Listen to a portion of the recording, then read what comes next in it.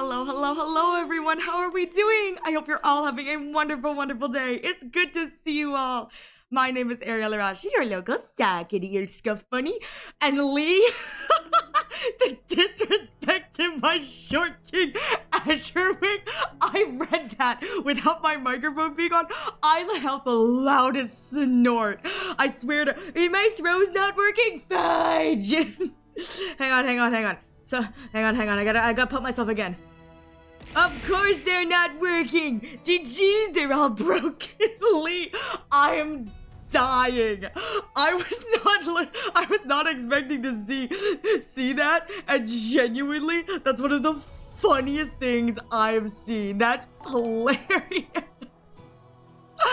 Hey, Kaede, thank you so much for your continued support. I truly appreciate it. Oh, maybe it's because I've got like 17 of these windows open.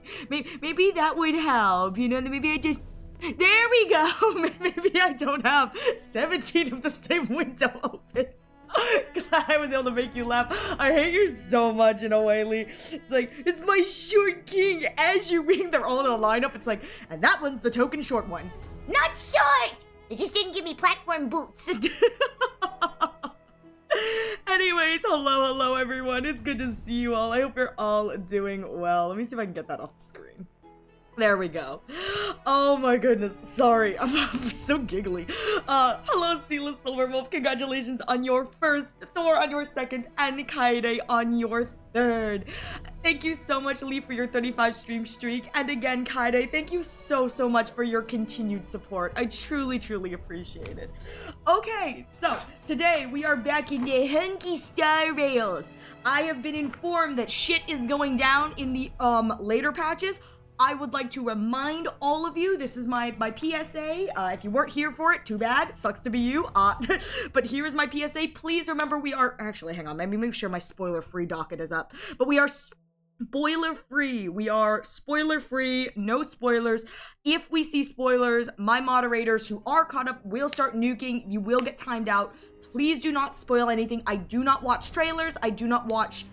any of the promotional material until after I have completed a patch, mostly because I've discovered I really like not knowing what the bosses look like. Yeah, I see spoilers, you're in deep trouble, you're in trouble. Again, I don't do that because I've discovered that I really like going in not knowing what the bosses look like. Now granted, my worst enemy is Hoyoverse themselves, looking at you, Currency Wars. Looking at you, Currency Wars. But I do like not going in with like any kind of predetermined vibe. I think it's a lot of fun because it like forces me to be like, what the fudge is going on here? Like, I know for a fact that the pom-pom wash exists, and I'm pretty sure the pom-pom wash is this patch. I don't know what the fuck is going on with the pom-pom wash. And to be frank, I've been told by several people that they don't know either. So like, we're all in the same boat here. What the is the pom-pom wash? Hey, Inu Fluff, it's good to see you. I'm so sorry to hear you're not doing well. I hope the rest of your day is kind to you, Inu. So, that is kind of the TLDR. I would like, just don't say anything about 4.4. I know that it's big. I know that it's good. I have been told by several people, oh, Ariel, you're gonna love this patch. Not for the reasons everyone else loves it, but you're gonna love this patch. And to that I said, finally, Aspermont throwing it back and twerking. I was then promptly shunned. So, you know, but a bun can dream, you know? A bun can dream for twerking Aspermont. He's got a booty, let him use it. I've seen that butt. Lord Ravengers are contractually obligated to be hot. We know this. So that is just my little TLDR again. If you guys mention things even in the trailers, those will be nicked. I do not watch the trailers. Hey, listen, Inu, congratulations on getting stuff done today. You know what? Congratulations on being productive. I know it's probably been like a really long day, but congratulations on the productivity. I know sometimes that's the hardest part of the battle, you know what I mean? Also, Minions versus Monsters. You'll have to let us know if that was good or not. I've only seen trailers. I'm gonna be real here. My only exposure really to the Minions, other than like seeing like 1 or 2 Despicable Me movies, has been just like trailers on the internet. And if the trailers on the internet are as funny as the actual movies are, then I'm positive that the movies are great. Genuinely give it a 5 or 6 out of 10. Okay, that's not bad. That's okay. I don't watch a lot of movies, so my movie skewer is kind of like broken. If someone tells me something is 5 to 6, I go, okay, then I'd watch it. I would watch it in the terms of like, I'm not expecting cinema, I'm going in for a good time. Average to slightly above average. That's understandable, yeah. And I mean, Minions is kind of like a kid's franchise, so my thought process, it probably caters to that younger audience with an occasional adult joke here or there for the parents that are suffering in the theater because their kids wanted to go see the Minions movie. That's my assumption anyways. Anyways, so we are going to get into 4.1. Where we last left off, we have started 4.1. Ashvale has revealed that he is currently looking into the Sinwish Syndicate kind of debacle or whatever. The big murder, whatever. It looks like he's doing it not only on behalf of Costide, but also for Pearl. So we're still not sure where Pearl is and her stance in all of this, but I have a feeling because we're in Perlix Tower, we're going to meet her here eventually. The other thing that we've been introduced to are the bootleg Power Rangers. And I genuinely do not know where they're going with this storyline. I feel like the Power Rangers thing kind of like came out of left field because like, yeah, there's that whole like robot and kind of like the action sci-fi thing in the background. But like, I really don't know like any narrative standpoint where these guys are coming from unless they're villains. I'm gonna be real here. If they're introducing these guys as like the final villains of this patch, yeah, that makes sense. It's like these guys come out of nowhere. They're super like, yeah, we're the Power Rangers. And then at the end, it's revealed they're evil. That does seem like it makes a lot of sense, especially for Plan Arcadia. So we'll have to see. But I'm not really sure what's going on there in the terms of like my theorizing or whatever. Also, congrats on getting Sparksy. That's what we're talking about. Actually, speaking of Sparksy, Bunny's going to beep beep beep. All right. So we are back in 4.1. Before we go in, we're gonna take a look at that beautiful Jade counter. So we are looking at a total of 21 Stellar Warpy tickets at the moment. Because, you know, they've got that thingamajig running, the daily login. So we've got 21 Stellar Warpies and 185,000 Stellar Jades.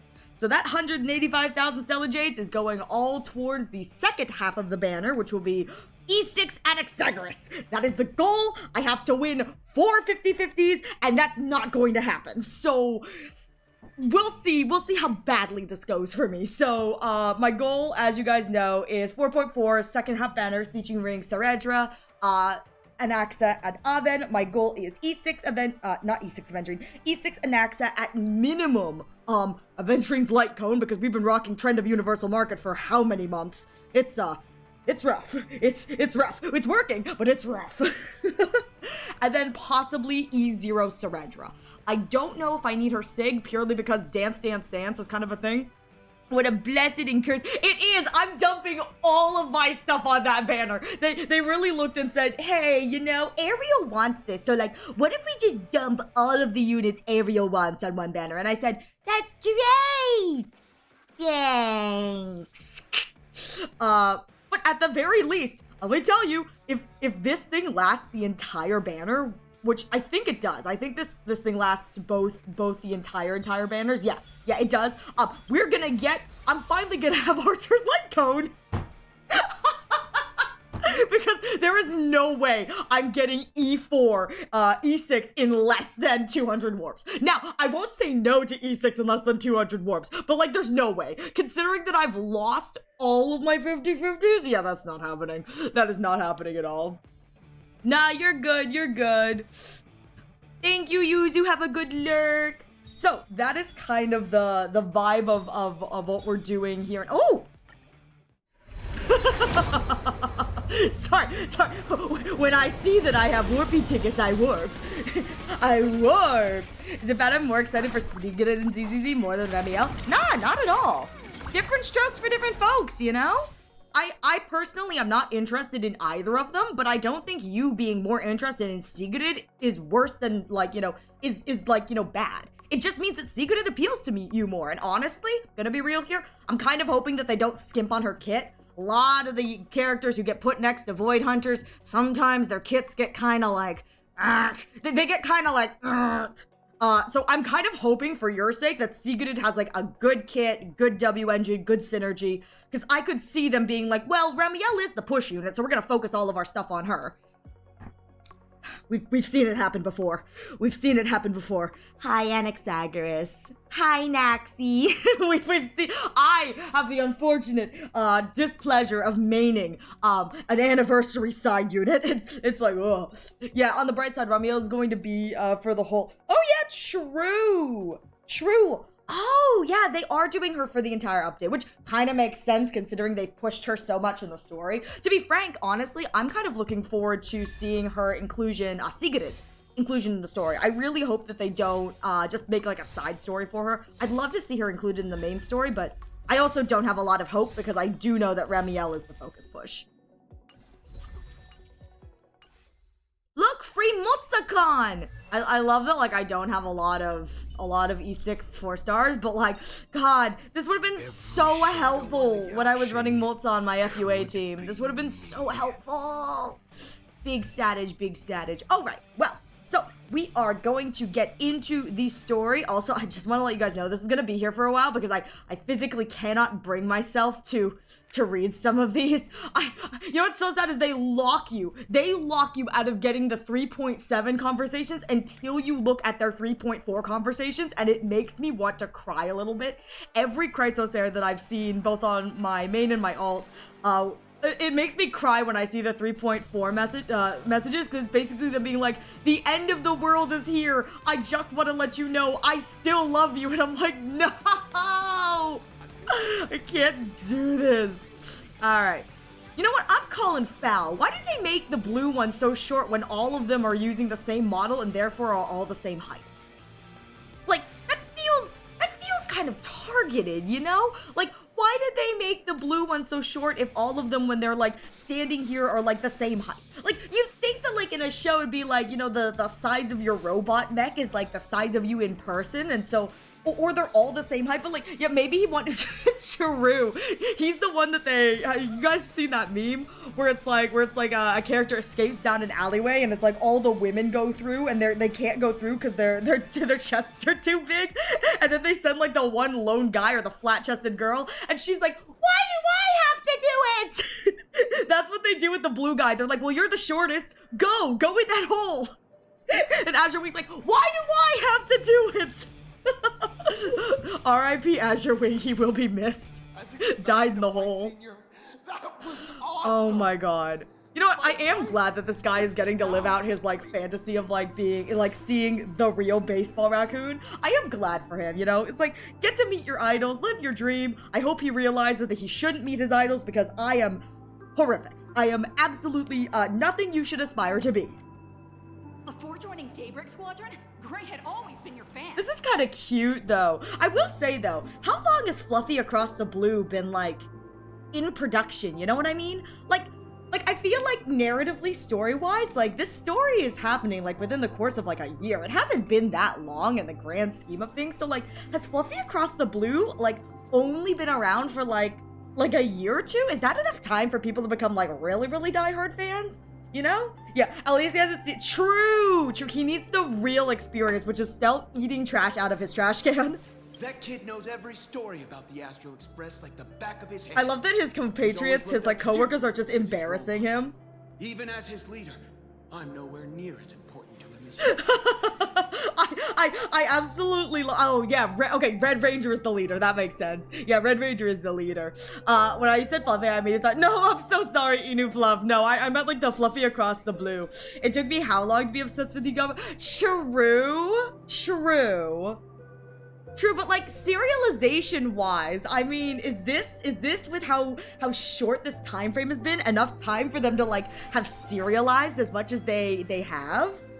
Because I thought it like started as like well, I guess it must have popped off on the interwebs then, because like I think it started as like an online comic and then it got like picked up by the IPC distribution wise. Huh, what an amazing battle! Well, more than beating you, we were hoping Gray would leave a lasting impression on you. We were hoping Gray would leave a lasting... I don't know who Gray is, to be fair. Do you think that Gray chose the... Okay, so you know how they all have different colors? So do you think that they get to choose their colors? And if the answer is yes, like they get to choose what color they are? Because I think that that's what they said is if I joined, I got to choose what color I was, other than the colors like that were already chosen. But like, if if Gray got to choose their own color, do you think they chose gray because the baseball raccoon is gray? Talk about your obsession to the max. Honestly, valid. Like, if I was starring in a kid's show, yeah, heck right, I'm gonna bring in my own influences. Heck yeah. That might be faster for IPC. Oh, you're so right. I mean, if it's IPC back, they probably do. I mean, isn't that how we got As I've Written so fast to the stars, is we used the IPC? It was like, genuinely using the IPC got As I've Written to the stars so much faster, and we got contract rights, which meant that the IPC was allowed to distribute it, but it was not allowed to claim ownership. That ownership is the sole right of the Trailblazer, who suffered so greatly. The trauma is written. It's fine. They're fine. All the sales of As I've Written will pay for the Trailblazer and their companions' therapy. It'll pay for their therapy, possibly. But Gray and White is typically a Power Ranger that joins later. Oh, okay. That makes sense too. I want to know why there's no Pink Ranger. I want to know why there's no Pink Ranger. Like they made the female white instead of pink. After all, being remembered by their idol is the highest form of praise. Again, I do love how they're spending time like absolutely like making fun of the guy. Like this is 1000% like coworkers teasing relentlessly their their last coworker who's like really embarrassed and like in the presence of their idol. Like I find that so freaking funny. I will remember this battle today. For like 5 minutes until I forget it. Oh, I'm already satisfied. Just knowing that the name Cinderborn will remain in my senior's memory. You know what? He deserves it. It's a shame though. If she really could become the 5th member of our team, her recognition would rise even further. After all, many people still think we're just playing hero. Okay, yeah, but like if I were to join, I would be the gray color. Like my color palette is grays and yellows, and you took both of those colors. What color am I supposed to be?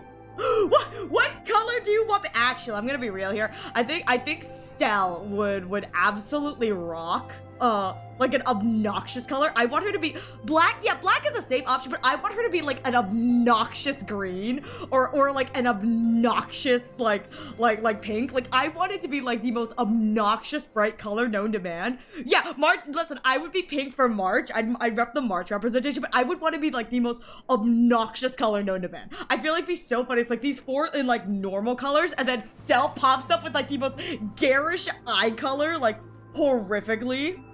There's a few special ranges with no special color. Wait, no, do you think they'd let me dye my suit rainbow? Oh my god, highlighter colors? Yes, exactly. I wish I could dye my suit rainbow, or I would rock up and my outfit would be like styled after either like pom-pom or like my actual outfit. So it's like my ranger color would not be a singular color. It'd be like, and that's the pom-pom ranger. And I just have a crown. I show up in a pure chrome suit, flashbang the camera and audience. I'm just like, I'm shining today. It'd be so cursed. But let me tell you, it'd be so good. Hey, Blood, shoot. Oh, I don't think my throws are working, are they? Oh, okay, they are. Thank you. I didn't hear that. Holographic, I would be. Hi, Blood. I hope you're doing well. It's good to see you. I hope you're cooling down after stream well. It's good to see you. I just want to be like a flashbang color. Can I be like the flashbang color? It's like every time I show up, I flashbang the audience. But like these guys are like, we're also real heroes. Every time I show up to the real villain, I flashbang the real villain. Again, I can't wait for these guys to be like revealed as like the evil people, you know what I mean? That's only because we haven't done anything truly heroic But then yet. why are you calling yourselves heroes if you haven't done anything truly? I can't wait for this to be revealed. They're like, we haven't done anything truly heroic. Why is that? Because we murdered several people. It's like, you know, it's like Honkai Star Rail's like really good about speaking in like half-truths. The kind of like half-truths. I can't wait for it to be revealed that these people are like mass murderers. It's like, we've killed many people for the notoriety and the wish power. This is what this region is turning me into, man. This region is like turning me into this like cynical skeptic. How are you? I'm doing well. I'm glad to hear that you're cool. Don't worry. Given the state of Dimension City, a mind-blowing crisis is bound to happen sooner or later. And Can't that's believe when we'll watching get a you is chance bringing to out my shine. Power Ranger face more than when I play this myself. Wait, did they not say what they actually are yet? No, I know they're like the stars of like a TV show, you know what I mean? And they also say that they're like real life superheroes or whatever, but I'm telling you, they don't introduce characters like this if they're not somehow connected to the villainry. Or that's what I'm calling anyway, so I can't wait for it to be revealed that they're all mass murderers. For their wish power or something bulldiggle like that. They're just actors. No, I believe that, hey, thank you for your 95 streak. I believe they're actors, but they actually are heroes too. Because that's what they're talking about now is like the fact that like they are actors, but they're also real life superheroes, which is why they kind of wanted the baseball raccoon to join them, because it's like a real life superhero kind of thing. I think that's what they kind of want their notoriety for. It's like they have the notoriety of like the TV show, but they want the notoriety of being like real life superheroes as well. Yeah, just yesterday, I rescued 5 people from a gas explosion. Hope they recover soon. Spread the word about how awesome Daybreak Squadron is. I love the inflection of this voice actor. I saved 5 people from a gas explosion. It's like, what did you say, people from a gas explosion? That's so stupid. I love the inflection on this voice actor. They've done such a great job selling this like over the top hero, but I love it. Gas explosion. It's like, dude, you don't have to emphasize gas explosion. He's like, people are dying. Gas explosion. That's my short king. I like your short king. He's hilarious. Oh my god. No. You know what? When in doubt, of course, it's Alejandro Sop. I'll have to listen then for which one is him. Oh my god. This is freaking hilarious. There you go again. Casually saying the strangest thing. We are on the Power Rangers part. I'm here for these probably evil Power Rangers, because, like, of course they're evil. What, I'm gonna be real here. I see any NPC in Planet Arcadia, and my first thought is, you're evil. You're definitely evil. Like, I bet you everyone is evil. Like everyone in Planet Arcadia is evil. It's not that simple. It's never that simple. Like the Astral Express. We don't need to act to prove something so long as we stay true to our own path. Sooner or later, Daybreak Squadron will be recognized by everyone. Okay, I can't wait for this line right here to be the foreshadowing that, like, the rest of the squad, or maybe even the whole squad, but I'm feeling maybe the rest of the squad is out here, like, committing crimes so that they can, like, they're committing crimes so that they can play hero, because he's like, you know, we don't need to prove ourselves, you know, everyone will soon recognize us, that kind of thing. I wouldn't be surprised if, I think it'd be cool if it's like, then it's revealed that the twist is that the rest of the people are like, they're like, I saved people, you know, from this, like, gas explosion, but they're also the ones that caused the gas leak. It's like, I think that that'd be really good, because again, in Planet Arcadia, where wish power reigns supreme, where it's attention, you know, and notoriety that reigns supreme, it's like, it kind of benefits them if they want to get their name out there to commit crimes for the sake of saving people, as like counterproductive and like morally like wrong as that kind of is. Yeah, it's like firefighters who commit arson for more work. Yeah, exactly. It's like these guys are like firefighters who commit arson so they have more work, and therefore more people see them like saving the day. Like, that's the kind of thing I'm getting here, because like, again, Planet Arcadia is so, from what I've seen, like so ingrained in like the power of like, you know, stayability and like relevance. So I feel like this could be a case of like how relevance itself is in that pursuit of like fame and relevance. We often like self-sabotage, or in that pursuit, people can like, you know, become their own worst whatever, or they fall low to go high, that kind of thing. That could be the commentary. Silly you. Is the Astral Express all you ever think about? Why don't you just go join the Express as one of the nameless? Because the last time that happened, we took in a traumatized man-child. I think he's having a great time. We went to Amphoris, he got traumatized. We're here in Planet Arcadia, he got traumatized. Come to the Astral Express, free trauma! Come on, don't make fun of me. I'm still just a rookie. How could I possibly be worthy of boarding the Express and fighting alongside seasoned veterans? I'm putting this out there, man, and this is genuine. I don't think the Astral Express would turn him away. I think as long as, like, he follows the path of Trailblaze, you know? It's like, we don't really care who gets on and off the Express and who joins the Express. It's about the spirit of the Trailblaze at the end of the day. So long, yeah, let's pirate his own words back to him. So long as you stay true to your own path. Anyone who perseveres in their own life is a hero. Oh, that's a banger line, Stell. That's a banger line. Dang, that's actually a really good line. Thanks for your guidance, Trailblazer. That's actually a really, really good line. And lastly, I wonder if you could take a picture with the rest of us. Oh, he's so sweet. Trailblazer, please take a photo together with us. I love how the red guy is insinuating that like us getting to take a photo with them is the honor, but Cinderborn, the gray guy, is more just like shell-shocked at the idea of getting to take a picture with me. I find that like dynamic, like this dynamic, I think it's very, very wholesome. It's like, who's old man line? Stell, are you? It is like a wise old man. Like, listen, Stell is at her core a wise old man. Don't look at the fact that she's only like 3 months old. She's a wise old man. Ooh, garbage can. She's the wisest old man to ever live. She knows that you gotta save money by digging in the trash. Oh, This is you're so so close to me stupid. that my heart's beating like crazy. This is so stupid. Wait, genuinely, this is so stupid. I love how epic these guys look. Like, these guys have a killer pose. This is such a cool, like, very Power Rangers-esque. This looks so good. And then there's me. And then there's me in my hat. Like, you know what would have made this so much better is the Lygus mask. No! No, let me go back. Let me go back to the Lygus mask. The Lygus mask would have made this so funny. I would have been wearing a mask too. Oh man, my missed opportunity indeed. Yeah, go buy the Lygusi mask. Now this is every Kamen Rider.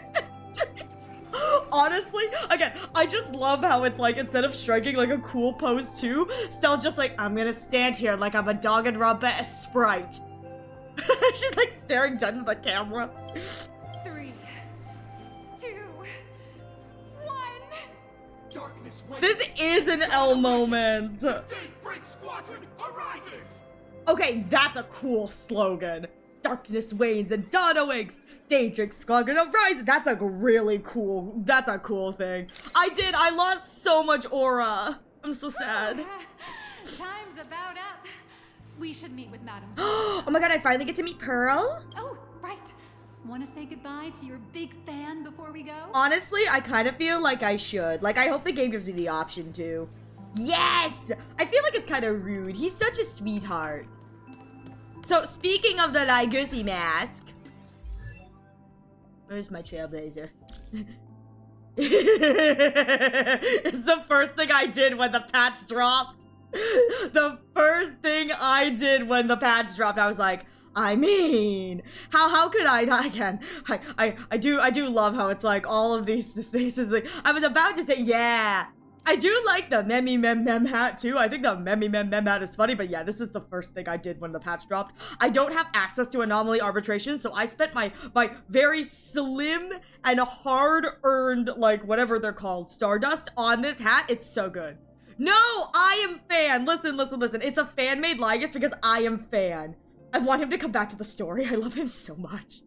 Where's my Xandar 2 Kuwabara? Where's my Xandar 2 Kuwabara? But I love that. I bought the Lygusi mask. I feel like if I find like an excuse to wear it, I will. I feel like the daily grind is gonna be like the mem hat, but like if I find like a fancy occasion to wear the Lygus hat, we're gonna lock in and wear the Lygus hat. Look, Yellow! You guys were amazing back there! If we record this for promo material, we'll definitely get a ton of new followers! Ariel, is 100% the Lygus self-says NPC. Wait, is the Lygus self-says NPC? Megatron fight! Oh my god, I can't wait to meet this NPC because, like, honestly, they're not wrong. They're not wrong.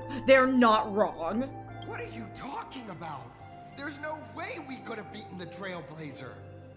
Well, it's not entirely impossible, I'd say. Ever since I converted, I feel like both my mind and body have become so much lighter. Gray, you really should join us and do the same. Wait, they're in the subway station? Lee, can you... Okay, I am giving you permission explicitly to backseat me. Once I get out of this cutscene, where are they in the station? I have to see this NPC. Gray, being a masked hero means facing all kinds of dangers. You'd definitely feel pretty bad if you couldn't contribute your strength to the team when we needed you the most. Why does he sound like he's shaming Gray?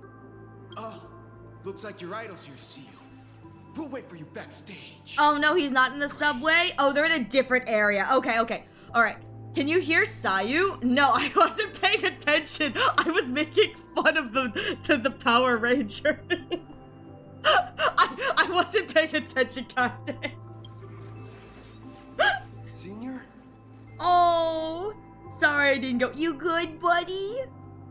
Wait, Sayu is the short king? I'm fine. That explains why the inflection is so I'm good. surprised that you took us down without breaking a sweat. No, wait, if Sayu is the blue one, the short king, that explains why the inflection is so freaking good. He knew exactly how to emphasize those for like maximum amusement, but also like tact. That is so good. It's me. I'm just too weak. Oh, I'm always baby. hesitant whether in I can't wait for this guy to have like a mini arc at the end of this where like he either sacrifices himself or like he stands up, you know, to his bravery or whatever. Trying my best to get closer to being like you. Honestly, this is like really sweet. It's a bit embarrassing to admit, but no one ever taught me the principles of how to live and behave growing up. Oh, I baby. dropped out of high school pretty early and started hanging out with street gangs. Every time I threw a punch to intimidate someone, I thought I was being a hero. Baby, you know what? I'm kind of like really sad for this guy because it's like real shit ass upbringing kind of thing. But I really hope that this guy ends up like so loves the hippie, the short one. Rip. I really hope this guy has like a mini arc in this patch, because like this feels like a really good setup for like a mini arc where he like mucks up and like shows what it means to like truly be a hero or whatever, because like this seems like what they're setting up, and it's actually really wholesome. Good for him. But when I saw how scared those people were, I had this nagging feeling that maybe I was doing something wrong. It's like, yeah, maybe punching random people is not the way to go. Later, when I read about the Astral Express story online and learned about your legendary deeds, I finally understood what it meant to be a true hero. Looking back at how immature and awful I was, I made up my mind to leave my old organization. Oh, this poor guy. Enjoy your lurk, Snowbun. This poor guy. I wonder if, so he kind of talked about how he wants to run with gangs. This would be crazy, but you know how there's that whole Sinwish Syndicate thingamajig going on? I wonder if like he used to run with the Sinwish Syndicate and like it's like a very distant tie, but like maybe he knows something about what happened with the Syndicate or whatever. Maybe that's how they're tying this together. Now I too have a chance to become a hero like you. Or it could be a nameless gang, you know, I could be Together completely like with my brothers overthinking and it. sisters in the Daybreak Squadron. I can bring happy smiles to the residents of Plain Arcadia and protect them whenever danger appears. Honestly, I'm hoping for the best for this guy. It seems like his heart is in the right place, you know? I really hope nothing good for this guy. Like, it's rare that we get NPCs who, like, their heart really is in the right place. But this is good. I'm just too weak. I don't have Have the you immense tried strength getting like good? the Express Nameless. I don't even have any special talents. Maybe I've chosen a path that doesn't really work for me. Truly, have you tried getting good, my good sir? Yeah, the desire to fight for others is a strength in itself. Yeah, strength isn't really the Nameless's strong suit. I mean, we're not really strong. If anything, what we are is resilient and resourceful. It's like in the grand scheme of like, you know, overarching strength, we really aren't that strong. It's like the strongest member of the Express at the moment that I know of probably is Welt, because Welt has the whole Star of Eden thing. But like, in the grand scheme of things, the Trailblazers aren't really physically strong. It's what we have in resilience and a desire to help. I mean, let's be real here. It's like the entire Ampho crisis, we were not the strongest party at all. But we were the most determined, so like, you know, determination is a thing in itself. I don't want to give you empty platitudes about humans triumphing over fate. But I do believe that while kindness isn't something you can learn, strength is something you can acquire. I love how it seems that at Plan Arcadia, a lot of the like dialogue choices actually have the Trailblazer speaking. I do like that. That's something I've noticed, because normally like I read the stuff aloud and that just goes to the next dialogue. I do like that. It's a really nice touch. Your desire to fight for those around you, and your wish to bring smiles to others, that's your greatest strength. My man's in it for the right reason. My man is in it for the right reason. I really like Cinder. I think that Azurewing has the best voice, purely because it's just a really funny voice. It's just a really funny voice.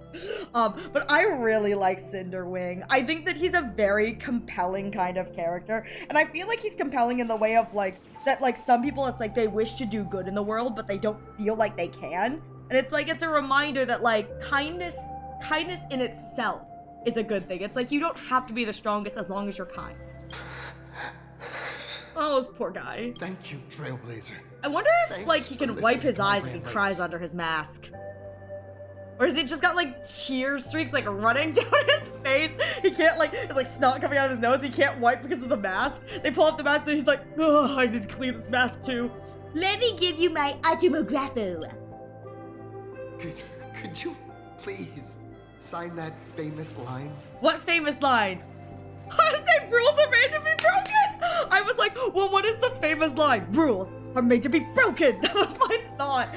I like that the other option is may this journey lead us starward, because like, I think that like may this journey lead us starward is like the creed of the Trailblaze. It's like, that is the Blaze signature. Fun fact. So I am currently making a bunch of photo cards, because all of my Honkai Star Rail videos on YouTube will have, for the arc that it is, Ariel dressed up as a character from that arc. So you're able to tell like, hey, this is the like the Bellabog arc, this is the Xiancho arc, this is like the Xiancho Luofu like Warframe arc, you know, etc. like the Penacony arc, blah blah blah blah blah.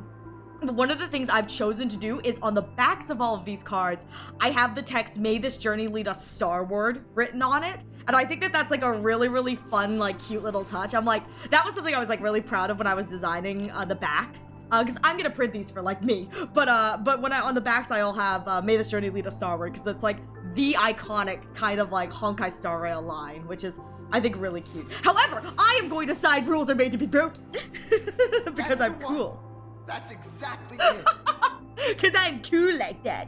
Rules are made to be broken. Rules are boundaries, and anyone who pushes beyond those boundaries becomes, in a sense, one of the nameless. I love that Stella's turning her own catchphrase into nameless, whatever. It's like marching down her like, So, that really isn't one of the creeds of the nameless. don't bother, she's a lost cause. And just Stella with her baseball bat, The rules are made to be broken. just swinging wildly. I'll remember today for the rest of my life. I'm kind of happy for this guy. Like, Trailblazer. man got to meet his idol and it was By like the a next good time we meeting. meet, I'll be a true hero just like you. Alright, so I'm expecting this guy to come back at like the climax of the story and like show his heroism and bravery, maybe sacrifice himself for us, if you know what I mean. Like, I'm fully expecting this to be like a really good mini arc for this guy, you know? Like a good mini arc, and a good mini arc with the commentary of like even the ordinary or people who feel that they are ordinary or don't have anything to give can still be heroes. You know, to be a hero is not necessarily like to be the strongest. To be a hero is to have like a kind mindset kind of thing. I feel like that'd be like a really good kind of end to this. Come on, Bubbles, we're gonna go see Madame Pearl. Well, that about wraps up today's tour. After seeing everything, what do you think?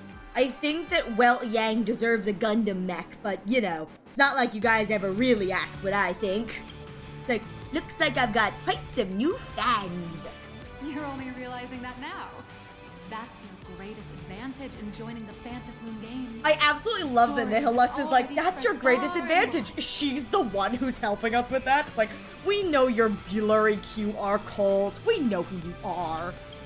All right, Purlock Corp's influence is definitely something. Yeah, the IPC's influence is definitely something. It's a very IPC. Indeed, rather than the power to rule this world directly, that individual draws even greater strength from Purlock's. The stories and dreams spun by this enterprise are capable of steering the future of plain Arcadia and of serving as the cradle for new imaginations. Honestly, that is a very IPC kind of thing. It's like, what they're selling is not a product, what they're selling is a dream. It's like, yeah, that's very on brand for the IPC. Madame Pearl is waiting for you at the top of this building to discuss matters regarding the Phantom Moon game. That's great. Where's the elevator? Don't tell me I have to jump my way up there. Do I have to like Planet Arcadian jump my way up to the top? Because that's ridiculous if I have to do that. Let me give you a little reminder.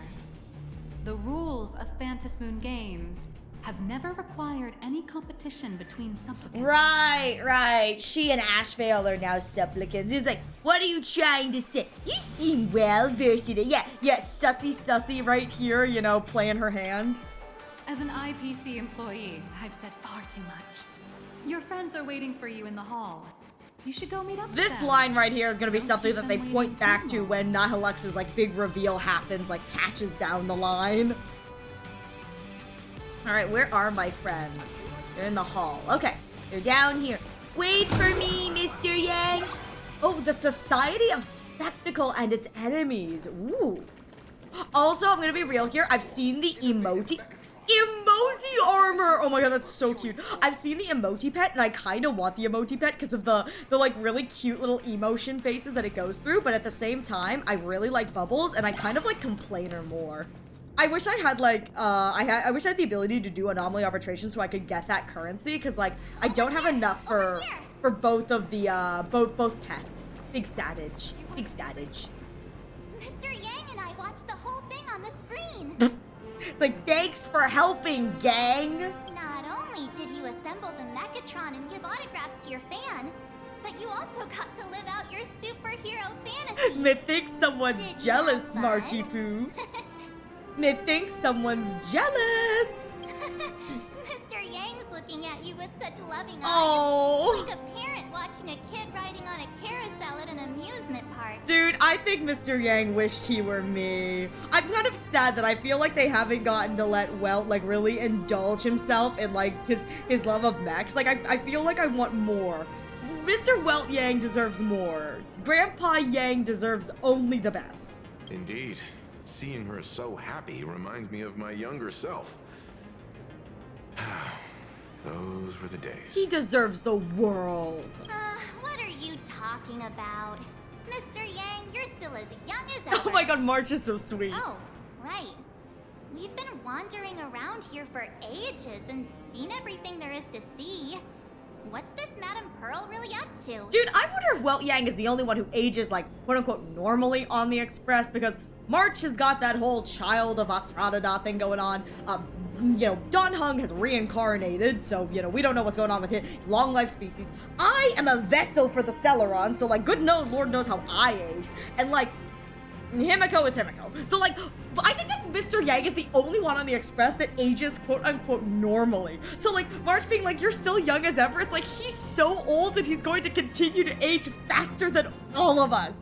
It's like in like 20 years he's going to be like an old man because he's an old man from Earth, and like everyone else on the Express is gonna be looking the exact same. It's like poor Grandpa Yang indeed. I understand everything she wanted to show us. There are just a few questions I'd like to confirm with Miss Nihilux. Oh? Miss Nihilux? Wait, where did she go? I don't know, man. She appears and disappears like a bright in the wind. Oh, Theron is here. We've been looking everywhere for you. The Secretary's office sent Agent Feld here to keep you company while you wait, but he said he couldn't find any of you.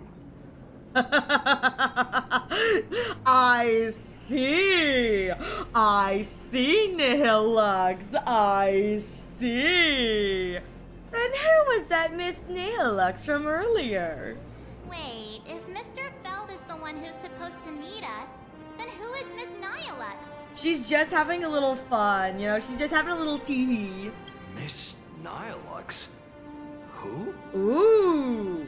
That's interesting. So she posed and introduced herself as a P30 in the IPC, but perhaps she does not even work for the IPC at all, other than, again, being, like, blurry QR cult. So, like, she may work tangentially, like, contracted under them, but ooh. Agent Nihilux, an IPC ranking P30. He's about to Works reveal at that there's Corp's nobody Imagenesis under Technology that Department. name who works here. Ooh, Nihilux.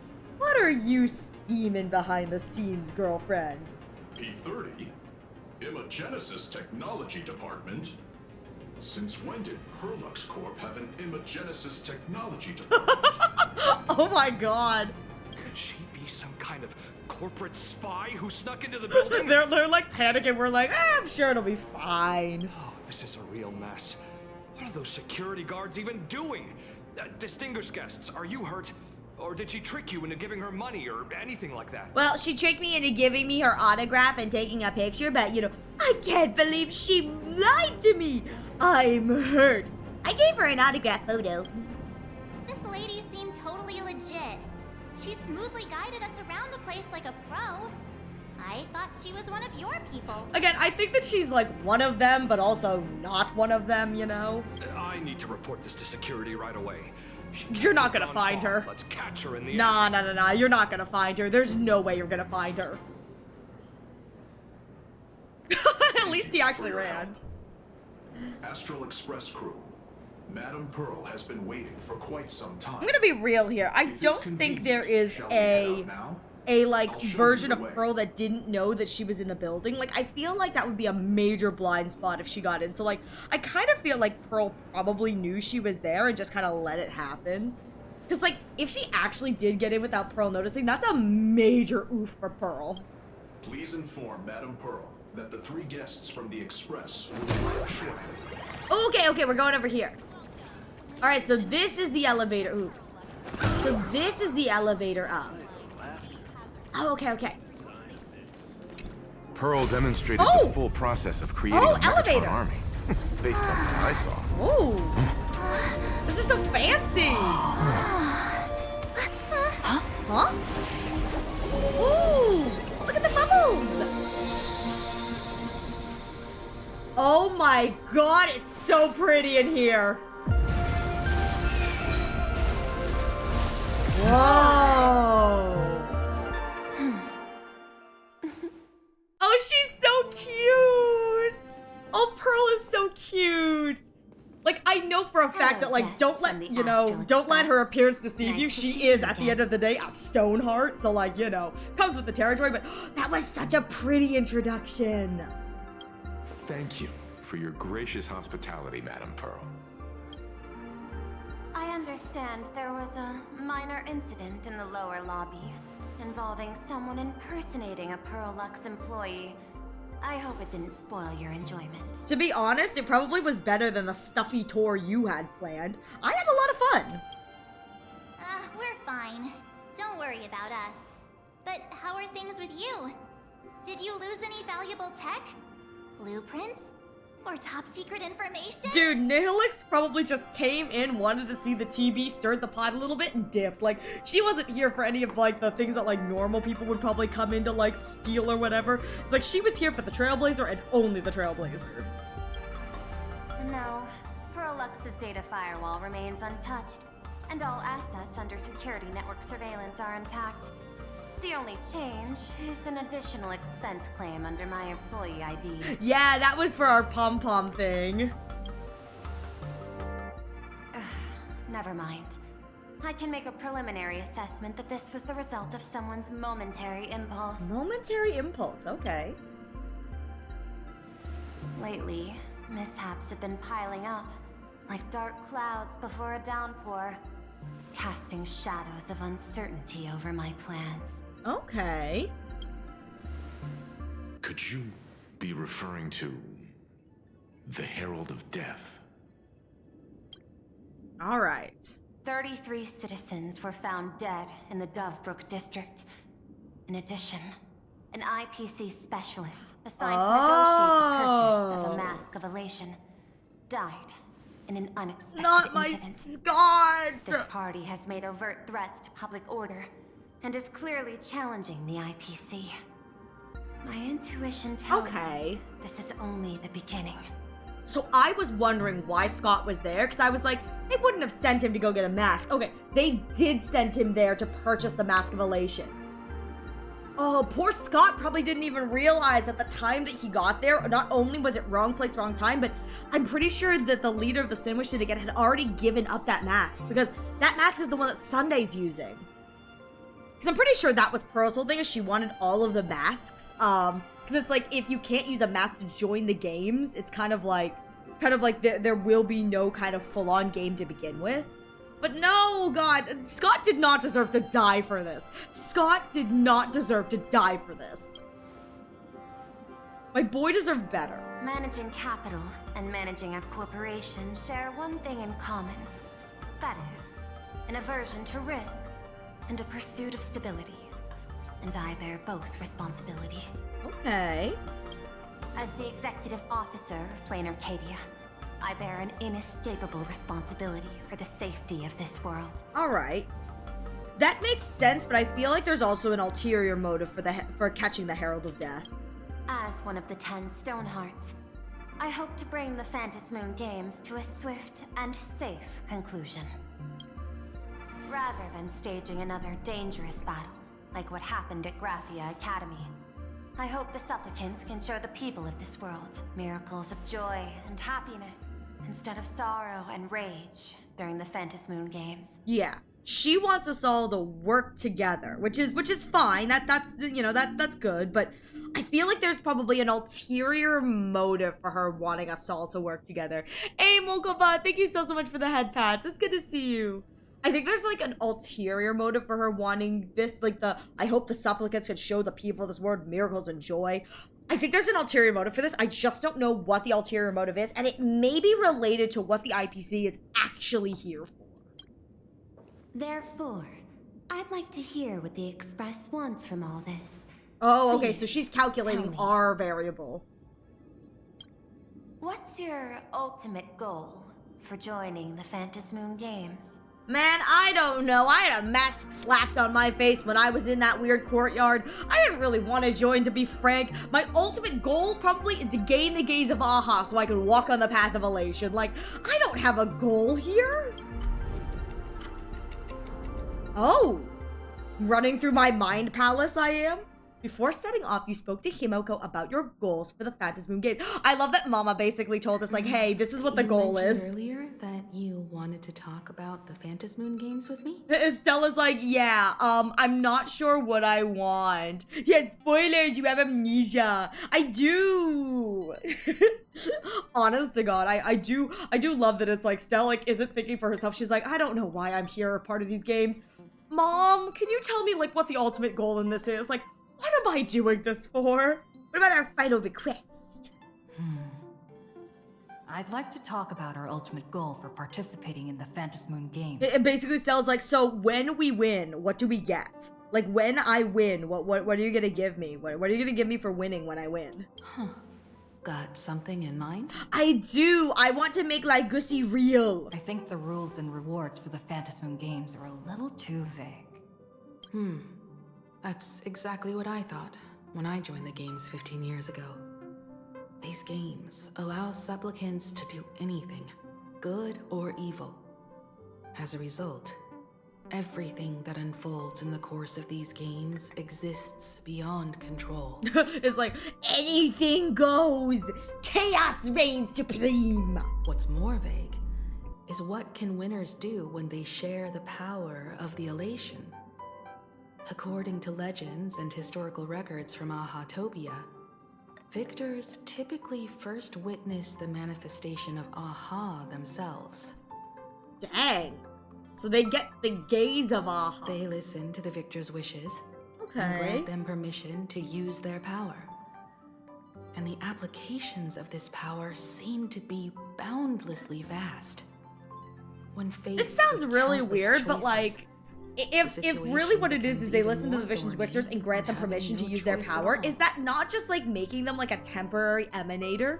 Because like, again, all emanators share a portion of their Eon's power, and that portion of power can be proportional to how much power the Eon gives them. So like, at this point, don't you think that like it's just Aha is like making them all like temporary emanators with like full access to their power? Because like, I feel like that's what's going on here with this kind of like thing. Sometimes I wonder, If we had agreed to become the leader of the Anti-Destruction Alliance, how would this trip have turned out? Gonna be real here, I can't wait for there to eventually be a short where they show what would have happened if we had led the anti-alliance destructure and how that would have all gone to poo-poo. Much like the M4 trailer where they show if you had gone to any other place, how the world would have gone to poo-poo. I want that for Planet Arcadia. If I win, I'll give up sharing Aha's power and ask them to be the leader of the Anti-Destruction Alliance. That is the stupidest idea I've ever had, and I love it. It's like, it's fine. I'll just make, you know, the Eon the leader of the Anti-Destruction Alliance. Then we just see Aha. It's like, Aha already approve of Anti-Destruction Alliance. It's like, why? Aha Sadna Nook took Akivili away. Akivili! Stupid Dojin comic from Nihilux, which is so good. With that said, it looks like we've got an ad break coming in the next few moments, so please use this opportunity to get a drink, get a snack, stretch your legs. I will be taking a break as well, so you won't miss anything at all. And when we return, we will continue on with this game. Oh my god, I'm living for the amount of like silliness that we've been granted here. But like, I would love it if we genuinely won. And we could make Aha the leader of this thing. I also can't wait for the big reveal that, like, Aha is also dead. Like, all the Eons, they're all dead. It's like, you thought you'd get to see an Eon who's alive? Ha ha ha ha. Nope. Big reveal. Akivili's dead. Aha's dead. All of us are dead. It's fine. Oh my god. I can't wait to figure out what, like, the big twist about this happening 15 years, you know? It's like, within 15 years, like, because they said that it's like the fact that it's been so fast on the turnaround for this Phantasmoon games, like the last one was 15 years ago. I can't wait for them to reveal or imply why it's happening again. Or, here's a thought, perhaps the games are happening again because, again, I think that this is one of the things where it's like, I think Aha can control when the games happen. Maybe Aha has chosen to do this again 15 years later because, like, there's a looming imminent threat that they have to, like, that is threatening Aha or whatever. Maybe this is, like, his response to Aspramat's, like, you know, form of destruction is having the Phantasmoon games again so soon as a, like, means to, like, draw people out to maybe fight Aspramat. That could be, like, a very interesting reason for why the Phantasmoon games are happening, like, so soon after the last ones. I don't know. Or maybe Aha, like, Aspramat was able to force the Phantasmoon game to, like, happen again real fast. Again, I don't really know. But that's just kind of the thought I have, you know, like, going into it, kind of like that.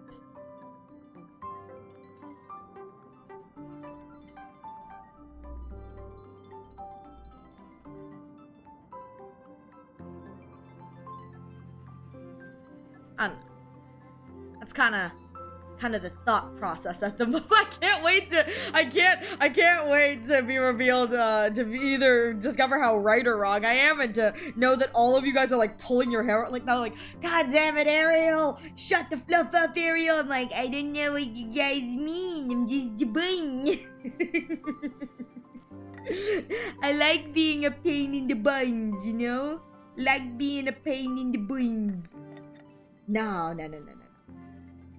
I'm hoping we get more than one map here. You know, I could see the Perlux Pom-Pom wash fight taking place, like, in that little robot arena or whatever. But I'm kind of hoping we get another map. Because I feel like the Perlux map is just kind of small. I'd love another map. I think that'd be great. I know that they don't have to, because this is technically, like, the patch between, like, the start and the anniversary. But I'm kind of hoping for another map. Anyways, welcome back, everyone. Thank you all so much for your patience through the ad. Let's get back into it. That's such a hilarious idea. I can totally picture it. This is how we win. We just pit Aha against everyone. I'm being dead serious, Mama. If I win, this is what I want. I get it. That's actually a brilliant idea. Of course it's brilliant. I'm brilliant. I am the nameless of the Astro Express. It's like, this is like something she pulled out of her trash can butt. She's like, this could work. Right? To begin with, this is far more meaningful than taking up a god's authority and squandering it freely for a single minute. Secondly, placing an Eon on the righteous cause of opposing the universe's greatest threat. I don't is know if something neither Nanook is the IPC universe's nor the god greatest itself threat. could reasonably object to. You know what I mean? I don't know if Nanook is like really the universe's greatest threat because truthfully, at the end of the day, like, isn't the finality ever looming? You know what I mean? Like, aren't we all destined for the finality anyway? So like, not really sure how Nanook is specifically the universe's greatest threat. If anything, I think the IPC is a greater threat than Nanook. Finally, this would also help us avoid the risk we currently face. Cooperating with the IPC while remaining wary of being drawn into its ambitions during the operation of the Anti-Destruction Alliance. Yeah, okay, that makes sense. If we handle the negotiations well, perhaps Aha could stand behind the Astral Express. Dude, I'ma be real Just like our here. I'ma cooperation be with the real here. Sancho, If where we could maintain distance from if one the another Trailblazer while ever offering gets any support from inkling afar. of like becoming the new Akivili, ascending as the Eon of Trailblazer, whatever, because again, we got that like whole Stellaron host inside us, and it's very clear from the writing that we are either destined to walk down the path of the Trailblaze, or we're also kind of being guided towards the finality. I would abso-friggin-lutely love if the reason why Aha stands behind us is they're like, Akivili, you have returned! Akivili! I would love it if Akivili's fickleness relies not actually on the situation, but just, oh my god, my boyfriend is back! Akivili is back!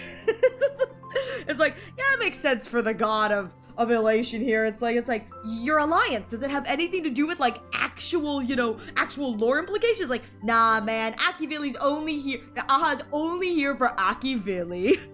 Hey, Titans, it's good to see you. I hope you're doing well too. The only question is, will Aha agree? I mean, I think we can spin it. If we tell Aha it was Akivili's last wish, I'm sure that they'd love it. You know what I mean? Don't worry about that. Oh. From what I know about that village. Hi, Fancy Pom Pom. Oh? What kind of god of games would they be if they broke their own rules? Besides, they still owe the Express a debt. It's like, they owe the Express a debt. Oh, why? Because they blew up the train in two!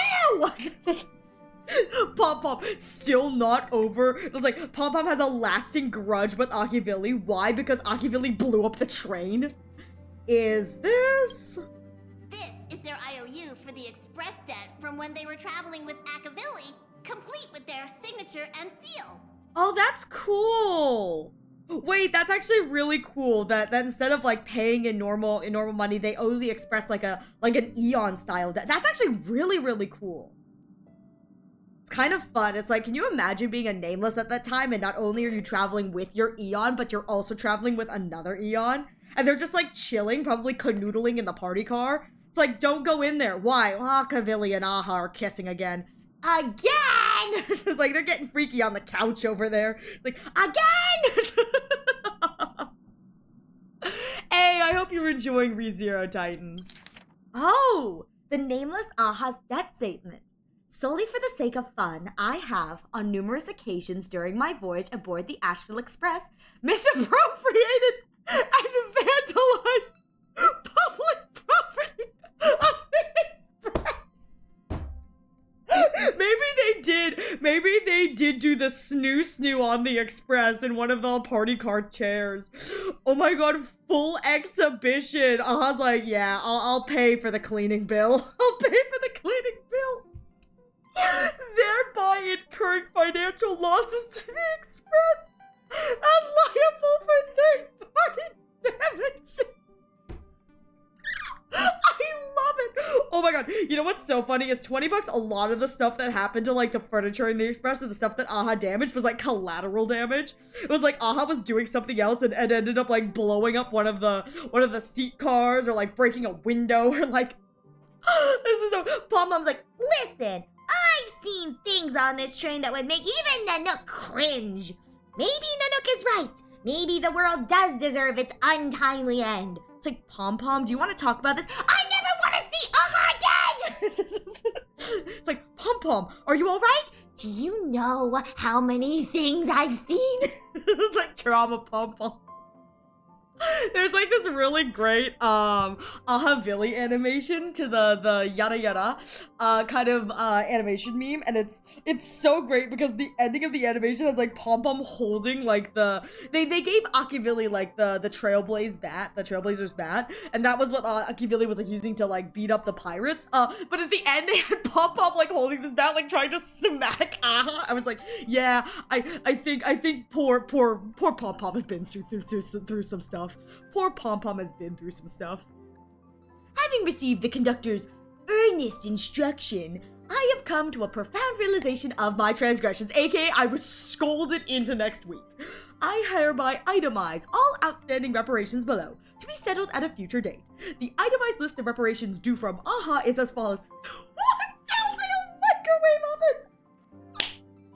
$20. The reason why the microwave oven is broken is Aha and Akivilli were putting marshmallows in the microwave to see what happens, and it just exploded the whole. So, fun fact: you microwave a marshmallow, it will expand and then explode in your microwave. So, don't microwave marshmallows unless you want to clean marshmallow gunk off of everything. But like, I bet you they were like putting things in the microwave and something exploded.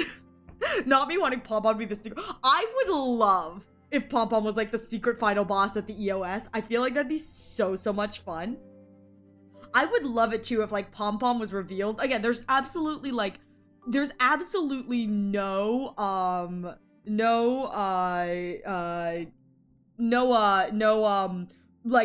what's the word? Sorry, I'm like struggling to figure out what the word is. Evidence. There's like no concrete evidence or even like probable evidence of Pom Pom being like a symbol of the finality, but I would love it for it to be revealed that like a symbol of the finality was traveling alongside the Trailblaze all this time, because the Trailblaze and finality run parallel to each other. They run along the same track. You know, the Trailblaze moves forward and the finality follows. I would love it if it was revealed that like Pom Pom was like a fragment of the finality, and it's like they're finally revealing their like true evil form. They probably tried to microwave it. It just blew up in the microwave. All right. Supersonic slippers. 2 pairs! I love the idea that Aha broke 2 pairs. So they got 1 pair, destroyed it, and then destroyed a 2nd pair. That's great. Optical camouflage cloak. 1 quantity. Anti-gravity levitation carpet. Again, all of these seem like things that Aha would have accidentally broken while trying to do like a prank. That's so... Hide your brooms, bearing a striking resemblance to swords. Quantity 2. Note, liability for this entry is jointly assumed with Hawk and Billy. Mythic somebody here had a sword fight. Oh my god. I love the fact that like this is definitely Aha like roping Akivilli into like stupid like funny schemes. I'm so here for this. Pom Pom. Trailblazer, did you ever wonder why you lost your 50-50 6 times in a row? It was me, Trailblazer. I took your luck. It's like, why would you do that? That's for not cleaning up the express.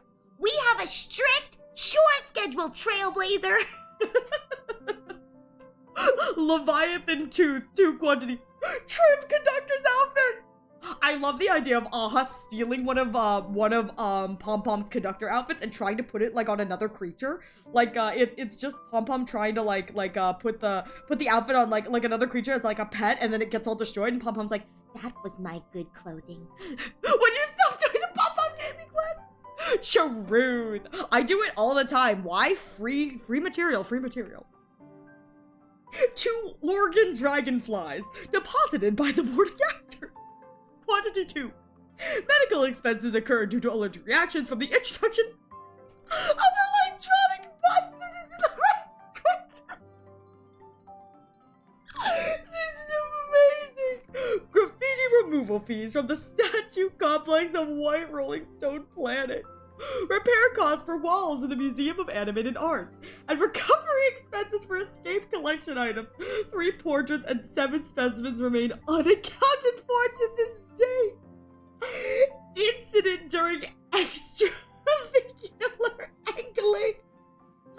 An erratic comet fish caused the collision, resulting in damages to 3.1415926. That's pi. Solar sails on planet Goldberg. Note, liability for this entry is jointly assumed with Akivilli. I'm loving god, so the same animator who did the yada yada Akivili aha Villy meme where Pom Pom at the end is like swinging the bat, they also recently did an animation where it was called like Space Fishing Gone Wrong. I didn't realize that was an actual reference to this game because I was like, oh my god, that's so funny. They went space fishing and blew up a planet. They really did go space fishing and blow up a planet. And in that animation, what's so funny is like you see Aha's like got the fishing rod, and Akivili is like holding on to Aha's like waist, and they're flying past the express at like Mach speed, and it slows down, and it's just Aha's like Akivili's like kind of like sheepish like smile, and it just Pom Pom's face just goes from like happy to I'm going to murder you when you get back on this express. It's like this like pouty face. It is so freaking good. I want to imagine that this is Akivili. Oh my god, it really is. This is Akivili and Aha's college years. This is so freaking funny. I'm so here for this. Satellite unit from Cellular Ring. Quantity 1.5. 6-eyed yaks from the Dutch of Huronten. 9. 1. Anti-beast horde naval cannon. Sourced from an old lithium exhibit. Izuku, an artificial satellite neutralized by accidental discharge. This is so stupid. Several pillows lost to the atmosphere of planet Sylvie during a pillow fight, inclusive of Conductor Pom Pom's favorite bolster. Oh, Pom Pom lost her favorite pillar. Fines leveled by the Cosmic Paleontological Conservation Association regarding gastric ulcers. An avoid song whale induced by an unauthorized exploration within the creature's stomach. Can you imagine Pom Pom having to go into his savings to pay for all the damage these two did? Dude, I'm starting to realize why the Astral Express doesn't have a budget.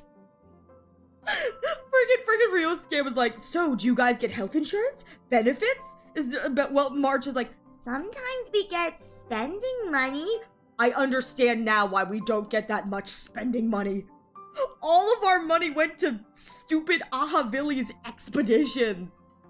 This is absolutely ridiculous. Oh my god. Zen Hydros, released from the custody of the architects. Oh my god. Roaring Golden Pothos, accrued multiple outstanding tabs at the world's end capacity. You know what? Now I understand why Aha's banned. Aha's banned because Aha, from the tavern, because, Aha stopped paying their tab. Now I understand why Aha's banned. This is crazy.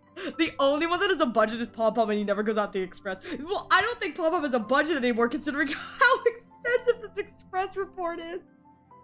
Himiko's like twitching when she sees how much debt they're in. Truth. A shockingly lengthy entry, extensive enough to reach the ground. Crystally crumbly Pom Pom Pie. 22. Of which 3 were utilized as fishing bait, 9 dispersed of yak fodder, 10 demolished as projectiles against space pirates during a skirmish. Please accept my sincere apologies for the misappropriations of the conductor's labor provisions. Half an Astral Express! When Bastro would friggin' blew up the express, half an Astral Express. Deader. Aha, this scrawled signature looks sketchy, no matter how you look at it. Is this really from Aha themselves? This is amazing. Passenger, this is so good. Oh my god, Pom Pom just wants payment for all the damage. Yeah, if only the Trailblazer with their 50 million credits they get from grinding could help. No, man, those are my credits. I need to spend them on...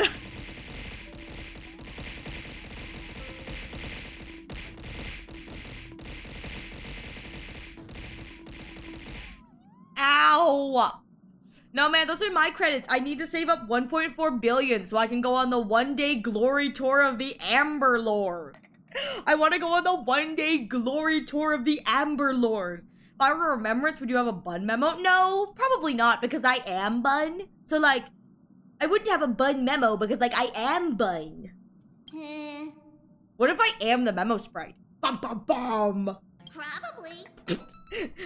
Sure, probably. So, You're saying you want Aha to take on the leadership of the Anti-Destruction Alliance? Yeah, it basically means that I don't have to do any work anymore, you know what I mean? Yeah, the member script would just be a picture of Fine and Axa. No, it would just be a picture of my current team, Erasia, Reen, and Fine Axa. That's my memo spread is the power of Yaoi. I don't have the ability to damage any enemies, but if enemies are the same gender, they start kissing. So I'm useless against enemies that are like both male and female, but if it's like 2 men and 2 women, my power is the ability to make them start kissing. The power of the shipper. True! No. My memo is not Lygus. My memo is the Limera. My memo spread is the Limera. And during my ultimate, it turns into normal Lygus. Normal Lygus, not the disgusting like Lygus without his face mask. God, put the mask back on, Lygus. You do not look good with your mask on. But like, that's what it is yeah, it turns into the Lygusi. That's my memo sprite, is the power of Lygusi. The power of Lygusi compels you. Bonus points if it's the Lygus that has Anax's data inside his brain. I get 2 for 1. Logical extrapolation. Failed. Success rate indeterminable. This peculiar proposal nearly brought my thought process to a halt. That's because I'm too big brain for you to understand, Pearl. I'm too big brain. I understand. My big brain energy is too much for you. This request is far too lacking in structure. Yet within an irrational context, it seems to conceal a certain kind of logic. You calling me stupid, Pearl? Are you calling me oopid? If the universe is the master of Elation's playground, then they should do something about this playground that's about to be destroyed. Exactly, see? I'm not oopid. Stop looking at me like I'm oopid. I'm not. As expected of the Trailblazer, your thinking is so out of the box. I've learned something today. Along with it, actually get a free source. Exactly. That's what I want. I want my memo sprite to be the Lygusi with a free Anaxid. I get little Circes. Listen, I love the inside your brain inception. It's like 2 for 1, you know? 2 for 1. However, I don't think you stand much of a chance in the games. Because... Wow, are you saying I'm weak sauce? Listen, I can start tweeting out random shit posts and get a lot of views. I got this. I know exactly how to rage bait. I've joined as a supplicant. All right, yeah. So this gonna be a boss fight. Not a single rule in the Phantasmoon games requires supplicants to engage in combat, so there's no need for hostility between us. Sure, she says, despite us saying that, like, we're not going to win. It's like, And what do you want out of this, Pearl? What does the IPC want of this, like, you know, Eon for a minute? Planar Cadia's administrator is a supplicant? Truthfully, nothing's stopping her. Like, there was no rule against, you know, the administrator not being allowed to join, so technically she is in the clear. At the same time, she has at her disposal assets of staggering magnitude. What, Perlux Corp among them. Aww, with money and power on her side, wouldn't her chances of success be way higher than ours? Nah. She doesn't have the power of a rage bait. Here's the thing, is Pearl has to keep up this image because she is like this, what was that noise? What was that, like, kind of noise? That was weird. But, like, you know what? Like, 100%, like, Pearl has to keep up this, like, perfect kind of image because she is, like, the administrator or whatever. I can do whatever I want to gain views. She's confined by her public image. I get to do whatever I want. Why? Because everyone knows the baseball raccoon is unhinged. Would you do a stream of looking at the outfit for cosplay? I don't know what you mean, Chi. I'm very confused. I don't really know what you mean when you say that. As I previously proposed to Miss Himiko, I'm willing to cooperate with the Astral Express to ensure the smooth progression of the Phantasmoon games. Okay. What do you get out of this? But the Astral Express isn't your only partner. Yeah, she's working with Ashvale too, I'm pretty sure. I have 2 other allies. However, so I'm assuming 2 other allies. My thing is, it will maximize the safety and success of this Yeah, Eonic I know Ashvale is one of her other partners. I wonder if she's partnered with, like, Yao Guang as well? I don't know. I don't think there's any indication that they're working together, but that's my only other thought for like who she may be partnered with at this point. I don't know. And I will do everything in my power to fulfill my partner's wishes within that limited minute. All right. This is just, yeah, she's here to recruit us. As we told you before, our strategy is to become a sail, advance and retreat together. The Astral Express is not a lone supplicant, since we have our own allies in the games. Yeah, AK, the Astral Express just like really doesn't want to deal with this lady. Like, we don't want to be the flagship. Leave us alone. Leave us alone. An ally like Sparksy? It's true that you defeated her and took her mask. But given her typical decision-making style, Sparksy isn't exactly what you'd call a reliable ally. Yeah. Aside her mask, I also have another one. Aside her, I have another ally. Hypothesis. The Sinwish Syndicate's missing mask. I thought it fell into the Cienjo's hands. Don't tell me. Yao Guang gave it to you guys? Why do you say that like it's such an insult? Like, rude. Why do you say that like it's an insult? That's right. 3 against 3. We're tied at the moment. Dang, Rip. With this new variable in play, I'll have to adjust my extrapolations. But the conclusion seems unchanged. After all, as the administrator of this world, I have the natural advantage in resources. She's like, you're broke. Well, that's your biggest weakness. An IPC senior executive. Plain Arcadia's administrator. A member of the 10 Stonehearts. Yeah, it's like her public Joining persona the is the Canes biggest personally. downfall in this because she has like stake in the Certainly has game. an intimidating ring to it. But when you think about it, isn't this identity precisely the greatest burden Madame Pearl Yeah, has she to already overcome? has a public persona crafted, so it's like everything she has to do has to still fall within that public persona. She's right. Your identity is far too sensitive. You want to control these games and end it safely and quickly. But Plain Arcadia's citizens might not see it this way.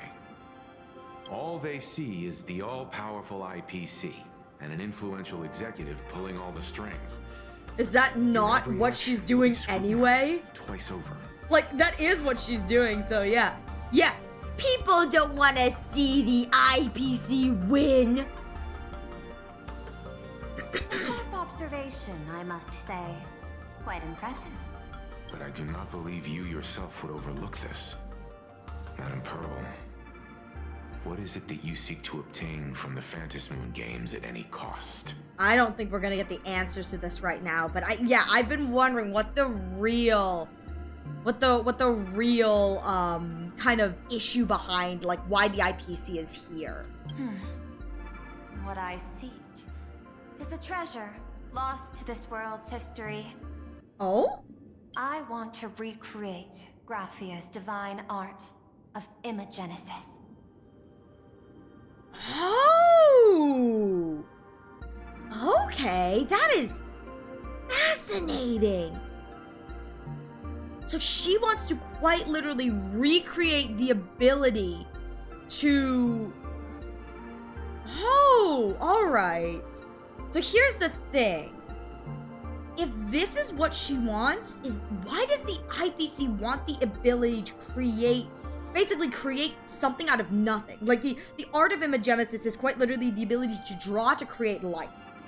Why does the IPC want this? What is the goal here for them? Does that have something to do with painting? Hard to believe, no? My birth originated from the theme assigned by the celestial differentiator of planet Scrollum. Art. Oh, she's a Scrollamite. Oh, that's cool. At first, I was nothing more than a machine that imitated human paintings. For an Intellitron, generating works of art is no great challenge. Huh. I love it. This is just AI robot trying to discover how to actually art. That's really good. Would you do a stream of looking at the outfits for cosplay for IRL to make? So to answer your question, Cheat, probably not. And that's purely because I don't really cosplay much nowadays. And I don't really make my own cosplays. I don't have a lot of the skills that are necessary for the crafting of elaborate costumes. Most of what I do is modification and basic sewing when I need to do stuff like that. So probably I would not, purely because everything would be difficult for me to make IRL because I do not have the skills to make anything IRL. I'm also just not really comfortable cosplaying, so for me personally, that's not something I'm very interested in. But thank you for asking. Day after day, I studied. Day after day, I exhausted every possibility. I could instantly analyze the proportional structure. This is literally just AI trying to create art. Good lord. Every pixel of Graphia's masterpieces. Yet I could not create as she did. The AI going, I don't know why I cannot create like the Graphia. Maybe because you lack human spirit. That is the, oh god. Again, all right, sorry. Bun's gonna go on like a tiny little bit of a tangent here, and I do apologize. But like, again, I do love that they are truly establishing right here, right now, that one of the reasons why Pearl probably cannot recreate the Imagenesis is not just because of her own talents, but genuinely because there is a lack of human spirit. That is kind of one of the issues with AI art, is that it just regurgitates out someone else's stolen work. I am very anti-generative AI. Specifically, generative AI. I think that AI can be used for good things, but generative AI, I think, is a genuine destruction. Like, it's not good. I'm very anti-generative AI. And so I feel like Pearl here with her commentary on like, I could analyze, everything. I could precisely recreate it, but I could not create. It is because as a machine, she lacks human spirit. Because that is what we as humans, when we create, we impart parts of ourselves into creation. That is what makes art such a compelling thing, is that art is normally a medium for when people want to say something, they put it into art. That is one of the things that I think makes art, is it's not just scribbles on a page. It is not just kind of like whatever. There is a statement or intention that humans imbue into their art, and that is what makes and gives art itself a soul. And this, again, can kind of go into the philosophy of what is art? Like, what is art genuinely? Like, what does it mean to be art, or what does it mean to create art? But I've always personally believed that art is a reflection of human emotion. And so this is, again, my personal definition of art, but I've always believed that art is a reflection of human emotion. It's much like in musicals where people talk about, like, why do they just, sing and dance in musicals? And it's like, the point of a song in a musical is we sing when words fail. We sing when there is nothing left that we can say. That is why musical songs are written the way they are and why they exist at the times they do, or a good musical is. And I feel that art is a very similar thing, is we create art when words fail. We create art when we have something to say. We create art when there's something we wish to do or say, or an emotion we wish to capture. Because even modern art that is kind of shit thrown on a page sometimes, it's still making a statement. I think a lot of times people like really hate on like modern art. They're like, this is so uninspired. And I go, it may be uninspired, but you need to listen to the artist's statement of why they've done what they've done, what they've said, and what they've said and why this is important to them, or what kind of message they're trying to push forward. Because a lot of modern art in today's world, I think, is less like, gorgeous, sprawling, old, like Renaissanceian painting style, and more a statement on the affairs and, kind of look of the world. I remember when I was in high school, I was a docent several years. I was a docent for an art gala, and particularly one of the paintings that I truly fell in love with was this kind of it was a very abstract painting of sorrow, and the description that the artist provided that I then had to refine into a docent presentation was kind of like the feelings of this artist, and reading through what this artist spoke of when they were painting this, and kind of how they were capturing like the gloomy, melancholic day that like, you know, was a moment in their life that they like latched onto because it was something that like irreparably changed them. It really was one of those things where it's like, if you were just to look at that painting, you'd probably be like, okay, it's modern art. It's kind of like, you know, a weird abstract smear on a page. But when you learn the story behind the piece, it was so clear the intention of this artist in capturing not only the gloomy day, but the fact that this day changed them, you know, irreparably emotionally. And it became genuinely one of my favorite pieces in the collection, not because it was like beautifully painted or whatever, but because you could really feel the sorrow captured, you know, from this artist. And I actually got to speak with the artist afterwards, and I spoke about how her painting really moved me in the fact that like I could truly sense the amount of sorrow that she had gone through. TLDR, she had lost a loved one, and it was, this painting was one of the ways that she had like coped with her grief, and the expression of like the emotions of that, you know, the day she had to bury that loved one was reflected on that piece on the page. It was beautiful. It was a beautiful painting, honestly. And I spoke with her about it, and she actually was very kind, and she shared some of her own thought processes with me and kind of what she was going through. But she also said that she was very pleased with my docent speech, because essentially when the artists put forth their things for us, we write our own docent speeches. And so whatever they basically answer a bunch of questions, and so it is our job then as docents to pick out what we think is important in showcasing a piece and why, you know, that piece is, you know, kind of beautiful or moving, or the story behind that piece, and then we spin that into a story that we present. And so she actually complimented not only my public speaking skills, which I was very grateful for, but particularly she thought I did a very good job capturing the essence of why she painted it, and, you know, what kind of emotion it was meant to invoke within a viewer. And so again, I think that as a long story short, that Pearl as a character, it's like she may be able to perfectly recreate everything, but because she is innately not human, she is an Inteleron, she lacks human emotion. Everything she does is via processing power. It's very analytical, and it lacks human spirit. And that, I think, is what makes art art. It is the creation of human spirit, because every form of art, writing, music, dance, you know, traditional art, you know, even things that like some people would be like, well, you're not really doing anything, like photography. It's like, no, photography has so much composition, because at the end of the day, it is capturing human spirit. Like photography as an art is capturing the human spirit in a still thing.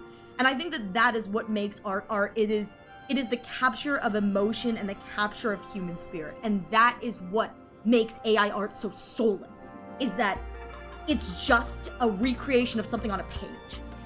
It's like, you can reprint, you know, like, you know, a famous piece of artwork, but you can't recreate the emotions and the human spirit behind the creation of such a project.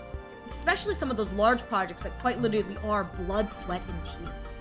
And I think that this is a statement of like, even baby artists, where you look at the piece and you go, yeah, this is an artist that's still learning, or this is an artist who, it's like, they may not have the most refined kind of whatever.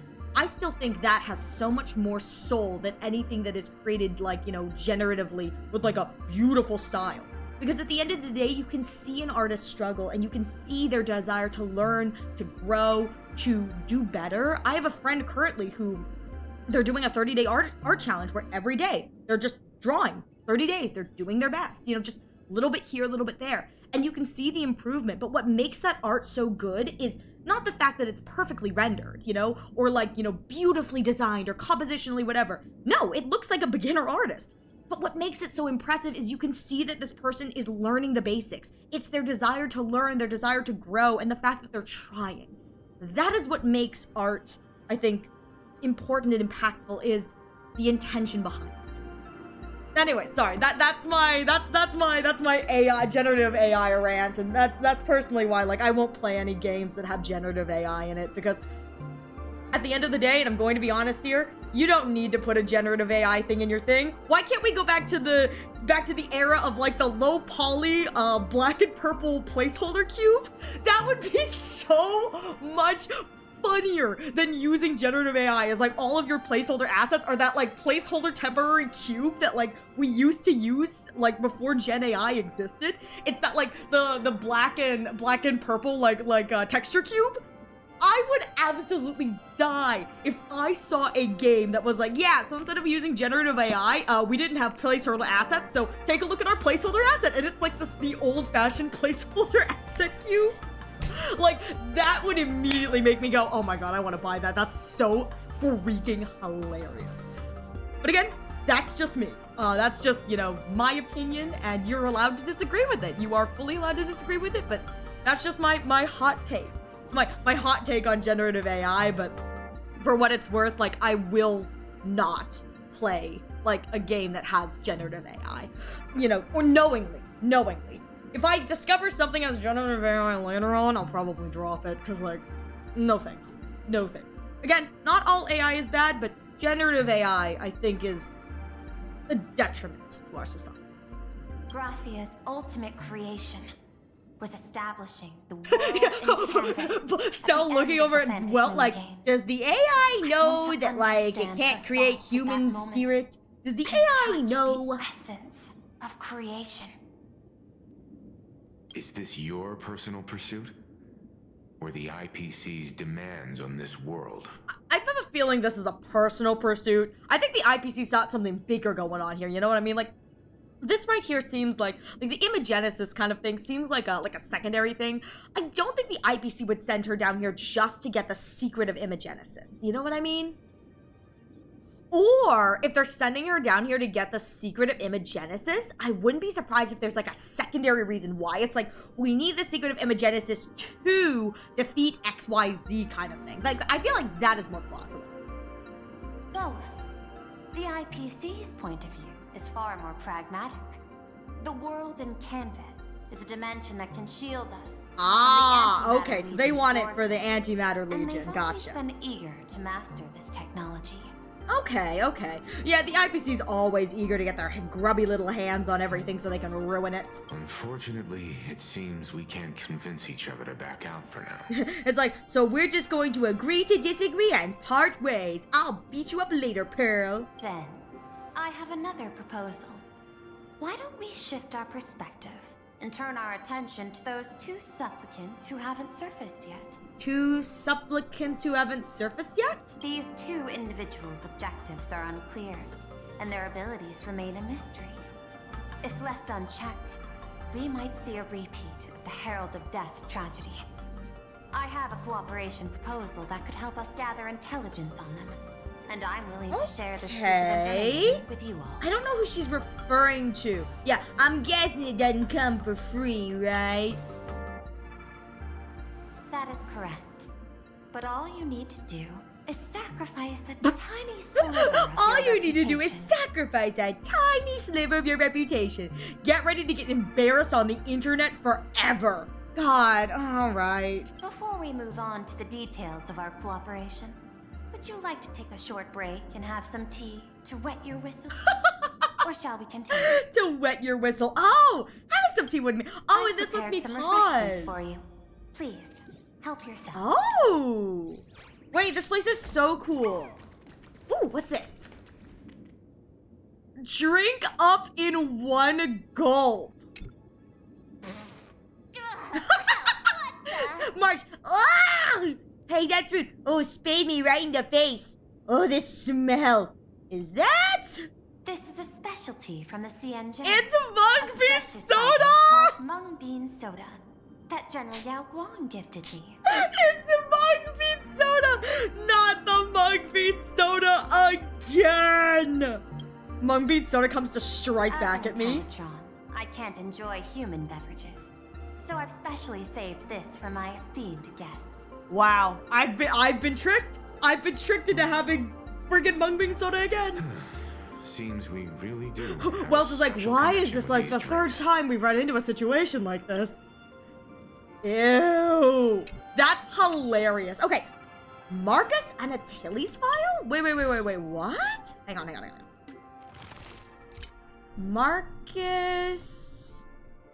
Hang on, I wanted to read that one. Marcus and Natalie. Sex male, primate homo sapien. Oh! Intelligentsia Guild School for Evolutionary Pretension. Materials in the Herald of Death case. Oh. Oh, is this the... Oh. Okay, okay, so Marcus Anatoly was the original Herald of Death. Okay. Dang. Wow, they were an Intelligentsia Guild researcher. Former colleague Marcus Anatoly. Oh, okay. Oh. Interrogation reports. So this guy is an Intelligentsia researcher, former colleague, Foolish, Graphica Academy survivor, witness of the incident, Silamont, former CEO of Plan Arcadia. No footage cameras near his residence. Correlative action. Experimental containment. Huh. Alright. Oh, Grass is actually. Oh, of course it's Yabuli. Of course it's Yabuli. Ah, Madame Yabuli. Alright. Foolish. I'm pretty sure I've seen that. Isn't that the TV station? Foolish TV? Yeah. Okay. So before we go any further, I want to do the Graphia Academy, those thing. Oh, hang on. Let me unlock the teleport waypoint. Okay, good. Got the teleport waypoint. The other thing I wanted to do was she mentioned two supplicants who have not been shown yet. Ready to squander the remainder of your days? I've never gotten to go here to the Fattest Moon Courtyard on stream, so I've never really been here much. I went here once to collect chests, and that was it. I think Evanescence is just stuck here. So this is kind of interesting. So obviously this one's my mask, and this one's Sparksy's. I wonder what the flames are for. I wonder if the flames are like our notoriety power or whatever. Because like we beat Sparksy technically, but like she also has a flame, so like I don't think it's victories. You know what I mean? So got flame there. So this one is Sunny's, and then this one is Pearl's. And I'm assuming this one is Silverwool. So my assumption is that Pearl hasn't. I don't think Pearl has ever been to the Supplicant Courtyard, so I don't think she can see the masks. But I think she knows how many are in play. So I'm assuming this one I think is Silverwolf's, and so this one is probably like one of the ones she's referring to because she said there were two like unknown supplicants. So I'm assuming Silverwolf is one of them. Because I think this one's Ashvale. Yeah, this is a wolf. So I think this is Ashvale. And so she knows Ashvale. And then there's this one. And I have no idea what's going on with this like Cthulhu looking mask. Like normally I would have been like, yeah, I think it's Blade. But like this doesn't seem like a Mortnox Blade kind of thing. And right now Blade isn't even in his Mortnox form. So like, I don't know whose mask this is, but I think this is the other one. So it's like Silverwolf's mask and then this mask are the two like unknown supplicants. But like it's like a Cthulhu looking kind of tentacle creature thing. I don't know what's going on there. And then this one is Evanescence. And I don't know, maybe one of these she does know is in play. Maybe she knows that Silverwolf's is in play, and so the other two are like this unknown mask and Evanesia's, because Evanesia is a part of the game, but I don't know. Maybe she does know about Evanesia. Regardless, I think the masks that she's talking about are at minimum this weird kind of Cthulhu monster mask, and then either Silverwolf or Evanesia's masks. I want to know what the flames mean. I want to know what the flames mean, you know? All right. The other thing I want to do is I want to do these interplanar jumps before I continue on with the story. Hydrate. Thank you for the hydrate, Peter. Oh, am I in the... Oh, I'm in like the sandpit pool. Ooh, coin. No, give me more coin. Give me more coin. Oh, this is like Mario, isn't it? This is like Mario but reversed. This looks like very classic like Mario like structure where it's like there's one coin block and then two coin blocks and then a coin block on top. Oh! Oh my god, wait, no, I want all the coins. Okay. Over here. Oh, okay, and that, I wonder if that, they spawns. This does look like very classic Mario. Oh, there's a sticker up there. Oh, I bet you I have to make it all the same color. Hey, there we go. Yahoo! Took you long enough. I just finished writing a tragedy, but now my mind's flooding with nothing but comedy. Haha! Alright. There's another one.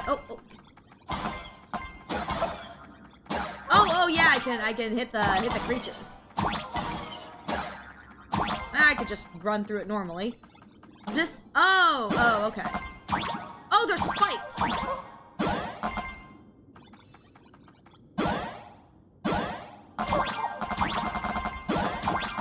I want all the coins. I want all the coins. I want all the coins. I want all the coins. I want all the coins. No, give me the coin. Give me the coin. Give me the coin. Give me the coin. Oh my god.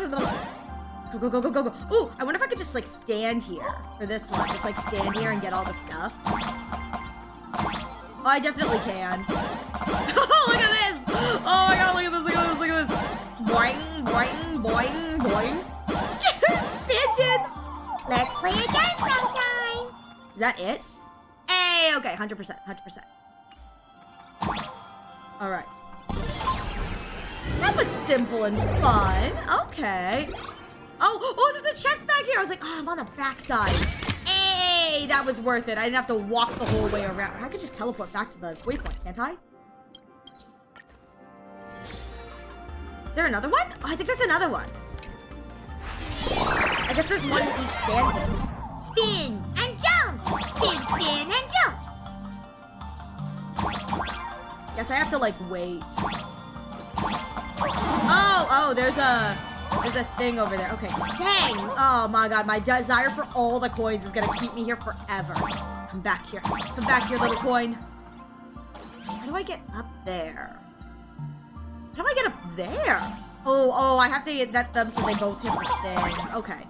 So let's try down here first. Okay, I think I can go up to that one once I get all these coins. Once I get all these coins, I say as I miss the final one. Like, yeah, that's good for you. Oh, no, go away. All right. I wonder what's up here. Is there anything up here? Oh, okay. There's probably a ramp in the corner that allows me to go round. Round and round she goes. Where she stops, who knows? Oh my god, that falls immediately off. Yep. Hydrate. Thank you for the hydrates, T.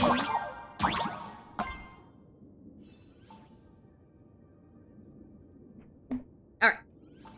Let's avoid the spiky walls of death. Okay. Big thing. I thought I was clear. Nope. Guess not. Okay. Oh, okay. Then blow this up, and there's probably a ramp behind here. Yeah, I see the ramp wall. Oh, wait. We're just gonna stand here. Yes. Oh, simplest coin ring of them all. I love that. We love that.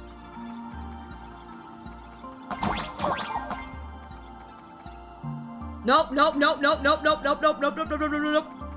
Don't you dare. Okay. Woo. Alright. Now I think I just have to... Okay, there we go. Ah, I got it. Yes. Oh my god. I was like terrified I was gonna hit the thing. Oh, there's a Dovebrook thing here. Shoot. All right. I didn't see anything that could be a bizarre melody, so I guess I'll have to come back and try and figure out what the bizarre melody is in the future. I didn't see anything that looked like it would be like a bizarre melody code. That'll be something to do off stream. Or at least not right now, because I couldn't think of anything. I don't know. Ooh. These are kind of cool. This is kind of trippy. It's kind of cool. I'll have to, oh god. You know what, I'm gonna be real here. I've been trying really hard not to look up stuff. But oh my god, one of the puzzles I did have to look for a hint for. It was crazy when I got the hint. I was like, what do you mean I have to go to this specific game? So I'm very grateful that there's someone who made like a hints guide instead of like just telling me outright. So I went to like a hints guide trying to figure out like one of the things. It was for the one in Dual Mention City. I was like, yeah, the one in Dual Mention City. I was like, how the heck was I supposed to know I have to play the like this specific side game to get the Dual Mention code before this, I was like, oh my god. They were like, yeah, you have to go talk to this NPC to get the code. I was like, what in the world? I figured it out on my own. After that hint, I was very proud. But let me tell you, that one, I was like, that is absolute bullshit. Because like the other ones were like very obvious, like within the like jump itself, or like the structure of where you were. I was like, that's so simple. Yeah, so I have a feeling this one may be like, you know, go around Perlux and find like the like arrows inside Perlux. That's like, ugh, so annoying. But it's fine, it's fine. I'll use the hint guide. So, because again, I'm doing my best not to like outright look for the code. I'm looking for like hints. So it's like, but that was like such a pain in the tusho. I was like, this is abso-friggin-lutely ridiculous. Like, absolutely ridiculous. Hey, all right, it pops me out here. Okay. Cool, I think I finished everything in here, so let's continue on with the story. Of having Perlux Corps host an expo for the Astral Express. As for the name, how about Star Rail Fest? Wait, are we going to a convention? Wait, they're having like an Astral Express convention? We're going to a con? Do I get to go to a convention? Oh my god, wait, if we're going to a convention, can I dress up as Lygus? I'm gonna cosplay as Lygus, gang. It's gonna be great. Going to the convention, cosplaying as Lygus with my fan-made Lygus helmet. I'm gonna be so hot. I'm gonna be so freaking hot. Star Rail Fest? You mean hosting a Fluffy Across the Blue convention? Oh my god, we're going to a con! We're going to a con! I'm so here for this. Correct, but not entirely. The Fluffy is well known in this world, so it's a good collaboration element. But what I want is an unprecedented Astral Express exhibition, with the Fluffy being just a small part. What do you mean, just a small part of it? You're about to call this thing Star Rail Fest, and the Fluffy is just a small part of it? Person to meet the people of this world. Oh, wait, she's turning me into the attraction. Now I understand why she's like, it's just gonna cost a little bit of your reputation. This seems like more than a little bit of my reputation. However, I do love the idea of like Trailblazer having a meet and greet and it's just a bunch of people coming in like, please sign my trash can! And Stella's signing like all of the trash cans and March is like, that is absolutely disgusting! Why are you signing their trash cans? Stella's writing rules are made to be broken on every single trash can. She's like, I can't disappoint my fans. Continue signing on the trash cans. Are you trying to use this exhibition to lure those two unidentified supplicants out of hiding? Dang right we are. Huh? What if they're up So again, I'm assuming the unknown supplicants are either, again, she may know about Silverwolf being here. Like, I wouldn't be surprised if she knows the Silverwolf is here. So my gut tells me the unknown supplicants are probably that weird Cthulhu mask and then Evanescia. Because Evanescia, I don't think has shown up for anyone. She's kind of been the arbiter, like, in the Phantasm Courtyards. You're willing to hand the advantage to us? What's in it for me?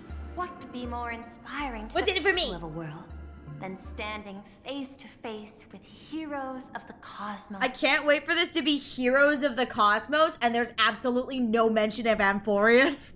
The actual event that I think genuinely we were tangentially Heroes of the Cosmos. In reality, we really didn't do that much. It was kind of all Cyrene and the rest of the Chrysos airs, but like, I cannot wait for it to be like, or they're like, yeah, we couldn't get the rights to As I've Written, and Trailblazer's like, we could have sold you part of the rights for this. Can't wait to go to the Star Rail Fest, and it's like all of our, like, you know, the Heroes of the Cosmos, and there's no mention at all of Amphorius, where, again, we probably were the most heroic in Amphorius, because, like, all the other places, we really didn't save the day. It's like, Belobog, we were there, but at the end of the day, like, Sela and Branya really put in the work. Technically, Xiancho, we didn't do jack squat against Fantilia. That was fully Don Hung and Jingyuan. Like, they carried that. Penacony, I mean, I guess we were there, but at the end of the day, the real winners, I think, at the end of Penacony are Firefly for giving, especially after 3.8, Firefly for giving us the opening, the entirety of the IPC for the giant Quipoth bonk, and then I guess we were there at the end. I mean, I really didn't do much. I threw a train at a man, you know, pretending to be, you know, the Harmonious Choir, so really, I don't know how much I actually did in that case, because that was kind of like an everyone came together kind of thing, but like, I didn't really do much there. I think, again, the one that I had the most influence in was Emphorius. Even then, I really didn't do that much. Cyrene was, like, very much so carrying my butt. Like, I think without Cyrene, the universe would have been destroyed and Iron Tomb would have actualized. So, like, I really didn't do that much in Emphorius either, you know, other than, like, be the hero within. So, like, at the end of the day, like, I really don't know how heroic I've been. Like, the Astral Express has been there, but, like, have I really done anything, you know? Have I really done anything? I don't know about this. That's an enormous amount of wish power. And the Astral Express is the very source from which this wish power originates. Alright, so you're gonna sell me out for this wish power. Gotcha. Well, at the very least, I think if I'm the one being sold out, I'm the one gaining the wish power, you know what I mean? Like, I think if, like, you know, this is presented as the Astral Express, people will believe in the Astral Express, so at the very least, I think I gain wish power, so... It's like I'm not getting nothing from this, because I am still getting clout. Together, we can create a miracle for all to witness in Arcadia devoted to the legends of heroes. It sounds so overdramatic for what's probably going to be something really stupid. I'll also get Full Wish TV. Oh, okay. It's gonna be mainstream. And in return, wish power will flow to you. Of this, I have no doubt. Cool. Alright, with that said, it looks like we've got an ad coming in the next few moments, so please use this opportunity to get a drink, get a snack, stretch your legs. I will be taking a break as well, so you won't miss anything at all, and I'm gonna go pee really quickly and I'll be right back momentarily. Thank you for your patience.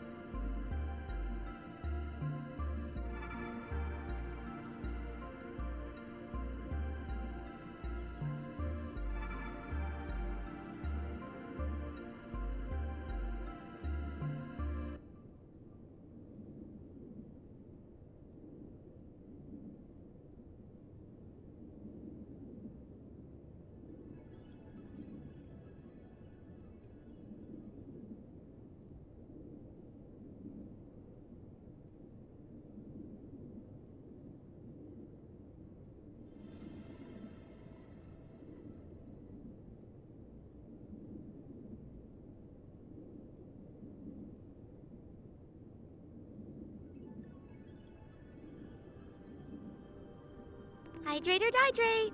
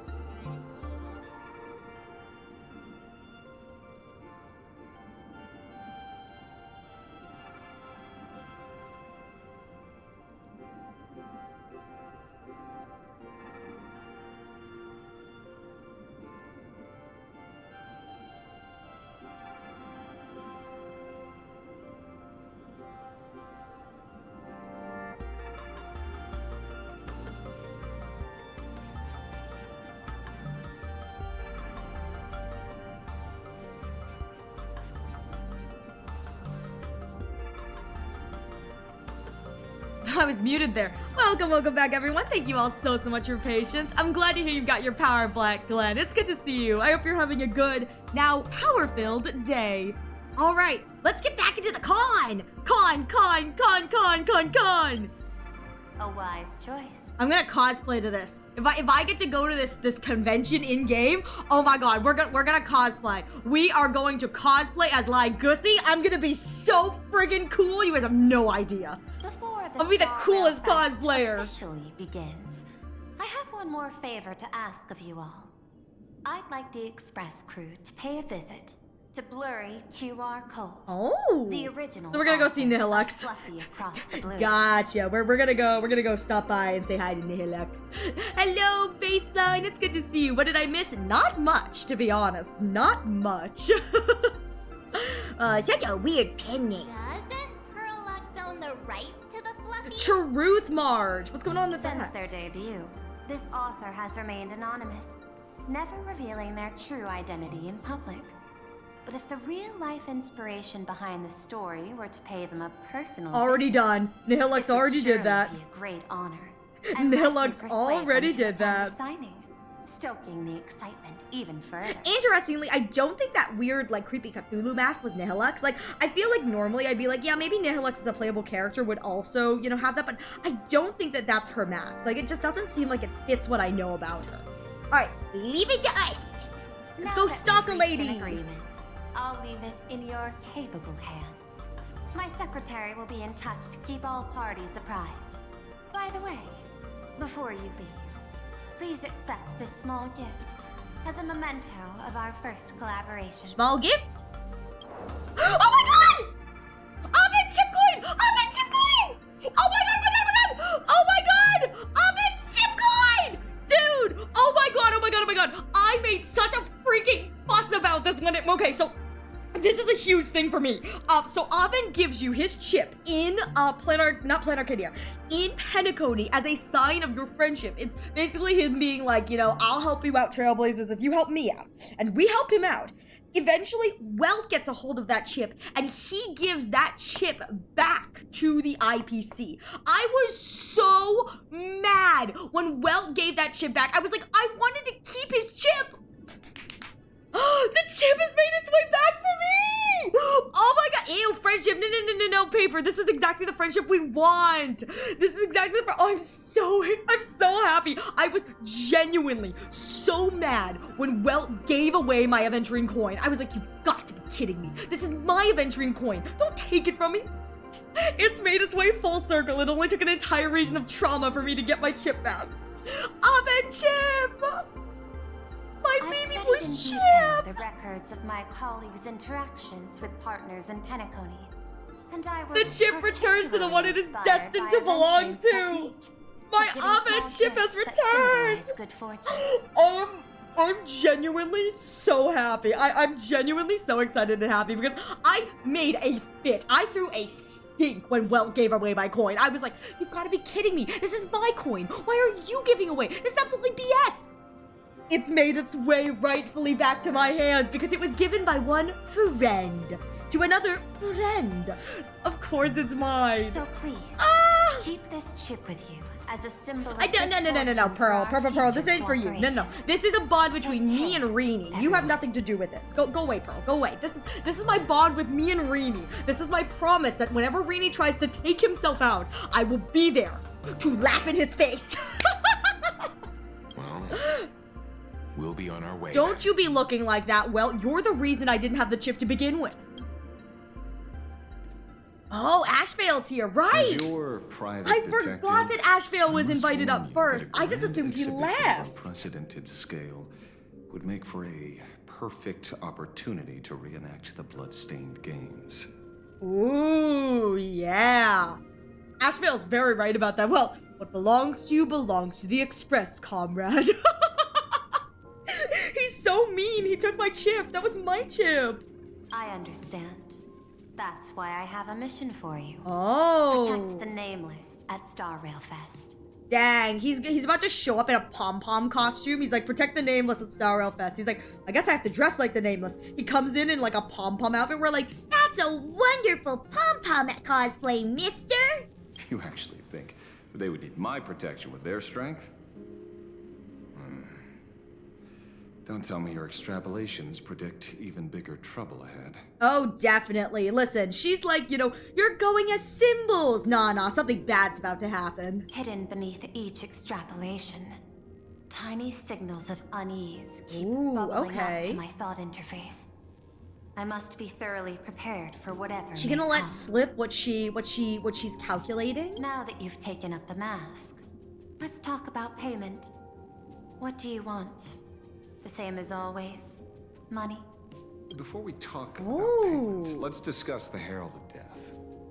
Although the Department of Aberration Defense sealed and destroyed all records of the Bloodstained Games, I still managed to uncover some unusual. Oh, okay, so we're about to get some Herald of Death information here, or this copycat Herald of Death. But how would Ashvale make himself such a small character? No, listen, Ashvale's got this. He's all powerful. Listen, don't doubt Ashvale. I believe in him. I believe he'd be able to do it for the undercover. After the He's a Herald of master Death detective, incident, after all. The victims' families collectively received compensation so massive it could fill any gaping wound. Okay. So, I figured maybe we could find some leads by looking into official Plain Arcadia expenditures. And what did you find? But here's the interesting part. This item was nowhere to be found in that year's public financial report. Oh. Care to guess whose books this money went through? Sinwish Syndicate or Pearl? It was you. Oh. The omnipresent IPC. To be precise, it was the IPC's technology department that paid this astronomical compensation. Okay. So he's accused, yeah, and she didn't report that in the financials. Why would a lethal incident on some minor frontier planet cause IPC scientists to hemorrhage funding? Okay. Don't tell me There's they're something moonlighting as bigger here philanthropists then. on top of their research work. All right. So there's something that they've. So this is either compensation or hush money. But regardless, it's such a large sum that it's abnormal. So there's probably something else about this Herald of Death incident that they're trying to cover up, or trying to get more information on. Following the usual human drama tropes, am I supposed to give you a round of applause now? Being able to dig up Am I all supposed this to give you a information round of really applause? shows I your love her. connections and capabilities. Detective. So sassy, I love it. Why are you trying to tell somebody to hush? Because the money was too loud. Duh. Did we get to the yaoi scene of Don Hung? There's a yaoi scene? What? In movies, a big shot like you would usually raise a hand right about now, revealing the dark muzzle of a gun. Oh my god, no. Pearl's like, I don't need to reveal the dark muzzle of a gun. She just points her finger at him. She's like, I have weapons built into my fingers. Ashvale, well, shit. I'm afraid you've learned too much. And bang! That's when the gun goes off. And I, the poor sap who uncovered the truth, am supposed to bite the dust. R.I.P. Ashvale, he will be missed. He had a good run. Taken out by Pearl. Sorry, my hand is on the checkbook and unavailable.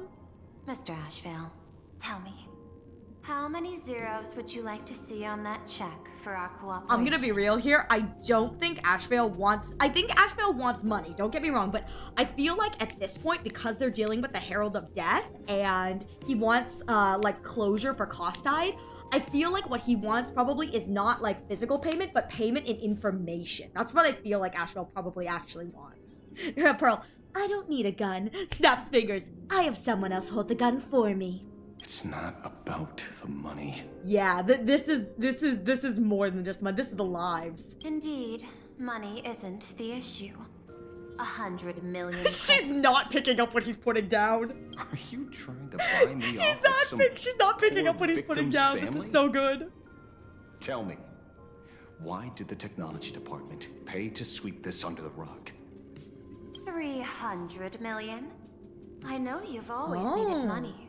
For cryosleep, supporting the families of fallen comrades, and for treating those okay. who survived. Whatever she's hiding must be really what strategic bad. investment is about? Putting money in the hands of those who need it? Okay, whatever they're hiding, technology department must be something really, like, she does not want to reveal this, because she's very, very insistent on pushing forth this money thing. And again, like, obviously Ashvale needs the money. I know that he's La Mancha before it's revealed in the story. They kind of spoil that with one of the letters. One of the optional readables basically confirms he is La Mancha, which is kind of funny. So, like, I know that he needs the money, to support the Galaxy Rangers, but yeah, I'm glad he's being very insistent because, yeah, the IPC using money as a motivator? What? I never would have believed that. Not my wholesome IPC.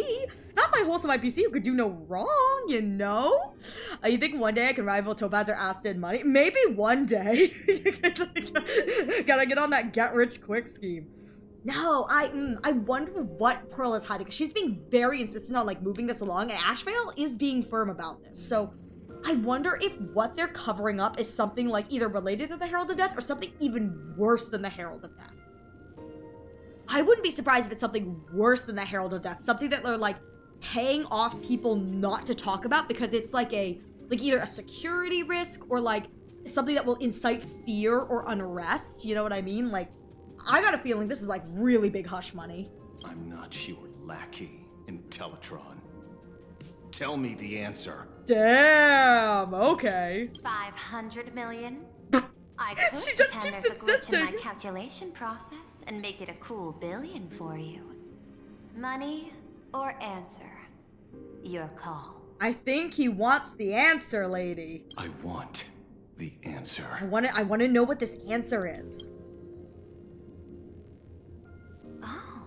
Huh. An unexpected choice. I bet you he's got reasons for Defies wanting my this usual answer, you know what I understanding mean? of your decision tree. Note, I say this without sarcasm or ridicule. Okay, okay. The answer is, I don't know much. Hard to believe, perhaps. But as CEO, my power isn't unlimited. Huh. Besides, She doesn't know much. So that either means that this is something that was kept from even her, which would be quite intriguing considering she's like a P46, so she knows pretty much everything. Like, she's very high up in the IPC, so the question is, was this kept from her because of higher IPC clearance staff, or does she genuinely not know? Huh. Here's your answer. IDK, so I guess you lost your 500 million. She's like, tee-hee. Yeah, and then there's also the case of, I wonder if she's lying. I don't think she is, but... the Herald of Death affair lies 15 years in the past. Probably before she got here to plan Arcadia. This world is like an unfinished game of chess that's been dragging on for years. The hidden moves laid by the previous player keep becoming my challenges. Even today. Robots never lie. Exactly, she's only telling half-truths. It's not technically a lie. So I will say, I do know that Ospramat is the villain for this. I love that she compares this to an unfinished game of chess. Purely because Ospramat is known as the chess master. Ospramat's preferred method of destruction is a slow, methodical, planned destruction. That's what Ospramat is known for, is he goes into worlds and slowly, like a chess master, tears them apart. Again, very different from Fantilia. Yeah, he's so hot! He's so hot. I mean, come on, he's got 3 hands. How could you say no to that?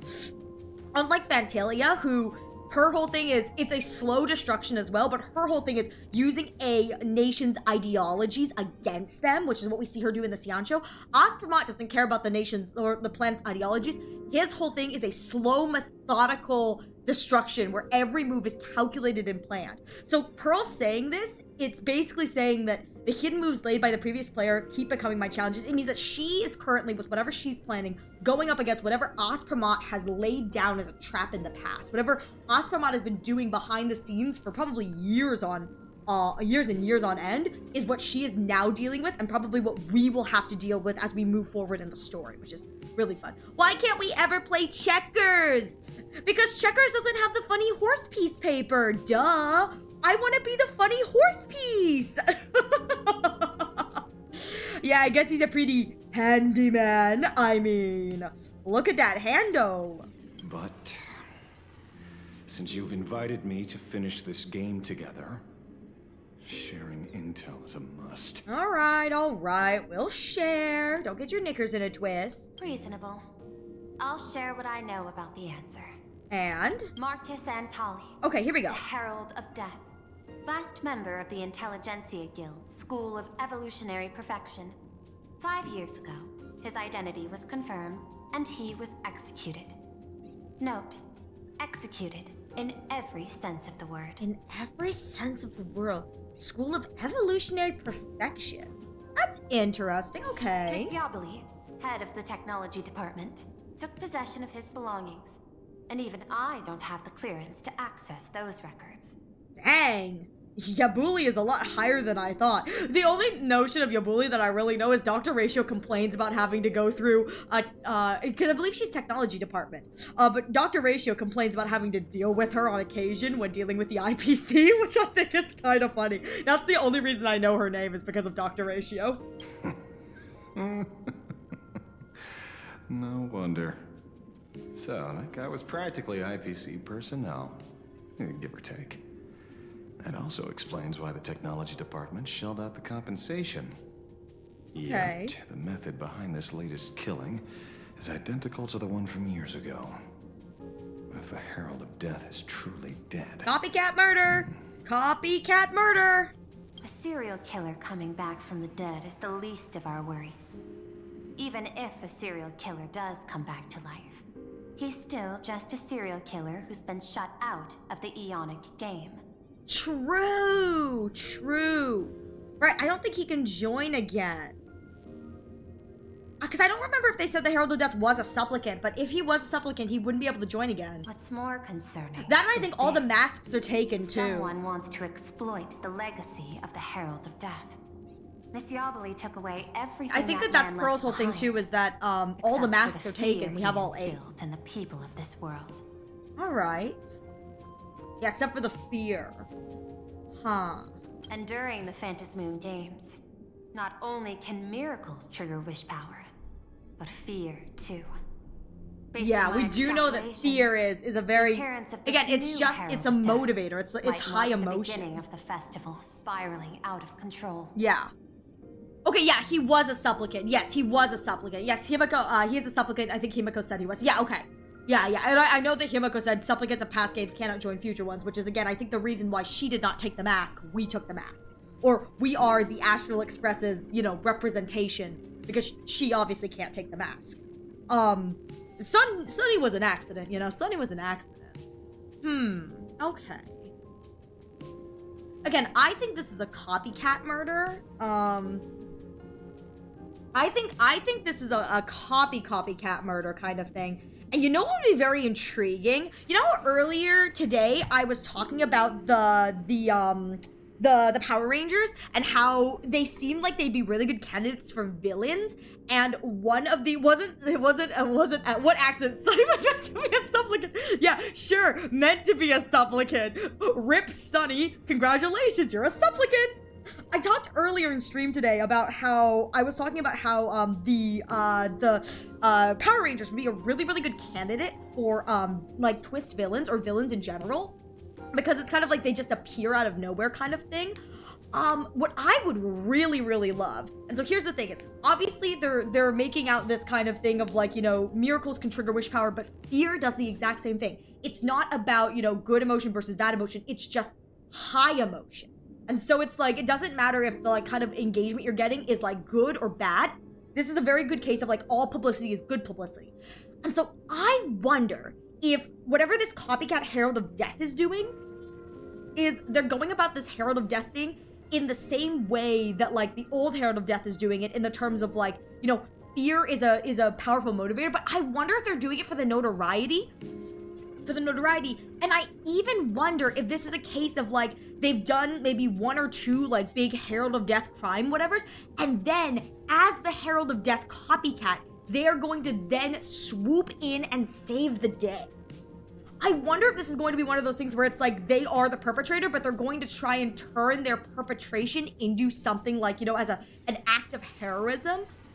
It kind of reminds me of, so this is spoilers for Ace Attorney. I believe this is Ace Attorney 2. It's the second Ace Attorney game, I'm pretty sure. Maybe the third, but Ariel, what?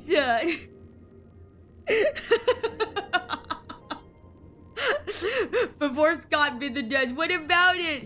I can't believe you'd spoil a game I've played before. Listen, I'm gonna spoil it all. I'm gonna spoil it all. Did you ever see the letter incident? Wait, what letter incident? What letter incident? Shoot, did I miss something? Oh, she. What letter incident? At the school, he sent letters to 2 people. Did he? Oh, shoot, did he? I don't remember him doing that. He expected them to fight each other and he'd step in and stop them? Or at least... Oh, did he do that? He'd take them both down. Right, he did do that. Yeah, it was like one of the side things. Yeah, it didn't work, mind you. Yeah, it was like he got his ass beat. There were 2 NPCs and they were like rival gang leaders, and Scott sent letters to both of them to like get them to fight each other, and instead they teamed up and beat him up because they kind of had this like unspoken agreement that he didn't realize. Yeah, I did see that. Yeah. Poor guy did get his butt beat. He didn't deserve that. Poor Scotty did not deserve that. The poor guy. I felt that seeing that situation with Scott giving us a heads up for future events. Oh, okay. Ooh. So you're thinking that's Scott giving us a heads up that it's going to be like the IPC invites people to partake in the games. You're right. Yeah, and when everyone is beaten and broken, that's when they swoop in and, the IPC swoops in and seals the deal. I mean, I'm gonna be real here. Welcome to the IPC. I mean, that's kind of the IPC is. They're gonna use everyone and everything and everyone to win, and then they're gonna swoop in at the end and be like, well, I guess you're all beaten now. Tee-hee-hee. It's our win. I mean, welcome to the IPC. That is the IPC in a nutshell. So I guess, I mean, at the very least, we kind of know, I'm gonna be real here, we kind of know that everyone has their own agenda and goal for this, so we kind of have to watch and see how everyone is playing everyone, because we still don't know what the IPC is actually after. So they say they're doing this for the Imagenesis, but they haven't revealed why they want the Imagenesis other than the Anti-Destruction Alliance, so it's like, there's definitely something more to that, like, you know, I don't think that they're just here for the Imagenesis, whatever. That seems like something that they could have done, you know, differently. There's something more here, especially because of this like hush money kind of thing. I don't think it's just the Imagenesis. What I was going to say earlier was spoilers for like one of the Ace Attorney games. I think it's like the second Ace Attorney game. But it's the first case. So it's the trial tutorial case in this game with one of my favorite named antagonists, Detective Look At Me.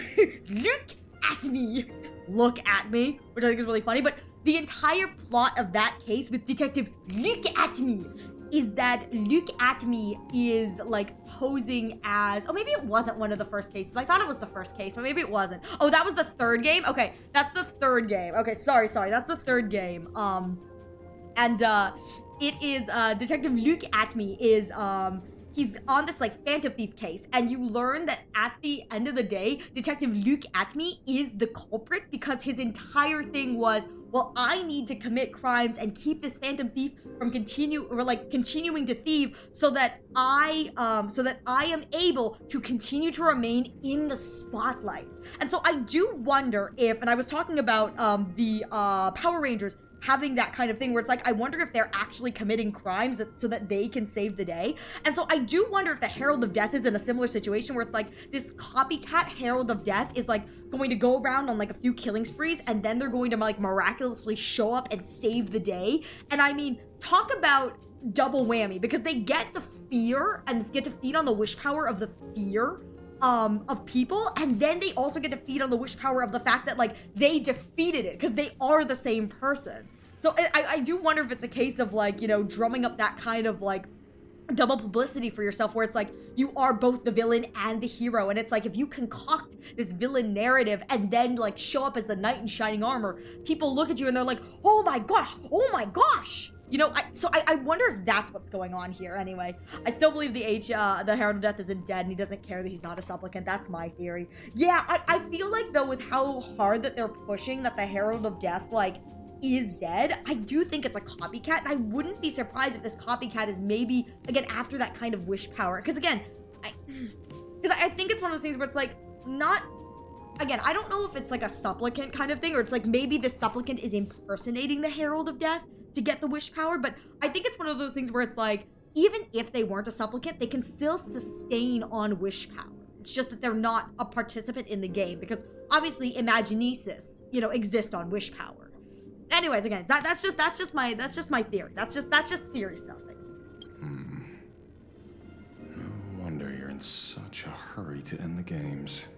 Mr. Ashvale, I've always respected you. But right now, I need to rely on your strength even more. Hey, Mona, it's good to see you.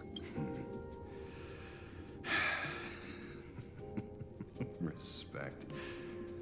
When I was younger, what I really wanted was to make the IPC fear me. The passage at times not exactly kind, is it? Poor guy's like, I can't believe I got roped into this. Deal, Madam Pearl. But I will require one more form of compensation. Oh, okay. Whoever this new Herald of Death is, ooh, I must deliver justice with my own hands. This time, there won't be any lengthy interrogation. Revenge is a dish best served. Yeah, Ashvale's like, I'm too old for this she. It's like, how old are you, Mr. Ashvale? I'm old enough that I've known your kids' kid. It's like, I've known your grandparents' grandparents' grandparents. I'm an old man. No, he's about to reveal, he's like, I'm so old, I was on the Xianqiu Lafu when the High Cloud Quintet was a thing.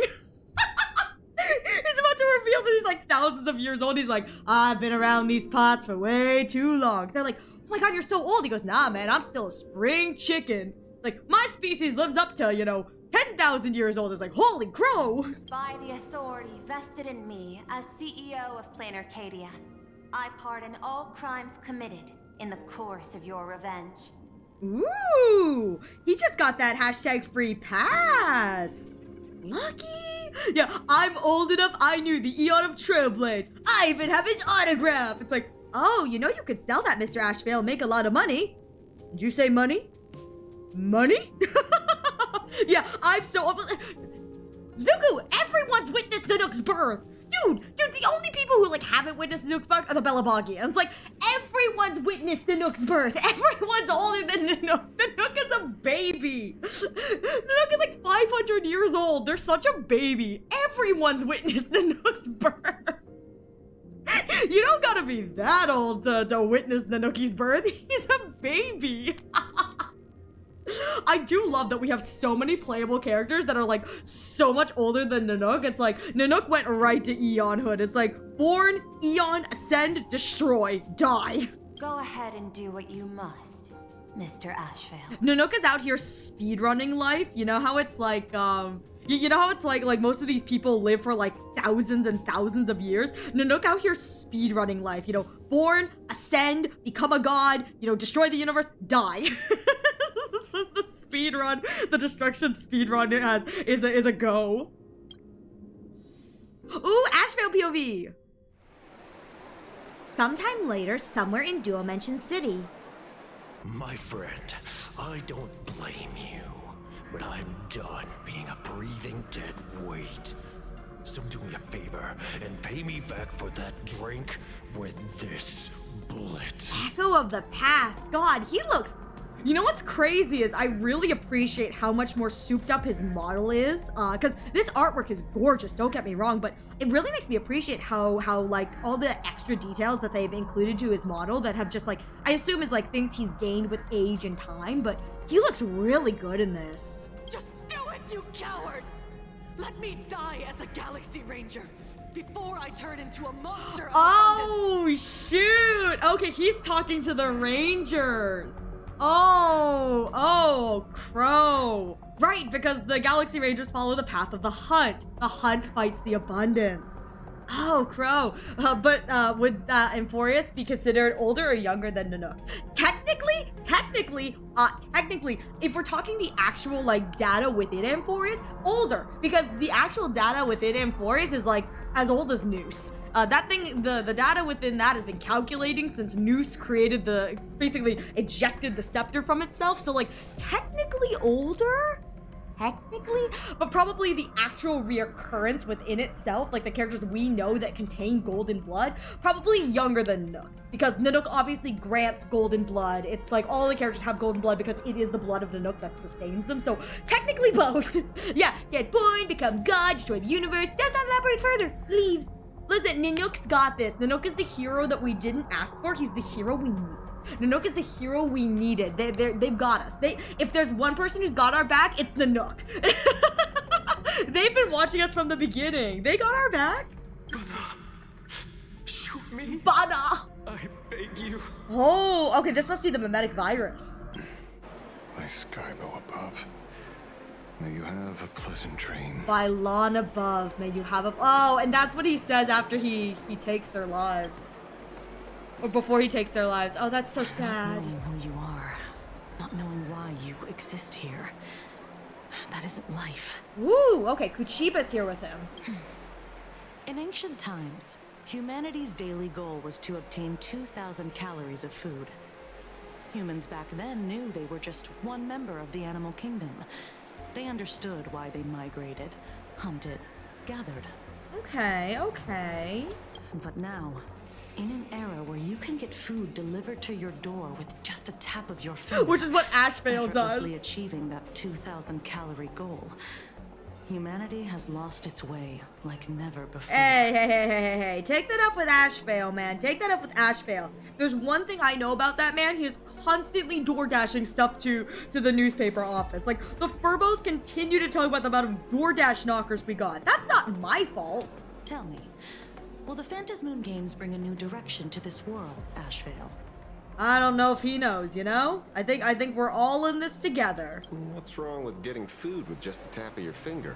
Don't tell me you want to go back to the days when everyone was starving and at the mercy of the harvest? Oh, says the man who is definitely living off of it. I love him. 2,000 calories are pointless, but just for survival. It's the goals beyond 2,000 calories that define humanity. And the Phantasmoon Games holds up a mirror to humanity, allowing them to see their truest selves. I'm just a detective.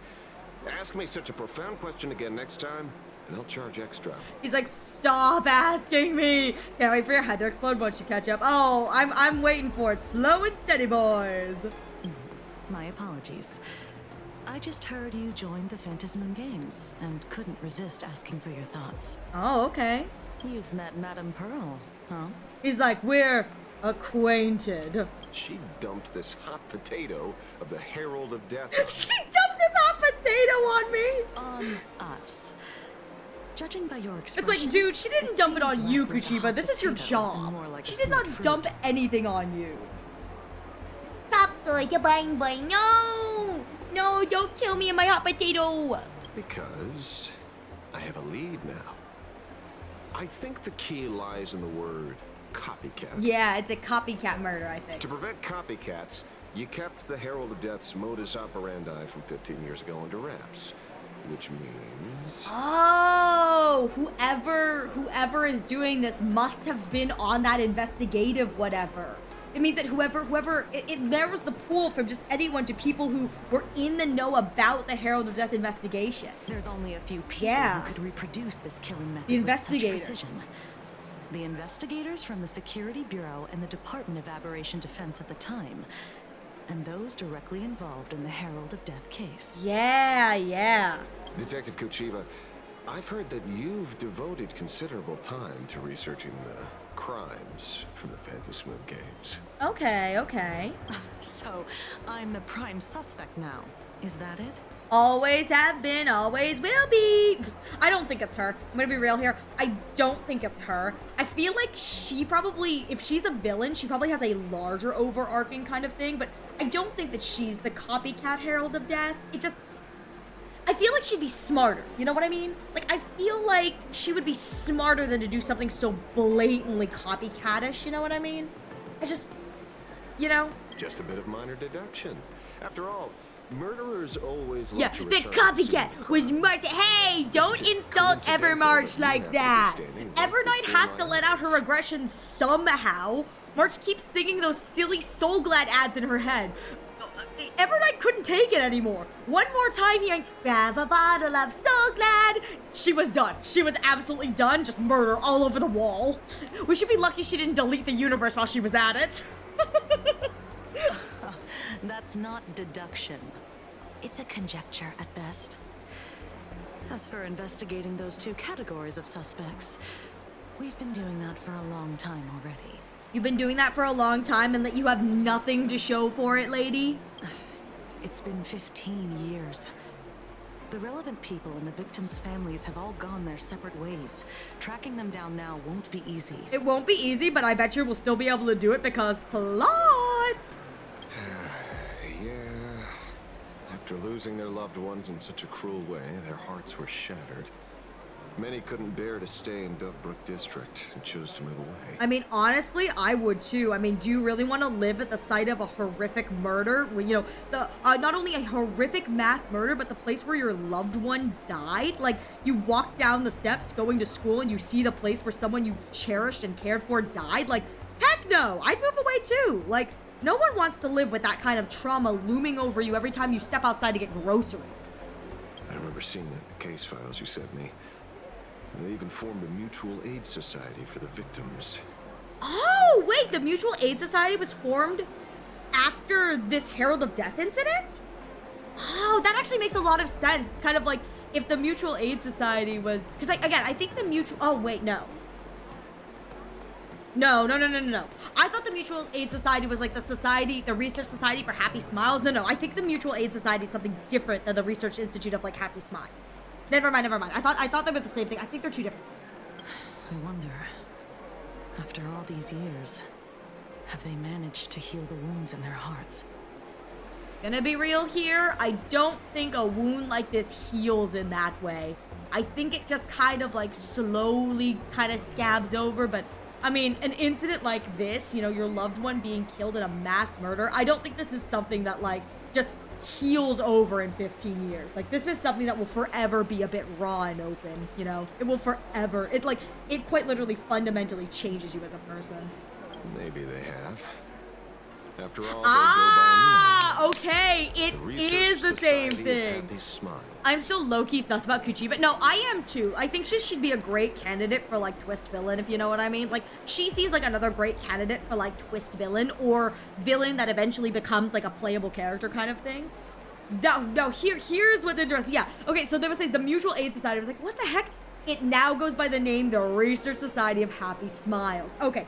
That makes a lot of sense. The idea that, like, the Research Society of Happy Smiles was formed after this, like, harrowing, horrific thing where it's like these people feel nothing but pain and despair, so they want to make it so they only feel happiness. Again, different type of double-edged sword, you know, no longer able to feel pain or suffering or whatever, but, you know, it's like, so all you feel is happiness. That's a double-edged sword in itself, but that's very interesting that, like, okay, it looks like they formed the society research. So I wonder if, like, the leader of the Research Society of Happy Smiles is...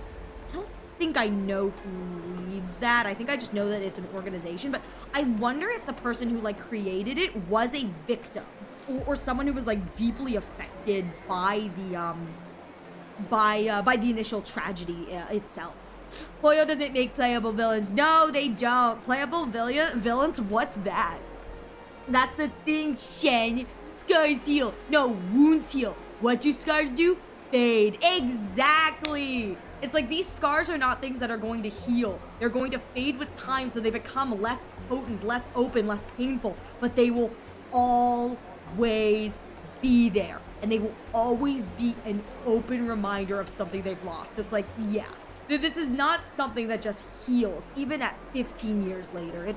It doesn't. Like, you know, it's like, I'm gonna be real here. It's like, we see real cases of, like, not like, you know, at this scale, but we see real cases of family members losing their loved ones in you know, kind of like, you know, to murder, unfortunately. And you can even see it's like years and years and years later, it's not something that just goes away. 15, you know, 20, 30 years does not mend the hole in the heart of losing a loved one so abruptly. It never will. It's like losing a loved one so abruptly, you know, especially to something as tragic as that. It's not something that just like, you know, goes over. It's something that takes so much time, and even with time, it'll never be the same. Life at that point is irrevocably changed, which is just, it's just such a shame. Yeah, listen, your flashbacks. Yeah. No. We don't do playable villains here. You mean that charity with the slogan, Healing Smiles, Healing Arcadias? Listen, we love their slogan. We're healing smiles, healing Arcadias. Ta-ta! Before he died, Kostad mentioned that group to me. Oh, okay. He said quite a few young people in the gang left without looking back, just to join them. I mean, they are a cult, so... Maybe we should start by looking into their rivals. I mean, again, they are a cult. Cults are very good at getting people to join. The Research Society of Happy Smiles, huh? A charity that helps people escape their pain and find happiness, offering free counseling, medical care, all of that good stuff. Yeah, the cult? Yeah, the cult. Sounds like they've turned over a new leaf. How could you call them rivals to the underworld? Because there's always a dark side to things like this. I dug a little deeper into them. And found something interesting. Ooh, are we about to get the controversial lore? You mean your monkey dug up something interesting? You mean your monkey? Hey, put some respect on Mr. N's name. Put some respect on my man Mr. N's name. Okay. Mr. N dug up something interesting. Have you heard the name of the sponsor behind the Research Society? Her name's Fullwish. Oh, shoot. Okay, so I've been reading some of the readables, and, oh, no. I think in 4.0 I said I would love it if the Research Society of Happy Smiles ended up being like a boss. I think the Research Society of Happy Smiles is looking more and more like a boss as time goes on. Because the amount of times I've seen the name Foolwish associated with the traumatic events of the past is absolutely crazy. So obviously, Foolwish TV, I believe that she is like the CEO of the TV station. If she's also the main, or the name of the sponsor, or even like the leader, main person sponsoring, or even the leader of the Research Society of Happy Smiles, holy crow, that's huge considering, again, we're looking at them in the terms of being like, you know, underworld workers, which would make a lot of sense considering we have a document that states that Foolwish underwent a mental surgery, I don't know if it was like a specific mental surgery, but she underwent a brain surgery at one point.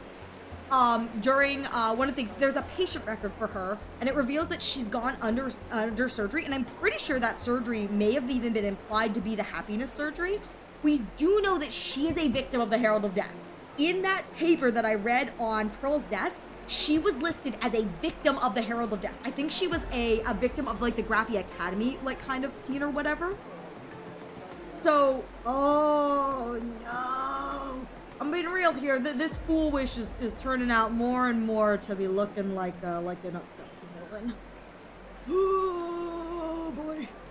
I don't know how I feel about this. Why, no way! Why would a group that brings you smiles to people be a boss? You're crazy. Am I crazy? Again, we have seen in several of the Plan Arcadia stories where they make it apparent that the Research Society of Happy Smiles is not all it's chalked up to be, and that if you get this happiness surgery, eventually you will feel dull.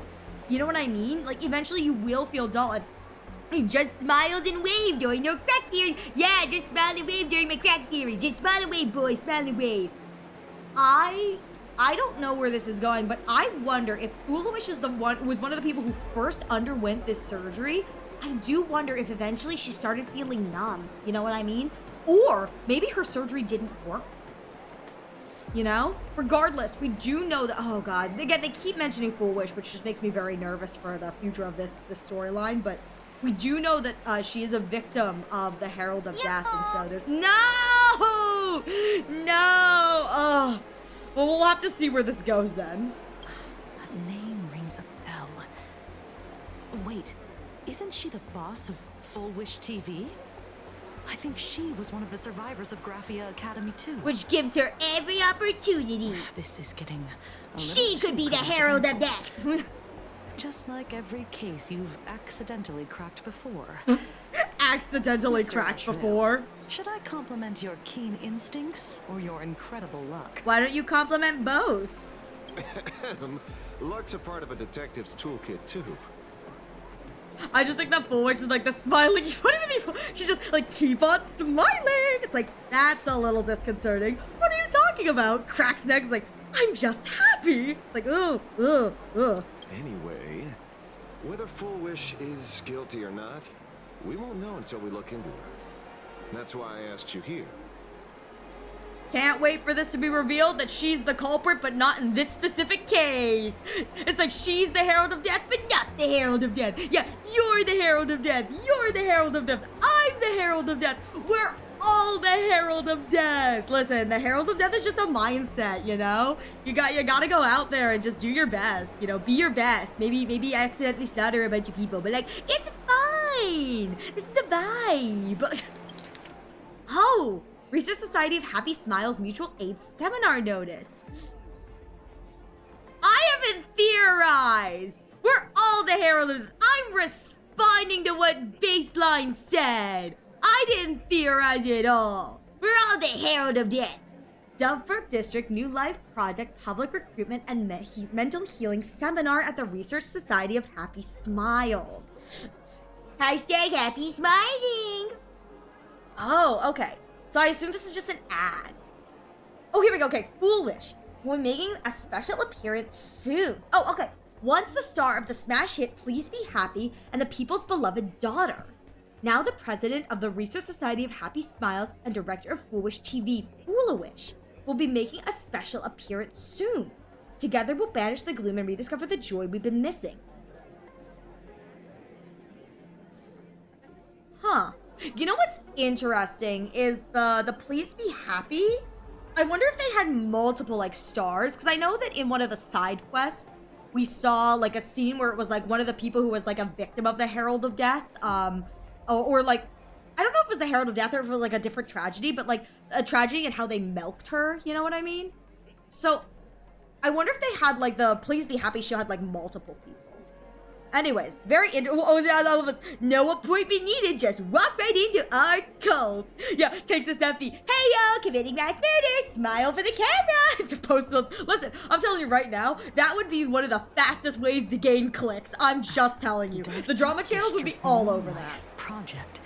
Public Recruitment and Mental Healing Seminar at the Research Society of Happy Smiles. And she's the speaker? I guess she is. She's just the speaky of speakies. Holding a seminar at a place meant to bury past trauma. The very site of 2 bloody incidents. Oh, okay, they're holding the seminar. Ooh, alright, so they're holding the seminar in a... Ooh, okay. So maybe they're doing it to make a statement. It's time to drag Dovebrook District's old skeletons out into the light. Let's go. Are you talking? Yeah. I'm almost there. Oh. More happiness. Oh, oh, oh, oh. Why are they saying it like that? Ew, why does that sound so sexual? Ew. Hey, Nathan, it's good to see you. I hope you're staying safe, too. Why is that so sexual sounding? Ew. Ew. There's so many people here. Oh, maybe this is like the Research Society of Happy Smiles, like whatever. Look at that creepy smile. Yeah, like this smile right here. Yeah, definitely the face of like trusting. You can trust this creepy smile. Definitely. It's so gross. All right. I guess this is the seminar. Yeah, happiness. This place is buzzing. Are they all here waiting for Full Wish to grant their wishes? Obviously, that's how this works, right? That is how this works, right? I just come here and then I get all my wishes granted. You don't trust exactly. You can't spell happiness without the pee-pee. Oh my god, I am despite the insane murder. I'm glad to hear that, Nathan. I'm glad to hear that. How's the game? It's really good. We've got a lot of like new lore to digest, so it's been really fun. Trust it! Trust it with your brain. Exactly. They'd never do anything wrong to my beautiful bun brain. They definitely wouldn't. Free lobotomies for everyone. You know what I just realized? If they're giving out free happiness surgery, like right here on the spot, it's just like free lobotomies for everyone. A rich person like Full Wish can make most people's wildest dreams come true with the snap of her fingers. That's what money does. I'm less curious about who she'll help than what she wants for herself. That's what the Mune is for. If money could really accomplish everything, the IPC wouldn't be eyeing this world. True! True! If sure money that could Foolish accomplish wishes the everything, the tragedy IPC 15 wouldn't be years eyeing ago this world. never happened. Truth. But the IPC also has other goals than just money. Their also goal is to assimilate everyone into their system. That way they have to pay the IPC more money. Hooray! I'm glad to hear that. Maybe I'll play this myself. I highly recommend. I really enjoy this game. So if you ever do give it a chance, I hope you enjoy it, Nathan. I really enjoy this game a lot. It's one of my favorite games. Gotcha aside, it is, in my opinion, one of my favorite games. Yo, you never seen a street surgery? No, but I think I'm going to get my first street surgery today. Erasing history. Can the laughter really pull it off? Nah, the laughter's got this. The laughter can do anything. Aha is a god. Aha will do everything. Often bizarre instances where the victor used the Elation's authority to change reality. You have to understand, the Phantasmoon Games isn't just some wish-granting lamp. What makes it irresistible is that it turns the one who wishes into the genie. Oh, wait, but if I'm the genie, does that mean that I can't grant my own wishes, or can I grant my own wishes? That's something they would do in the Dark Ages. True. Hi, guys. Got to make my happiness street surgery. No. Not only wish me luck, chat. This is a live stream waiting to happen. There's 1,000% some young IRL live streamer in this universe who is getting their happiness surgery on camera. That's quite alluring. Have you heard Because not gonna lie, noblest I would worm definitely see a on live stream like that popping off. It became the happiest creature in existence. Happy enough to burst apart, leaving no intact body behind. Shout out the Aha Worm! Shout out the Aha Worm! I don't know if, this is interesting that they're saying it became the happiest creature in existence, because I think up till this point, all we knew was that the worm exploded and died. It was like Aha gave all their power to a worm, made the worm an emanator, and then it blew up. That poor worm. Exactly. My happiness surgeon says, hey, chat, I'm not... No, trust them. Trust them. Trust them. They've got this. They're just saying hi to chat, you know? They're just being polite. They're just being super polite. And double points if they introduce you to chat, too. Your knowledge of these unofficial records is enough to rival ours. Since you see things so clearly, Mr. Ashvale, why sign up for the games? Because Pearl told me I had to. Miss Kochiba, is that a rhetorical question? Or are you fishing for a confession? Fishing? Don't be afraid. Now that you're a supplicant, public officials like me no longer have any authority over you. And tried to see if the worm could join the Genius Society. It's like, how did that work? A worm explodes. I'm guessing what you want goes beyond a straightforward act of revenge. Beyond a vigilante execution carried out in public. If you were only out to avenge friends, with or without the Phantasmoon Games, someone like you would toss laws and decorum aside and do what needs to be done. So tell me, Mr. Ashvale, what do you actually hope to get from the games? Yeah, because it's like, I don't think he wants to win, you know what I mean? He's working with Pearl and whatever, and so like, I don't think he wants to win per se. But yeah, he's gotta have some reason for doing this. Consider it a mystery. If I make it to the end, dang it! you'll know the answer before Aha does. Ashvale, no! Well then, I'd be honored. Just don't let your wish ruin our lives here. Listen, when has Ashvale ever wished for anything wrong? If he wins, he's wishing for a lifetime DoorDash supply credit. That way he never has to worry about food again. Daily life here fits like a tailored prison uniform. We're too long, and you forget what your bones should feel like. Ooh. Ugh. That's a really creepy way of describing it. That is a These prisoners are routine. really creepy way of describing it. Foolish hasn't shown up yet. Let's talk with the members of the Research Society. Maybe we can coax something useful out of them. It's like, let's see if we can make these yahoos useful. Alright, who are we talking to? Listen to what the members are talking about. You try to communicate. I got called into another chat with the boss today. Never thought he'd care about me this much. Oh, I think this guy is like under the influence already. Everyone is smiling at me. The office feels downright cheerful. This is like really creepy. The voice actors are doing really good jobs, like emphasizing how like unnaturally, like uncanny and unnatural it is to be like perpetually smiling. It is definitely creepy. Lifetime DoorDash credit reminds me of Mr. Robot. Character hacks himself something like that. That's what we all want, you know? That's what we all want. We all want that lifetime supply of DoorDash credits. These days, I go home, change my baby boy's diaper, help my daughter with her homework, prepare tomorrow's lunch. This is so creepy. And clean up the house. This is so creepy. It's hard to describe how satisfying that feels. I do not care for this. This is really creepy. It's not very smiley, but true. I'm not doing a good job representing the Research Institute. I gotta smile more. He does sound like he's in love. Yeah, it's it does sound like he's in love, which is, again, kind of uncanny because I think he's just talking to a random person on the street. When Emma left me, she must have left the kids to me for my own happiness.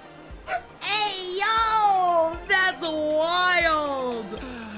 When I look back, I realize I was someone who had it good. I never understood how lucky I was.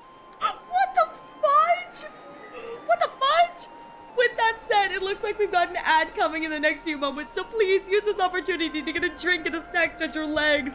I'll be taking a break as well, so you won't miss anything at all. Holy crow. Yes, seriously.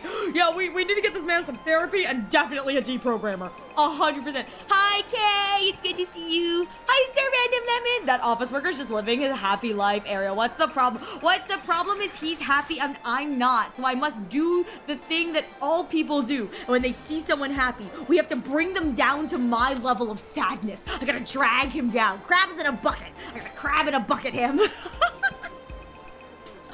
It's good to see you, Kay. I hope you're doing well. Alright, I'm going to go pee really quickly and I will be right back momentarily. Thank you so much for your patience. I do appreciate it.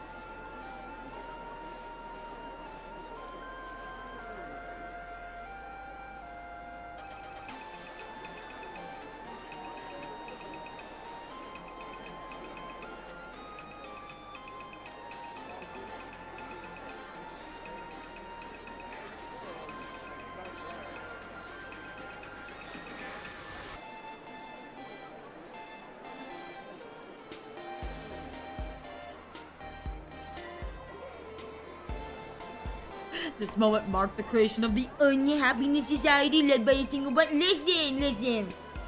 The Unhappiness Society is led by Bun because Bun has only won two 50-50s. Bun continues to lose their 50-50s, and therefore they made the unhappiness society. If I can't win my 50-50, no one else can. That's how this works. You're all coming down to the bucket with me. You're all coming down to the bucket with me. I didn't even get weld. I would have preferred a weld. No, I got stinky blade. I didn't want stinky blade. I wanted weld. Everyone talks about how good E4 weld is. I want to play E4 weld, but I only have E1. Ugh, why can't you give me welds? Oh, Ariel, don't ruin my gacha. Like, no, I'm gonna pull you all down here. It's okay, it's okay, yeah, if I only get Bailu, yeah, exactly, if I only get Bailu, then you only get Bailu, okay? Hey, you and I both know Aventurine is running in the next section. Do you really think I'm pulling yet? Hey, Aventurine is coming in the second half of the banner. Do you really think that I'm... Come on, Kay. I just had to ask. Come on, Kay. Come on. Kay thinks so lowly of me. So sad. Yeah, I'm bringing you all down with me. All of you guys get to experience the pain of losing your 50-50 over and over. I'm gonna be real here. I need Honkai Star Rail to implement something like capturing radiance because, like, I continue to lose and it's really, really painful. Like, at least capturing radiance would have made it a little bit better, you know what I mean? Like, if I had capturing radiance, I feel like it'd just be a little bit better for me because, like, it's bad. It's bad. What is my... I think my longest 50-50 lose streak is, like, 5? 5? 4 or 5? Like, that's bad, you know? 4 or 5 50-50s lost in a row. Like, that's sad. That's so sad. For the record, my longest win streak is 1. My longest most 50-50s won in a row, 1. Ooh, itchy. 1. So, yay! Yeah, I moved your train, BTW, same area, but needed space. Why would you move my beautiful train? Where did you move it? I just want to know. Where did you move my train? Because my bed has a larva on it. So, sorry, this is like completely off topic, but... pet bed for Senpai's poopy potato. Okay, yeah, that's because you put the crafting bench in there. You put the most shit in our section.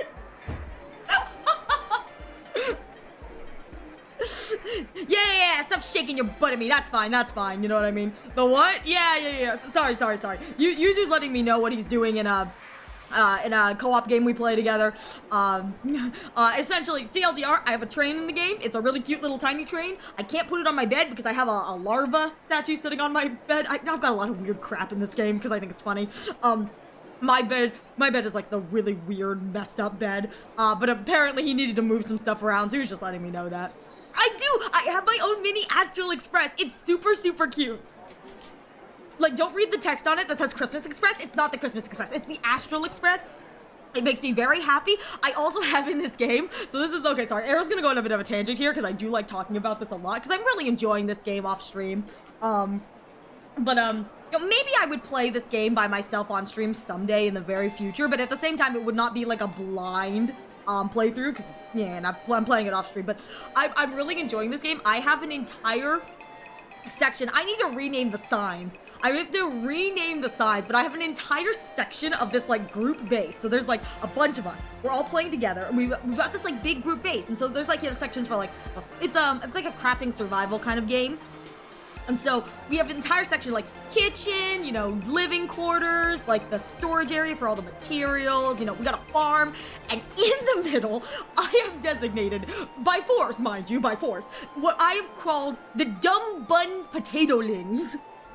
So if you heard me talk about the potatolings, I have many creatures. They all look like little potatoes. And so I have like commandeered a section of the living area, and it's just Dumb Buns Potatolings.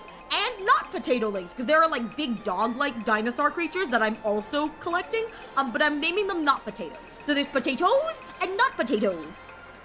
So all of the creatures that are like potatoes are named like insert adjective potato, and all of the creatures that are not potatoes are going to be named insert not potato. So like, yeah, I promise, I'm very sane. I promise I'm so sane. I promise I'm so sane, you guys. I promise. But, that's what's going on in this game, and so I've like commandeered an entire section of like our living quarter to just my pets. Now I will say I'm not cruel. I'm not mean. I'm not mean. I am making it so that people can borrow my pets if they so desire. If they desire to borrow my pets, they are more than welcome to borrow my pets. But but they are taking up like a good chunk of the living room, so you know. Aerial Rush, exactly! I'm super sane, trust me guys. I'm so sane. I have never friendly fired my friends in a co-op game once. No, they're my pets, actually. Actually, speaking of, I need to go kill one of those rat pack people. I can make another pet. I can make another child. Yeah, I've never, ever, in this game, never friendly fired my compatriots. I've never friendly fired my compatriots. So, when it comes to, like, how I'm playing as a ranged fighter, which is a lot of fun, because I get, really nervous when I get, like, when I run up and, like, get, like, nervous getting in, like, enemies' faces. I get really sort of scared. So, I'm playing as a ranged fighter, which means that I get grenades. And I've discovered that, if I don't warn people about the grenades, they may or may not blow up. So I have, on occasion, done more damage to the enemies than, to my compatriots than the enemies were doing. And I have, on more than one occasion, frozen them. My bad. My bad. Just wait till we get some of the higher level grenades. I'm going to murder my compatriots even more. The game is Abiotic Factor, super fun. It's got a Half-Life 1 style to it, so it's kind of like Half-Life 1 meets SCP Foundation. Survival Crafter, a lot of fun, highly recommend, super fun to play through. I've been really enjoying it, but yeah, Abiotic Factor, yeah. Griefer this guy. Hey, listen, I screamed, watch this magic trick, and you just have to get out of the way. Last time we were fighting a boss, my grenade may or not have bounced off the boss, and straight into one of my companions. Oops. But hey, you know what? I said fire in the hole, so you know what? That's not my fault. Yeah, what's this crazy move? Exactly, it's just me. That's what I should say before I throw the freeze bombs. What's this crazy move? It's like, oh shoot, I froze everyone. Sorry. Oh my god. I was gonna potato army, but I will say, I will not say how. You will need to find out. No, man, I'm telling you right now, Phil, I'm using the wiki for the potatoes.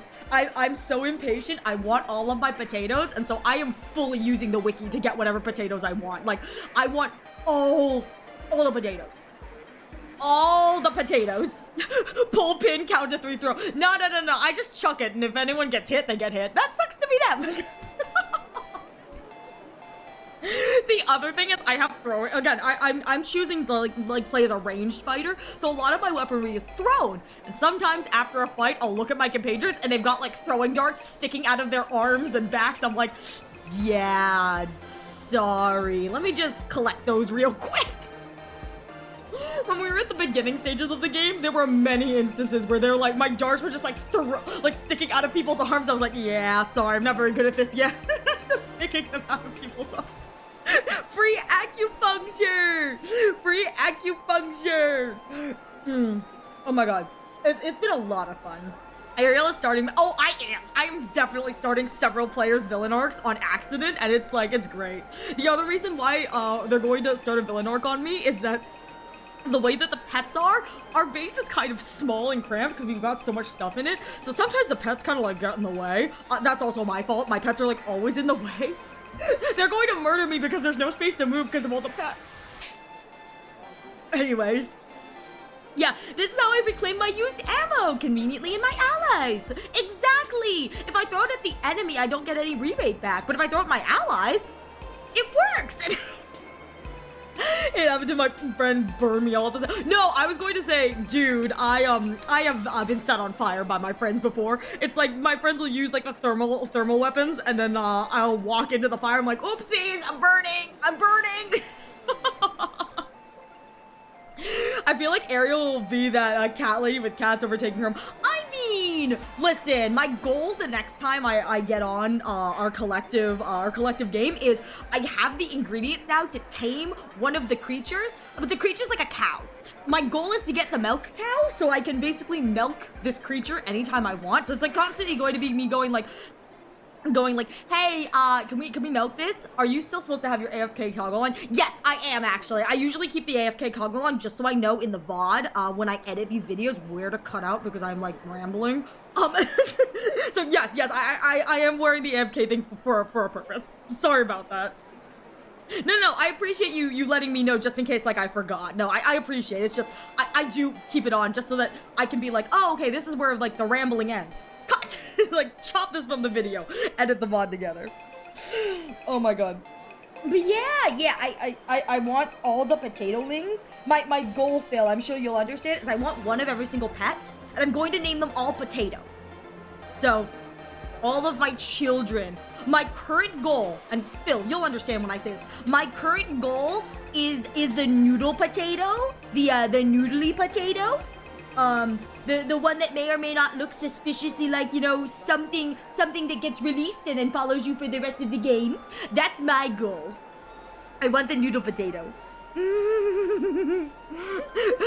I looked up how to get it, and then I saw its name. I was like, this is the greatest thing ever. Oh, you don't need to tell me how. I literally have all of the ingredients to make it, but not the material to make the oven. I'm waiting. Yeah, my meatball potato. I want my meatball potato. Actually, talk about how much I want this meatball potato. I chose the meatball tie. So my little meatball, I chose it as my tie. That sounds like a parasite. No. Don't be that mean. The meatball is lovely, Baseline. We love the meatball. Yeah. I was sure it did not work, but it worked. Yeah. So I have all of the materials I need to make the meatball potato. I just don't have the oven because we're playing a bit slowly, which is totally fine. Like, take your time, you know what I mean? I don't mind taking my time. It's just that we try to do like big events as a team so everyone gets to experience the big story events, which again, I think that's how a server should be played like this, where it's like, yeah, no one should be forced to miss out on the big kind of story arc events. However, that does mean that like I don't have the part to make my oven, and so I can't have my meatball, and it makes me really sad. That's why you need to cook, but the cook... No. Here's the thing, Phil, is we don't have the item required to make the oven. We have several people who have the recipe for the oven. We don't have the item to make the oven. We can't craft the oven. So I have to be patient and wait. Yeah, it's just a progress barrier at the moment, but that's totally cool. It gives a lot of us time to like gear up in the meantime, and honest to God, I'm gonna be real here, I've got an x-ray machine, so like I don't care. It's not a problem for me. I've got an x-ray machine, and when the creature moans, I moan back. Wait, that's what I should do the next time everyone's on. If I spot the meatball, I should just start moaning. It's like, ugh. It's like, Ariel, why are you making those noises? I'm communicating. Ugh.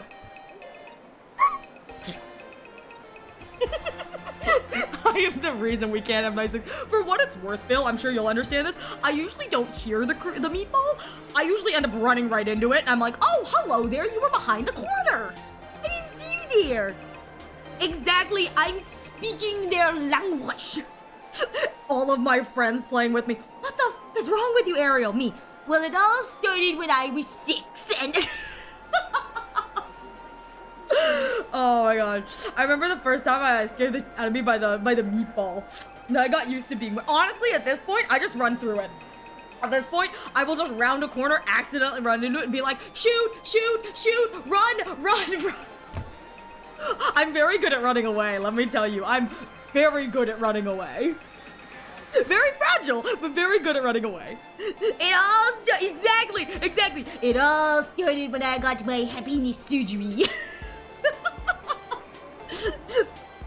When I was 6, I got my happiness surgery, and for a while, all I could feel was happiness. I lost my family. Happiness. My wife left me. Happiness. I took a poo. Happiness. Oh my oh my god, okay. Alright. Sorry. I've gotten very, very off track, but at the same time, like, did you expect anything different from me? Thank you so much for the hydrates, Kay. Yeah, I killed my friends. Happiness! Dude, I can't wait for it to reveal that the Herald of Death is killing people, not because they're actually trying to kill people, but because they're trying to relive that moment of despair because all they can feel is happiness. That's my crack theory for today. Oh my god, alright. Alright. Oh my god, okay. Gonna drink some water. Alright, and we're going to lock in. We are going to lock the fluff in. We're gonna lock the fluff in. Yeah! Alright, thank you all for your patience and letting me talk a little bit about how much I'm really enjoying Abiotic Factor. Honest to God, I would be willing to play Abiotic Factor on stream, but at the same time, I'm such a wuss that, like, I need to play with, like, all of the, like, you know, like, baby settings because I get really, really nervous. Like, if I'm playing alone, I have, like, this is one of those things where it's, like, I've talked about this horror games, it's like, if I've got other people with me, I feel, like, invincible, but the moment I'm alone, all alone, I'm terrified. Looking at you, Nephilium. Looking at you, Nephilium. Go neff right off. Yeah, all I feel is happiness. I need this bit. Where's Monokuma when you need him? Where's Monokuma when you need him, man? This is a like Monokuma moment. Where's Monokuma when I need him? Yeah, Junko would unironically adore this. Junko would be so down, and I'm so here for it. All right. Let's get on with this man who left his wife and say, yeah, it's detected Phasmo. I still feel scared. I wasn't too scared in Phasmo. The horrifying thing about Phasmo is that your friends are all buttholes. My friends started a haunt and then immediately locked me out of the house. Locked me in the house. The jerks. Right. All thanks to Miss Foolish. Oh God, they're both under the happiness drug. They both taken the pill. W? Wow. Rude. Yesterday, during my tumor removal, the anesthesia wore off halfway through. Fudge? I squinted and watched the doctors pull all kinds of things out of my stomach. There was this lump still twitching when they cut it out. What? Can we send Ame here? Honestly, we probably should, but like that is horrifying. You know what this means too is they can't feel physical pain. People who undergo this can't feel physical pain because like if the anesthesia wore off, wouldn't she have felt physical pain? Which again, this implies that she did not feel physical pain, which is really, really disturbing. This is ugh. Can I ask if the Abiotic thing is a community server? At the moment, it is not a community server. No, it's a private server with friends, mostly because the server limit is so small. So sorry, this is a thing that like I'm playing through with my friends. I wish that the server lobbies were like could be bigger. I don't know. The issue with that is that someone's PC would have to be running 24/7, and that's no bueno either. Yeah. Who would have thought a planet full of chronically online people would have so many horror stories? Yeah, it's crazy. I like to help people. No, you're so valid, Baseline. Same here. I mean, that's what I've been doing in this game is I basically, other than the team killing, which is, you know, for me, I like doing, like, menial tasks, you know? Yeah, something is definitely messing with people's ability. Yeah, it's like, I think that this surgery is, like, taking away people's, not only their ability to feel, feel sadness and whatever, but it's the ability to feel pain itself, which, mind you, is an actual real life, not the surgery, but a real life disease. I don't remember what it's called off the top of my head, but it is considered an actual disease. There are people who are born without the ability to feel pain. And again, it's like some people would be like, why don't we want to feel pain? You know, why isn't that a good thing? It's because feeling pain is the body's way of telling you, hey, this is not good. It kind of is like We Happy Few. It really is, Nathan. It kind of is like We Happy Few. I think anyway. I don't know. I'm not fully into the story yet with the big like reveals or whatever, so it just kind of feels that way on the surface. But yeah, like this is very much so a thing where it's like the ability to feel pain is such an important part of being human because it lets you know what is safe and what is not safe. Like even if you don't feel like, you know, if you put your hand on a stove, normal person, they pull it back. It's hot, it burns. A person who has an ability to feel pain, again, it's a real medical condition, they can't realize that their flesh is being basically burnt off. Cognitive insensitivity to pain, CIP. Thank you. Congenital, analgesis, I believe. Yeah, most people with that disease don't make it to, yeah, and it's because they don't realize that what they're doing is hurting them. What they're doing is killing their body because they can't feel it. And so in this case right here, again, I think this is another form of the, we saw it with the lady who was on who got the smile surgery in that side story, that eventually the inability to feel anything other than happiness took its toll and things became dull. But I think this is the other side of it, where the inability to feel pain also takes away a large aspect of life. Yeah, pain is unironically, yeah, it's a survival mechanic. It's like, when we feel pain, it tells us, hey, stop, no, bad. If you can't feel that, you know, it's like we think we want to live in a world without pain. Like, don't get me wrong, we think we want to live in a world without pain. You know what I mean? It's like, we think that that'd be ideal and perfect, but the reality of it is that if you cannot feel pain, you don't know what's killing you. You don't know what's hurting you. You don't know, you don't know what is actually bringing about, not only that, but they don't even know if something is, attacking their body or if something's broken. Really? They don't notice when they catch sickness? Oh, that is so cruel. They don't even know when they catch sickness. That's crazy. Yeah, it's the bar where, oh, this hurts, gotta stop. Exactly. It's like, people think that they want to live in a world with no pain, or having no pain would be like a luxury. It's not. Yeah, unless you're a masochist, then you do. True. It's one of those things where it's like, pain tells us when too much is too much. Much like, again, if you remove the ability to feel sadness, unhappiness, darkness, that kind of thing, it's like, you don't want that to be your constant default. But without the ability to have felt the lowest lows, how do you savor the highest highs? I mean, that's why gamblers are so addicted to gambling. They're chasing after that next high. Why? Because they're usually hitting the lows. And so when they finally hit that highest high, the reward for finally hitting it is like the greatest feeling ever. If you take away the ability to feel that low of losing, you know, it truly is a case of like, you don't want to always win. Because if you always win, winning becomes monotonous. And that's what we saw with that other story. And so it's like, I think that these patients are still rather new to it, but like, these are major red flags being pushed forward by this surgery, you know what I mean? Yeah, how do you know you've hit rock bottom when you don't even know you've hit? Exactly. Heck you, I want to win, gambler. Well, you go win in the corner, you do. You go win in the corner. You go do that. You stink-a-la-poo-poo. I used to be too weak to even get out of bed. But after the society's treatment, I am almost ready to walk out of the hospital. Yeah, no, that's not, she's gonna die. Like, she is 1000% going to, we're not probably going to see her ending, but she's going to die. It's like, I used to be too weak to get out of bed. After the society's treatment, I'm almost ready to walk out. They didn't fix her actual disease, the thing that's killing her. They only temporarily, like, made it so that she can't feel what's killing her. She is dying and she doesn't even realize it.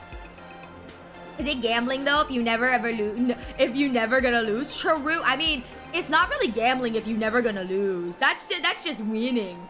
Yet she can't feel the pain of being in bed. Next thing is just her lying on the ground family style. That'd be so funny. Yeah, which is why games of chance are so addictive. Yeah, even if you make all the right moves when playing poker, you still win less than half the time. Exactly.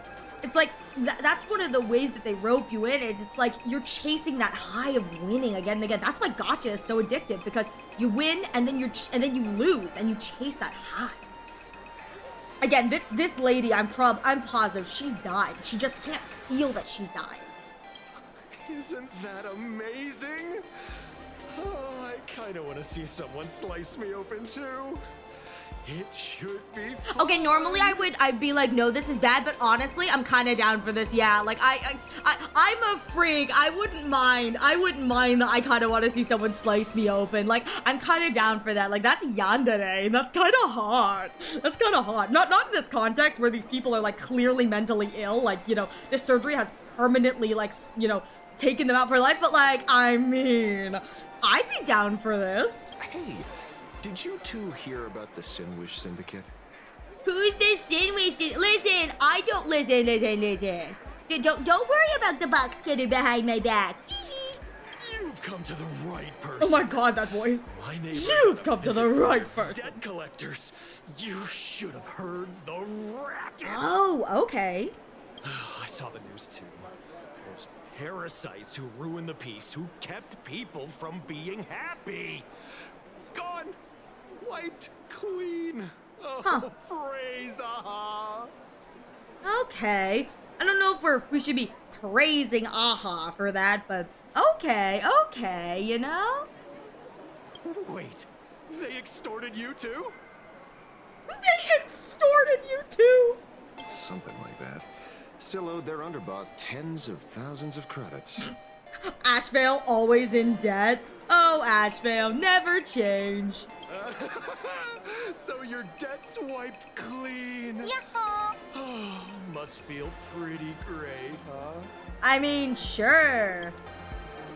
Alright, well, these two are lost causes. Alright, who else is here? Oh, look at the little buns! Try to communicate with the buns. I don't think these are with the buns. I think we're gonna talk to the robot and the guy. Oh, we meet again. Hey, Lady Megatron. Lady Megatron? Okay. Why not? Obviously, Aha's the exactly. Aha would never do anything sussy. They're Aha. Why would they do that? I wonder if the Mechatrons can undergo the surgery. I mean, I know they're Imagine, but like, do they have like the anatomy to be able to undergo that happiness surgery? Good. I guess Since I so. joined the Research Society, I've made so many new friends. This is definitely not concerning. In the past, I struggled with mobility. I always had to work 3 or 4 times harder than the other Mechatrons, just to keep up. Yeah, like all of these people are kind of revealing that by removing their ability to feel anything other than happiness, they don't even realize that they're slowly probably killing themselves. They just don't realize it. A lot of Imagine think factory-made types like me don't count as their own. And humans look at us and see soulless machines. Give it 1 second. Maybe the Megatron is normal. I don't know if it's normal. There's no normal in Plan Arcadia. If every sentient being has a home, then even the scrapyard is close to me. I'm not even the considered scrapyard? What the fudge? It sounds like she genuinely has friends. It does sound like she does genuinely have friends, but that's not stopping the fact that she said like she felt like she couldn't move as fast or wasn't as mobile as the other Mechatrons. But here in the society, no one cares what I am or what I can do. Are you sure about that? See me as a normal person. I'm gonna be real here. I don't think any of you people are normal people. Congrats. You found your home. All right, what's your sob story? Aha said the same. Right. The society claims that you get a direct link with Aha. I wonder what they're actually getting a direct link with, because like I don't think that like doing this would actually give you a direct link with Aha. So like I wonder what they're actually linking into. Aha talks to you. Yeah.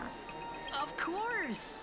You mean you can't hear that? Again, I wonder if this is like a Guess you're not delusion that they've happy enough yet. concocted, or if maybe this like society kind of thing like implants like a fake Aha that like, you know, like one of the big bosses is like controlling so he can like control your brain or whatever. But I don't know. Yeah, fair enough, but it does sound like no one in the society does not care about. Yeah, it's like the society seems like it doesn't care, but I think that's because they genuinely don't have the ability to care anymore. You know what I mean? Like, caring about that kind of thing comes with like judgment, where it's like, I think if you're perpetually happy, you wouldn't care about anything other than like other people being happy, you know? Don't worry. Once you join the society, you will. No pain, no tears. Yeah, this is really disconcerting. The society makes everyone happy. I don't like this. This is like really ominous. All right. Oh, maybe we're about to see whoever's coming in here. So the crowd. Looks like it's about time.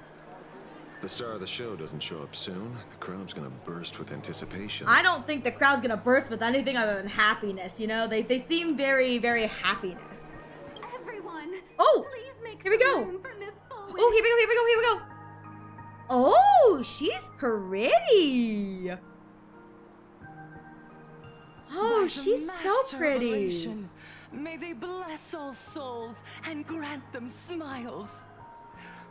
Are you all happy today? Oh, I love her voice. I adore her voice. What's with the flowers? I wonder if the flowers have like some sort of symbolization? Huh. Maybe she's the Herald of Death. Cause didn't they call the Herald of the Bloody Bloom? Like a blooming field of flowers kind of thing? Maybe she is this copycat Herald of Death. Regardless, I love the flower motif. I think it's really pretty. I'm sure that has like some more sinister thing behind it, I'm sure. You think everyone, yeah, listen, everyone's the Herald of Death. You're the Herald of Death. I'm the Herald of Death. We're all the Herald of Death. Very happy. Ashvale, kinda sad. She's like, why are you sad? My DoorDash order got canceled. Thank you for your smiles. They're like lamps. I love her in the dark. voice. So precious. The accent is actually really, really cute. But before we celebrate the elation, let me share a memory. Ooh. Drenched in tears. It once dragged me into the abyss. Yet, it also taught me what the elation really means. She going to talk about the Herald of Death incident? Okay, she's gonna talk about the death incident. 15 years ago, during the Phantom Moon Games, the shadow cast by the Herald of Death swallowed this place whole. I love that even on an NPC, they had to make it a point to remind you that, like, this is a Hoyo game. Look, exposed back on the businesswoman. She's dressed like a businesswoman, but, like, don't forget, a little bit of exposed back. That day, I lost my parents, my classmates, and the others. The morning greetings, the little daily chatter, all went silent under that crimson dusk. Exactly. Totally normal business attire. Like, I'm making fun of her clothes right now, but this voice actress is doing a great job selling this tragedy. She's doing a phenomenal job. After that, for a very, very long time, all that remained of my world. Yeah, she's doing a wonderful job. This voice actress is absolutely killing it. Steeped in silence and a wound in my heart that would never heal. Just hearing the words Herald of Death made me shake uncontrollably. I even once thought the only escape was to follow the dead and leave with them. Honestly, after, like, kind of what I know that she's been through, it's like after watching her friends, her family, her classmates be slaughtered by this man 15 years ago, honestly, I can kind of understand why she felt that way. And I kind of understand, too, why either the Mutual Aid Society reached out to her, or she created it, or created the happiness surgery, because, like, that makes so much sense. Hey, Monokuma, it's good to see you. Thank you for your 20 stream streak. Back then, I was just an empty shell. Breathing, beating. Ah, okay, so the But Aid life Society inside. existed before Foolish. And just as my soul was about to fade away, an old lady from the Mutual Aid Society knocked on my door. That kind of makes sense considering we did see patient records indicating that Foolish underwent like a mental treatment. I bet you the mental treatment she went under was the happiness surgery. I think I speculated about that. But I think this is the confirmation that like she underwent the happiness surgery. She didn't offer empty words of comfort. She just looked me in the eyes and asked, "Child, would you try stepping outside this door? Out there are many people broken by pain, just like you. But together, we can start picking up the pieces, one by one." All right. She smiled at me. A warm, gentle smile. This is like a really compelling backstory, but I'm very suspicious. felt I'm suspicious of everyone in here. Like, it doesn't matter who's talking. I'm suspicious of everybody. At the Mutual Aid Society, I saw countless souls scarred by fate. Some bore wounds beyond healing, and some had lost their loved ones. Each of us bore a different wound, but every wound cut deep. Okay. And yet, what truly moved me wasn't the pain.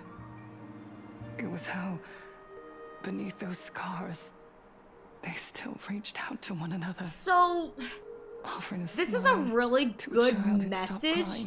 However, it being tied to the Research Society of Happy Smiles, that gives me pause. This is a really, really good message. However, she's also saying this to people who have quite literally taken away their ability to feel pain. Like that, it feels like a good message already wasted on people who have like committed to removing it in like a very, very kind of like important sense. They taught me something precious.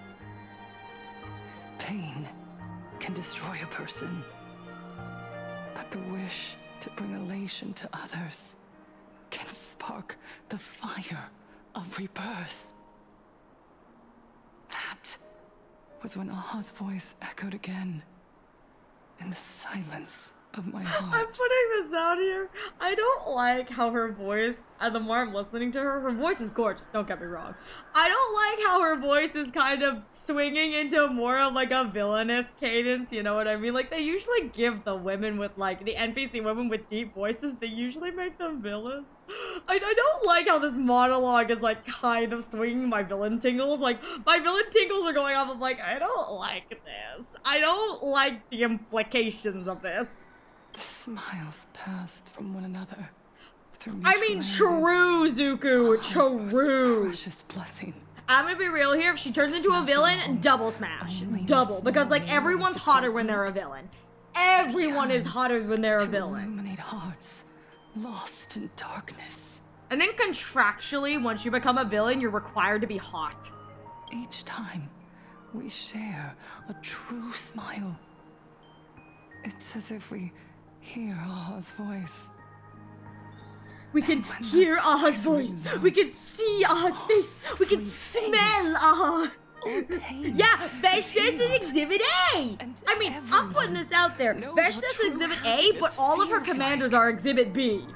I mean, have you seen her commanders? Have you seen her commanders? Even my boy Quenzile is hot. Maybe not in the traditional sense, but like, Quenzile lays eggs. What's hotter than eggs? What's hotter than a little empreg?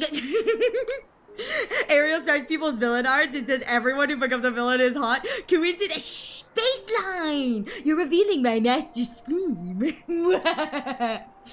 It's just my desire to make the world a hotter place. I am Nanook, reforging all into being contractually hot villains. That's why the Research Society of Happy Smiles was founded. I will share this divine smile with all of you. That's great and all, but like, what happens when I lose my free will? What happens when I lose my free will?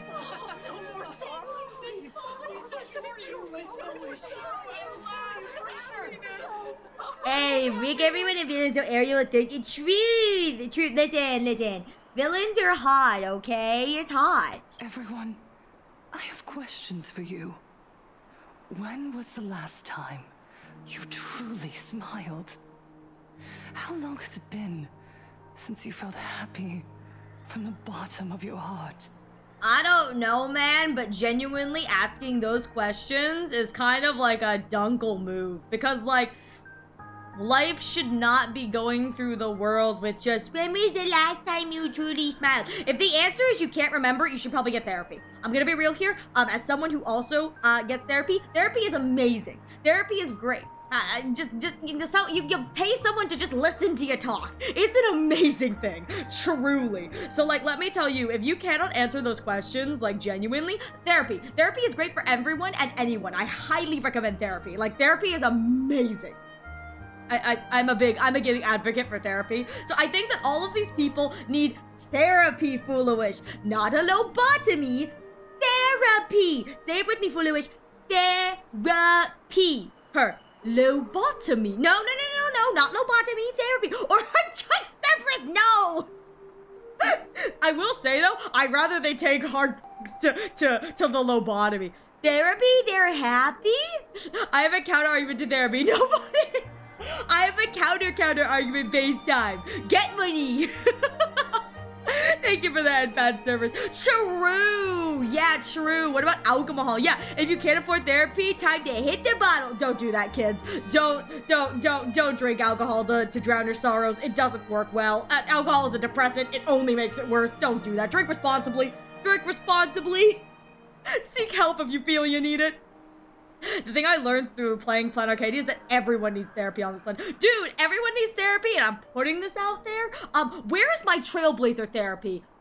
Like, when does the Trailblazer get to sit down and unpack everything that happened in Amphorius? We just like threw ourselves into this. Where is my therapy, you know, post Amphorius? When do I get to talk with a therapist about the harrowing traumas I experienced in that land? Oh my god. Yeah, if you're a bummer, stay off the sauce. Yeah, just one sip of alcohol, it's too late. I get sick when I drink alcohol, so I'm safe. I get really sick, like one sip of alcohol and I get really, really sick, so I'm safe. Exactly, even Nanook needs therapy. Can you imagine if Nanook uses their Lord Ravengers as therapists? It's like, I desire the destruction of the universe, Sephiroth. Blemished one, are you alright? No. I desire the destruction of the universe, Sephiroth. Sephiroth, blemished one, do you wish to talk a little bit? It all started in Advalum. It all started when I was 6 in Advalum. And there I ascended. Sephiroth sitting there like, you don't pay me enough for this, boss. You don't pay me enough for this. And then he gets into that like sad drunken thing, and Caslana won't love me. It's like sobbing. It's like, why won't Caslana love me? I gave him everything. Why won't Caslana love me? Yeah, I don't pay any of you, exactly. It's freaking Sephiroth like, I don't get paid enough for this. Ask per mod. We don't get paid at all! Fine on. And now you know why I don't want to join you guys! It's like, at least the Flame Chasers pay me! Oh my god, it'd be very funny if you played on a skip for therapy with different Hoyo characters. You'd be like, TikToks! No, man, I don't think there'd be a suitable therapist. None of these Hoyo characters are mentally stable.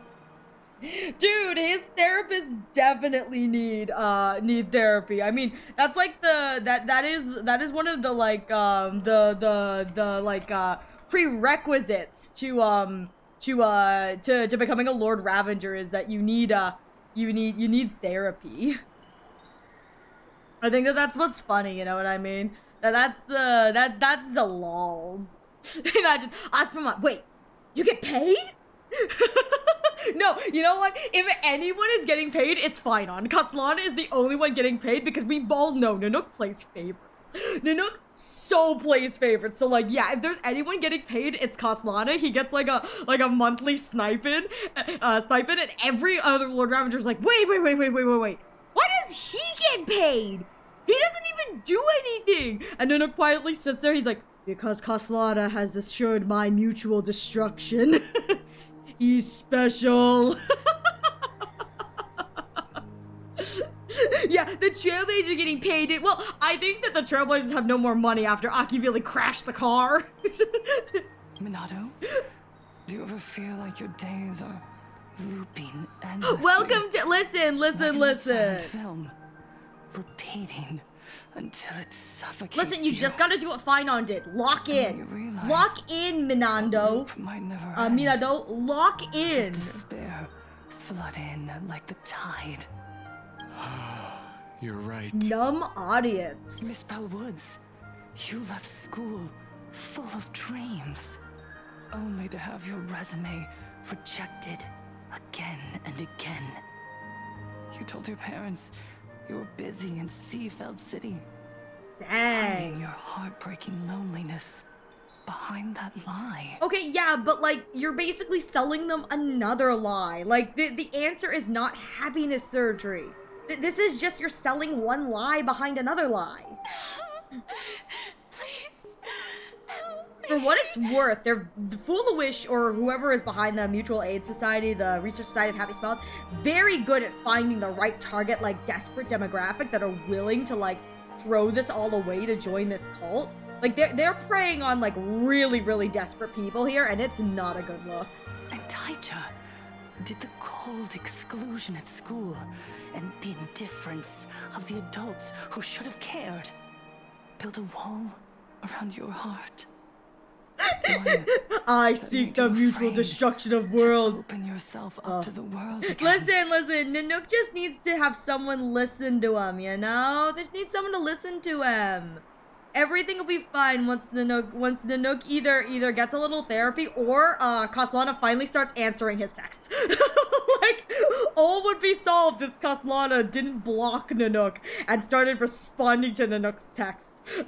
We'd all be so much better off for it, except for Minor, you know what I mean? Yeah, You got my train gas money? Stell says no. I'm taking your ass back to Emporius! Like, no, not back to the cycle!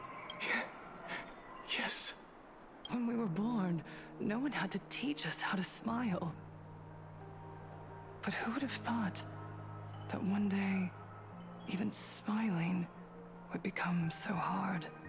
I'm gonna be real here, and this is just me being real, but it's like, Gonna be honest here, this is not the way. Like, this is not the way. They're basically taking their depression and covering it up with another drug. Like, this is not healing.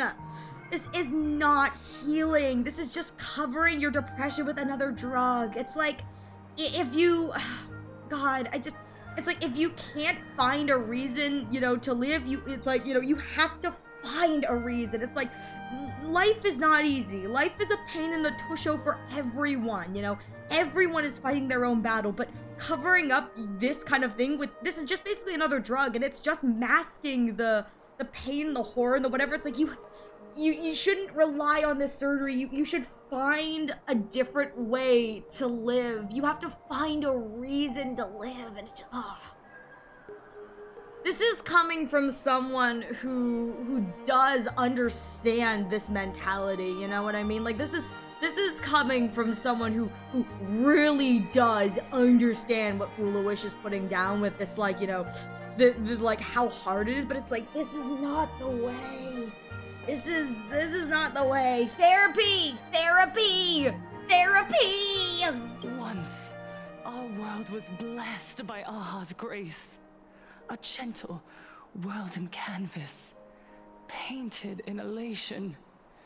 For centuries, humans and Imaginaes lived freely together in that eternal haven until the Interastral Peace Corporation. Oh, okay. Here is the political message. Here we go. Their so-called interastral civilization. Gotcha. So she's anti-IPC. Their so-called standards of happiness, and told us that life's ultimate joy lies in self-focus, self-indulgence, and self-satisfaction. It's always the IPC. It's fine.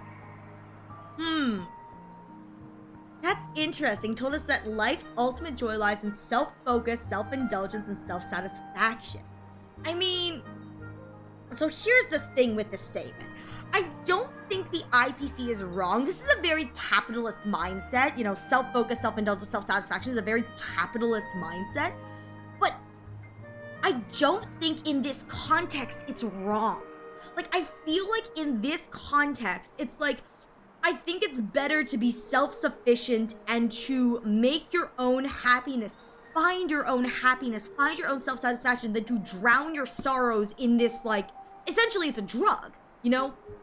This surgery is like a drug. They're drowning their sorrows and hiding their pain within this drug. And I don't think that that's the right option here, because while the IBC is definitely not the good guy morally here, I do think they're right in the fact that it's like, if you want to be happy, you have to find your own form of happiness. Like, everyone's own form of self-satisfaction comes in a different way because everyone is different. And so instead of, chasing after that permanent happiness, you have to find a way to, or at least I believe, you have to find a way to find and make that joy for yourself. Whether that's, working hard and achieving something, or, purchasing or getting something or doing something that makes you happy. You have to find your own form of self-satisfaction, because at the end of the day, if you don't find that, you're just going to be chasing that next high, which is, again, I think what these guys are basically doing with this surgery. It's just another coping drug. Again, I don't think the IPC are the good guys in this either. Like, this is a very capitalist mindset, but at the same time, I think that this mindset is, stop stopping fooling with your logic. Yeah, this is not the way that you should go about this. I mean, it's one of those things where it's like, even if it's hard, I think that everyone should do their best to find their own happiness in life. It's like, if it was easy, I understand that saying that is so much easier than actually doing it. If it was easy, everyone would do it. But you have to find what makes life worth living for you, even if that's something small. Just something that makes life worth living is what makes life worth living. Everyone's answer to that is going to be different, and I don't think the answer is to take away all of your pain. You may feel like it's like, the answer you seek is just to take away all your pain. Hell, I remember when I used to feel like the only thing I wanted was just like an instant button that took away all of my pain. But at the same time, it's like, that's not the answer. That's not a permanent solution. It's just another kind of mask that you're putting up, and you don't even realize how much more that's hurting you. Again, I hate that I'm kind of agreeing with the IPC here, but like, I do believe that, like, at the end of the day, no one is responsible for your own happiness but you, so you have to make the most of the life you're given to find what makes you happy. Find that joy, whatever that, like, may be for you. You know what I mean? They flooded us. I shall find a worm. Yeah, listen, if the worm is what makes you happy, embrace the worm. They fed arrogance and prejudice into our minds through the network, making us chase pleasure for ourselves and forget that true elation is found when we smile together. Okay, I can kind of agree with her here. I hate how morally, like, important it friggin'. I really hate playing Arcadia because it's like, this place is like a haha brain rot on the outside, and then they give us moral quandaries like this, and I friggin' hate playing Arcadia for that, because this is a really, really good kind of moral question. But I do agree with her here with the, like, minds of the network making us chase pleasure for ourselves. I think she's going about it the wrong way, but this is very much so, I think, a commentary on brain rot culture, where it's like the pervasion of the internet is basically, it's like, it has many benefits, but it also sucks us in this mindless loop of just kind of like consumption. That's the point of social media. It is. That's what their algorithms were designed to do. And so I think what Foolish is arguing here is that the mindless consumption that we are falling under takes away from the joy of finding happiness with other people. Instead, it becomes like I'm only smiling because I'm doom scrolling, or I'm stuck in my little, like, internet bubble, where her belief is that true elation is like through connection. It's smiling with people, being with people, hanging out with people, that kind of thing, where it's like we see people like slowly gravitating more towards like being on the internet rather than, because again, meeting people in real life is hard, especially when there's no infrastructure for it. But I think that that's her commentary, is that the, like, kind of IBC culture is bringing in that kind of like a mindless brain rot, and it's driving people towards the internet rather than, allowing them to form connections. Sorry, what is that? I was on the internet. Are you brain rotting? Are you doom scrolling paper? Are you doom scrolling again?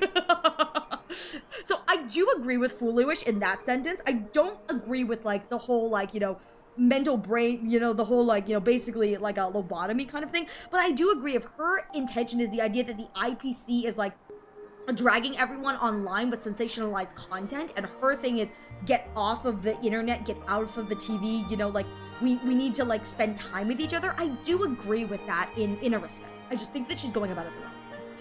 Yeah, because I have to go, exactly. I don't want to I don't want to touch grass. I don't want to touch grass. Wish power has turned into fuel. Credits jingle where heartfelt laughter used to ring. We drown in anxiety, competition, and an endless sense of not being enough. And in all that noise, we can no longer hear Aha's gentle voice.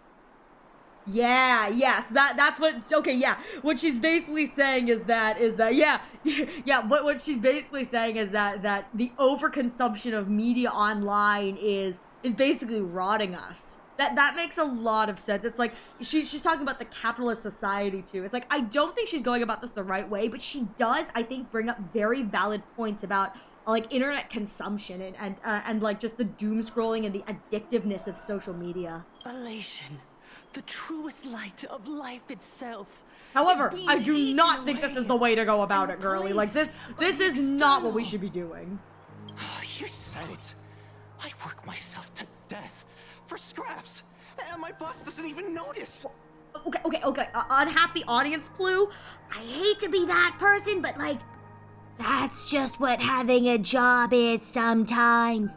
That's just a job. You just have a really shitty boss or shitty manager, and honestly, a lot of us deal with that. So, you know, that's one you just kind of have to suck up. Unfortunately, it's brutal. And those not the J word. Yeah, I said it. I went and said it. They do nothing with their lives, yet constantly judge everyone else.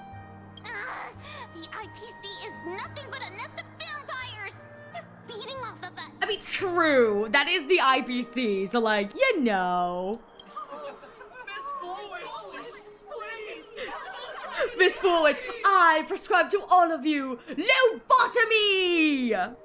Look around you. This land was once blessed by the master of elation. And yet now, it's overflowing with misery. Everyone's chasing their own happiness, but in doing so, they wound others without even noticing. Do you remember the moment I found happiness again? No, not really. This is the first time I'm meeting you, lady. Someone who is suffering just as I was. Smiled. Dang. Rip. With that said, it looks like we've got an ad break coming in the next few moments, so please use this opportunity to get a drink, get a snack, stretch your legs. I will be taking a break as well, so you won't miss anything, and when we return, we will continue on with watching Foolish say the right things and go about it in the horrifically wrong way, because, honest to God, that is the vibe I'm getting here. Like, yes, this is the moral right. However, the lobotomy is not the way to go about this, girly. Like, this is not the vibe. This is not the vibe at all. This is the wrong choice. Like, that's not gonna stop her. Tee-hee-hee. Oh my gosh. Exactly. All they need is a little bit of lobotomy, and they'll be fine. A little treat. Just a little lobotomy treat. You know what I mean? Just a little special treat. It's the world's worst thingamajig. You know, world's worst thing.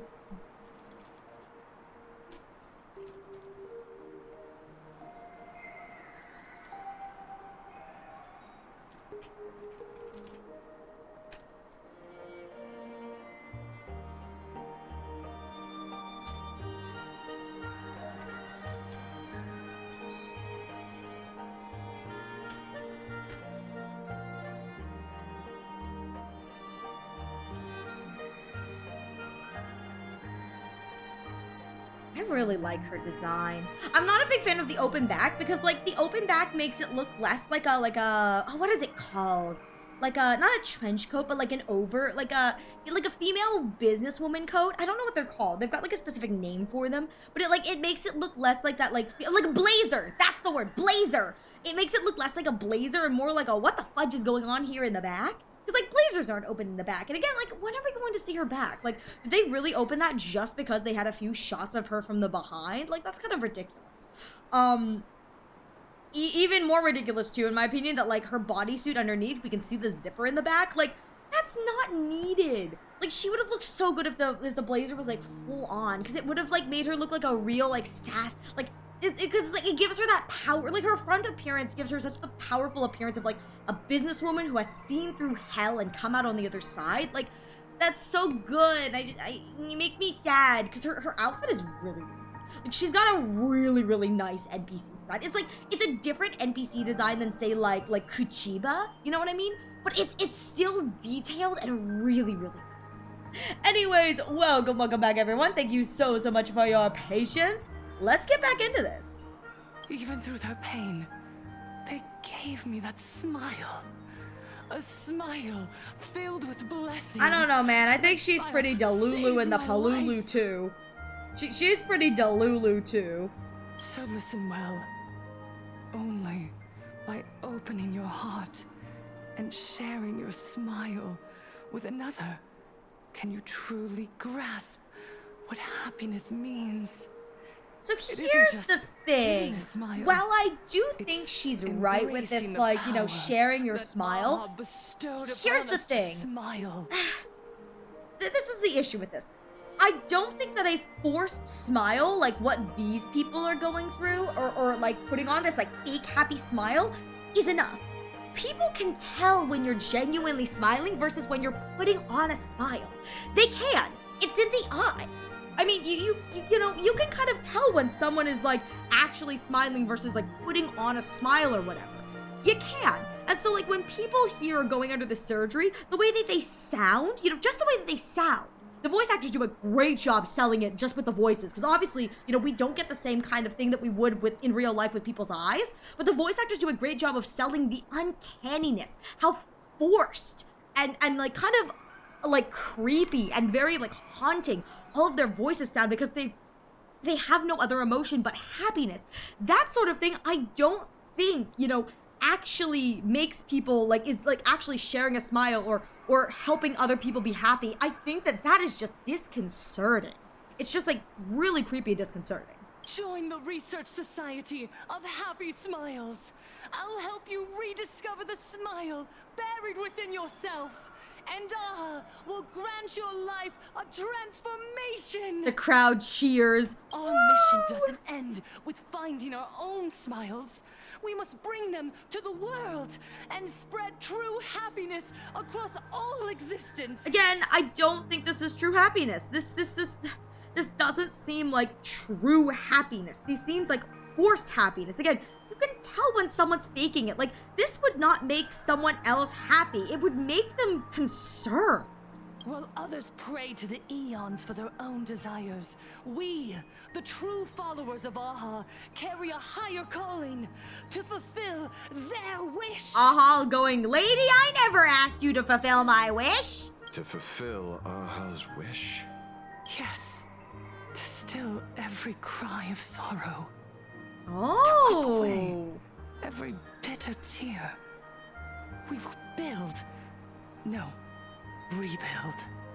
A world where smiles never fade and elation never dies. I'm gonna be real here, I don't think this is what Aha wants, but what she doesn't realize is she's basically building a prison of nihility. We've talked on stream about how nihility and elation are basically two sides of the same coin. And we even see it with the fact that some of these people who undergo the happiness surgery, eventually everything fades. Joy fades and it becomes monotonous, because if you're only feeling the same thing, is that not the same as feeling nothing? If you are only feeling one emotion, is that not the same thing as feeling nothing at all? So elation and nihility are two sides of the same coin. Too much of a good thing is too much. And so I feel like what she's basically creating is a prison of nihility. It's like she's not creating a world where smiles never fade and elation never dies. She's just creating another form of prison. It's not eternal happiness, you know? It really isn't. To these people, it may seem that way, and for the first, like, long while, it may feel that way, but eventually it's going to get dull. That is so disconcerting. Oh my god. They did a great job with the laughter. That's so disconcerting. It sounds so wrong and forced. At the end, you just hear what someone go. She's so far gone, it's hard to make sense of it. Then let's not overthink it. Let's talk to her directly. I want one of these pamphlets. Give me the pamphlet. I want your silly pamphlet. Alright, here we go. Miss Fullwish, I'm Kuchiba from the Department of We just, like, Defense. intruded on this, like, ritual they were doing. Ah, I see. You're here about the Sinwish Syndicate case, aren't you? Yes, why do you need it? So, you were expecting us. Yeah, it's like, Oh, I heard the news. The entire Sinwish Syndicate massacred in Dovebrook District. Ah, such a cursed place. I assume cursed means Dovebrook. They may not have been saints, but I still pray for them. May their souls rest in peace. Hey, alright. Oh. How merciful of you. Yeah, Ashvale is sussy and I am too. Though, rumor has it the Research Society of Happy Smiles had a few... Oh, right, we're looking for run-ins with them. rivals for the Regarding Sinwish recruitment, Syndicate. Donations, turf.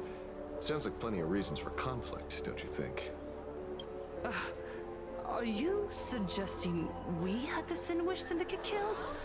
Oh my god, I like the little gasp from all the people. They're like, oh, how could you? Oh my god, she's got a Kudara Osuzuki hairstyle in the back. Whoa, wait, that's not what I said. Ashvale's like, don't put words in my mouth.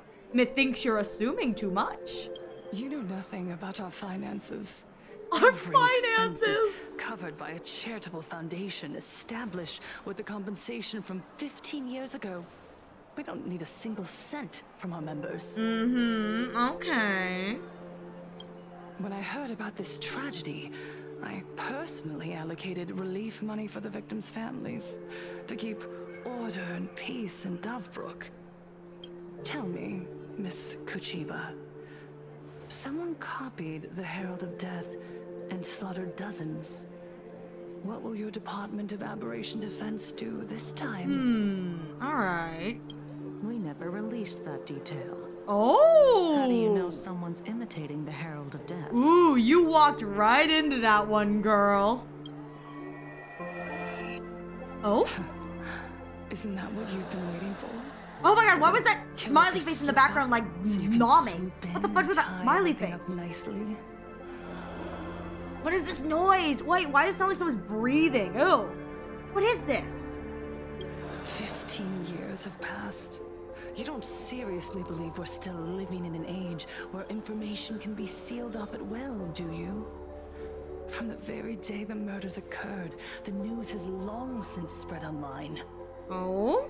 The Sinwish Syndicate paid a fortune for some ancient mask. And the next thing you know, they're all dead. The scene painted red with traces Dang, she's of a just bloody opening this bloom. up to the public. Please pay no attention to baseless rumors. Rumors? And yet you're here. That alone proves one thing. Oh god. The rumors are true. And the new Herald of Death really does exist. I wonder if she's trying to incite a bit of panic in these people, too. Otherwise, why do you suspect me?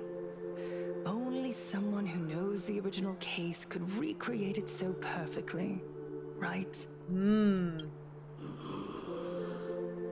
Everyone! Oh god, You what is heard our that? Why is it conversation, looking like didn't that? you? Why is that? Was that always there? Why is it so creepy? The Herald of Death has returned. Ah, she's inciting panic. He's here, in Dovebrook. He's slain the entire Sinwish Syndicate. Oh, He's back to shoot. relive the carnage of the Phantom Moon Games. She's inciting panic. Oh, this is good. Again, what we were worried about, or what we thought, was that the Herald of Death is probably trying to capitalize on people's fear. And here she is spreading even more fear. Ooh, okay. The Herald of Death? Didn't the officials declare him executed? How has he appeared again? He's just a little guy. He looks like a pretty big guy. He's immortal? Yeah, look at immediately how the panic sours everything. He's back for revenge. He'll take revenge on everyone. We're doomed. That's not good. Aren't gang members the very people who steal smiles from others? And isn't the best way to make bad people happy to erase them from... Wow! Wouldn't that be doing something good? This Megatron is so far gone. Aren't gang members the very people who steal smiles from others? Isn't the best way to make bad people happy to erase them? You are basically saying, I'm gonna be real here, this is so wrong. This is an eye for an eye makes the world blind. I do not care for this at all. Like, just, oh God. Oh my God, like, I do not care for this, you know? It's like, yes, gang members may be the very people who steal smiles from others, but if you are then taking them out and erasing them from this world, are you not just as bad as the gang member? Are you not just as bad as the gang member? Or the people, you know, it's like the people who the gang members steal smiles from, their families still live, you know, and they have to bear that sorrow. Would you not just be stealing even more, you know, if you erase them from this world? That's, again, this is an eye for an eye makes the world blind, you know? Just because they do something bad does not mean that you or we should have the right to do that bad thing back to them. That's not, no, it's not good, not good. Yeah, Sister Megatron is right. Those thugs deserve. Yeah, this was very interesting too, is I'm pretty sure all of these people have undergone the happiness surgery. They've lost their empathy. They don't have any more empathy, I think. Because I think most of us here can agree that, like, while what they did is bad, that does not mean that they should have, you know, it's like, just because these thugs may be thugs, they didn't deserve, just because they were thugs, to be brutally murdered as such. Back from the dead? Lies! The IPC kept him alive to wield him as their... Okay, I will say that theory does have some credibility. Like, the IPC would do that. I do not think the IPC has done that in this case, but like, no. They're not wrong. 1000%, the IPC would keep like some sort of like criminal kind of killer or like mass whatever kind of like, I mean, they have a bunch of like doomsday devices kind of thing. They're like, we'll just keep this for safekeeping. Pat. Safekeeping. It's like, sure, safekeeping. You useless officials! 15 years ago, you failed to let him get away, and that's why he's back again now! Ah, yeah, she's stirring the pot against the Department of Aberration Defense. That is not good. What's with that weird moaning? The groaning is so weird. Everyone, there's no need to panic. And now she's going to offer herself as a savior, isn't she? Remember who you are. You are those who live beneath Aha's brilliance. Yeah. Who have claimed happiness and cast off the shackles of suffering. Yeah, she's putting herself now here as the hero.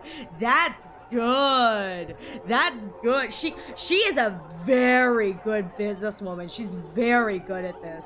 I mean, look, it's like she's immediately turned the public opinion poorly against these two and the entire Department of Aberration Defense and posed herself as the hero who should be praised and like, you know, you can believe in me, you can trust.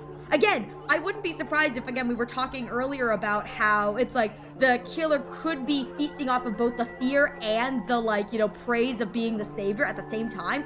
Fuluish seems like a very good candidate for that right now. Once the Herald of Death fed on our fear and tears, that was the source of his power. This art makes her look so pretty. She looks really good. Look at the smiles on the faces of those around you. There is no fear left in our hearts, no tears left in our eyes. All that remains is resolve, happiness, and faith in the elation. Yes, faith in the elation! The elation. I didn't want this! The Research Society of Happy Smiles will protect this world. Yeah, this, ooh. She's really spun the narrative against us, which is not good. The happy do not die. What do you mean the happy do not die? Death cannot touch a heart filled with happiness. What do you mean the happy do not die? What's going on? There's something very wrong about this woman. I do too. Kuchiba looks really, really good in this art. So does Ashvale. They look really, really good in that. They all, characters always look so good in the hand-drawn art. They always look so good. Yes, as long as we're happy. What the, wait, whoa. We won't die. Yeah, happiness, yeah. I am unstoppable! Abe, you should really stop drinking those. I don't have a death animation. What? I am unstoppable! Listen, that's how you really achieve immortality. Don't have a death animation. If you have a death animation, that's GG's, it's over for you. Yeah, whenever someone dies, they're not happy. Exactly! This is like super, super creepy though. And again, you know what's really creepy too is it looks like a flower. So it's like the face, and then it looks like there's like these petals of a flower. That's kind of what it looks like. But I don't like this like very fake happy smile or whatever. I guess that really is like the society symbol, because it's like the big smiles and the petals that were on like her jacket. So it's like the petals on this. It's really creepy. I do not like this. Happiness is our weapon.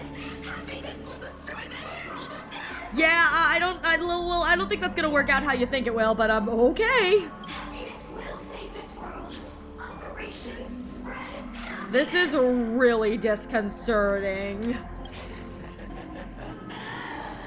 Let happiness infect everyone and spread to every corner of the sky. Make the Phantom Moon smile. Make Lord Aham laugh until they cry for us. This is really creepy. Like, talk about a cult.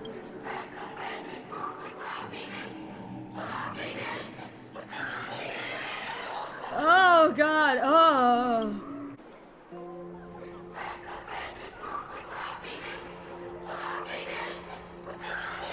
Yeah, this is, not good. Oh, Kuchiba, well done.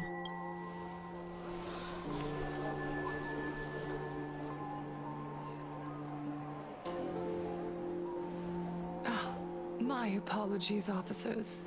I can't provide anything useful for now, but For rest now. assured, I'll cooperate with any investigation from the Department of Aberration Defense or the Security Bureau. And of course, I'll fulfill my civic duty. Alright, Whether sussy, it's the sussy. newly emerged Herald of Death, or the various upheavals surrounding the Phantasmoon Games, the Research Society of Happy Smiles will handle them appropriately. What we protect is the future and the smiles of Plain Arcadia. She's so good at PR, man. Her PR is absolutely on P. Like, her PR is so good. She's very, very good at, like, twisting the narrative. Or perhaps, after all this, you too have felt that yearning within your hearts. Would you like to join us? To embrace eternal No, I don't want to happiness? join your creepy cult. Your cult is creepy. I'll pass. But I've got a feeling we'll meet again. Ashvale being like, I'm watching you, lady. I wonder if he can sense stuff. Oh?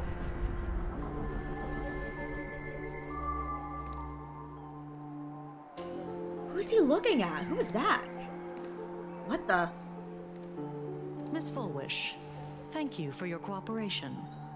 Hopefully, next time we meet, it won't be like this. Oh, that's such a good shot of her. Was that Gray?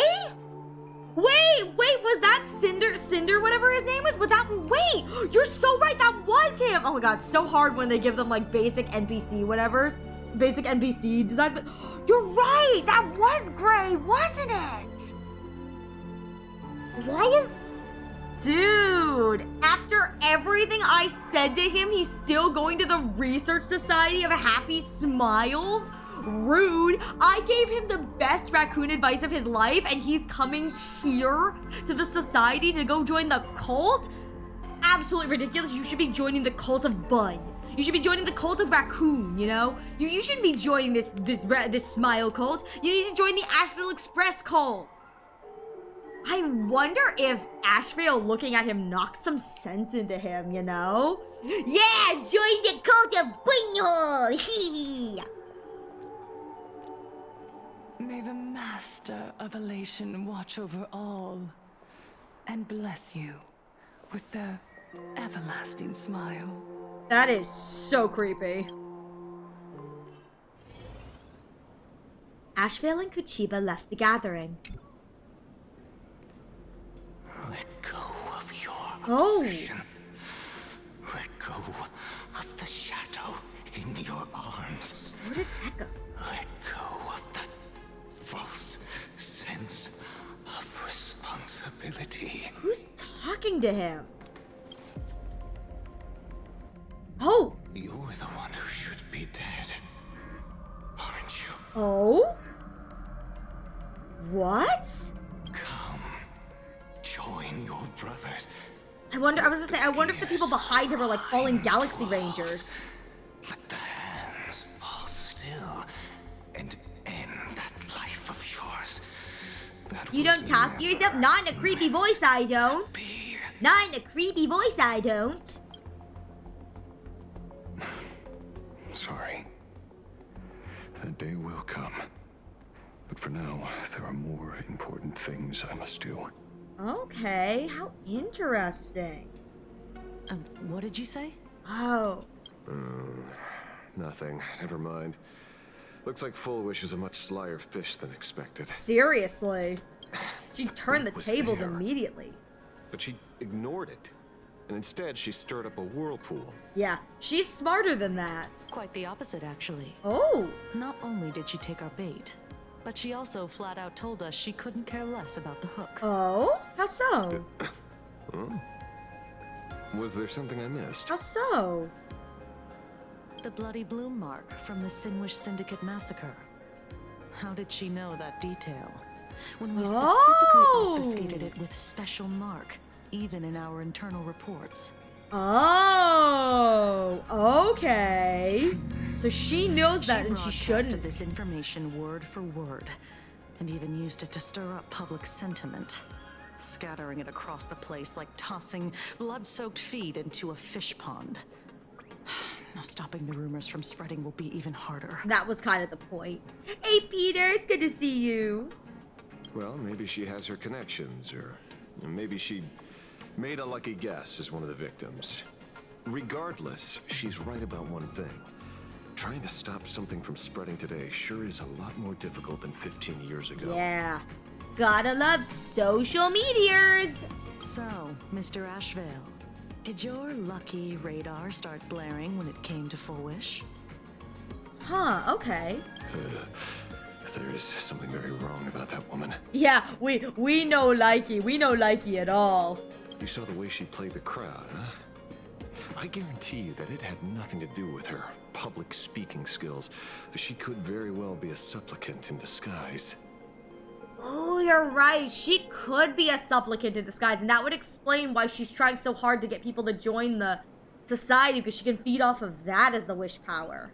Still. However, I don't know how I feel about her being the mystery mask, that the squid we got mask. our bearings in no time at all. So, let's keep our prized fish in the pond for now. Okay. Full Wish is not going anywhere. All right. You're right. It's too risky to make a direct move against a well-respected philanthropist and media tycoon. Maybe we should start with the people around her. All right. There were people from all walks of life at the gathering just now. Workers, suits, students, the elderly, and even Mechatrons. I mean, pretty much anyone and everyone, huh? Judging by their crazed enthusiasm, I highly doubt they'd be willing to testify against Forge. Thank you so much for the follow, Jellyfish Gummy. Welcome. Thank you so much for the follow. How are you doing? But I have my ways. Asheville's like, I have my ways. He's about to he's like, tell me what you know. He's like shaking them violently. Oh my god. Or he goes the old film noir detective style. It's like puts them in a room with a single light. Like, tell me what you know. They're like, how did I get here? Mr. Ashvale, what's going on? I'm good. How are you? I'm doing great. I'm getting into the meat and potatoes of the 4.1 story, and I'm having a great time theorizing about the Herald of Death. Mr. Ashvale, coercive interrogation is strictly against the rules. Please refrain from doing it somewhere I can't. She's like, just don't let me see it, man. Don't get the wrong idea. I meant an old friend that I spotted at the gathering. Oh! By the way, ever watch Daybreak Squadron? It's on Sunday nights at 8. Dude, I love that, this is showing that Ashvale canonically likes, again, I think Daybreak Squadron is it's not like a kids TV show, but it's a kids TV show, if you know what I mean. It's not like a show for adults, per se. I do love that, all over the place, it's Ashvale is revealing that, he watches the detective, the kids detective show, he watches the Daybreak Squadron. I really love that it's Ashvale is pure unemployed. He just watches TV. It's all of the fun kids TV shows. I'm so here for it. I thought you weren't a TV person. Not me. Mr. N. He watches it. Sure. Mr. N watches it. Sure, buddy. Your monkey is quite the child at heart. Anyway, come on. Let's go get an autograph from our heroic film star. Okay. About to confront this man. It's like, hey, yo! Where am I going? Oh, okay, I'm going down this way. Wow. No. Is that him? Oh, come back here! Shh. Come back here. You lost him? Not even close. Hey, why are you two following me? Oh, Cinderbone! We're just two grown-up fans of the Daybreak Squadron trying to get an autograph from Big Brother Magnus. Oh my god, Ashvale's good at this. Ashvale? Don't prank me like that. You really scared me. Oh, does he know Ashvale? Really? Cinderborn, the peacekeeper It of our was city, Gray! vanquisher of evil fiends, is scared of his own fans? Okay. Long time no see, Magnus. Oh, okay, they must know each other. You're not here for autographs, are you? I saw you two at the gathering. I don't understand. Why are you investigating Miss Fullwish? She's been nothing but a kind, lawful person who spreads happiness to has others. Cinderborn taken has he drunk the Kool-Aid? You heard about what happened with Sinwish Syndicate, I assume. Then, was Miss Fullwish telling the truth? Ooh, he's about to learn the truth. You're right, Gray. I'm here to tell you. Ashvale, I am your father. Dad! The perpetrator left the same signature as the Herald of Death did 15 years ago. So, did that monster really kill Mr. Polwave and Costide? Oh, so he knew. Oh, right.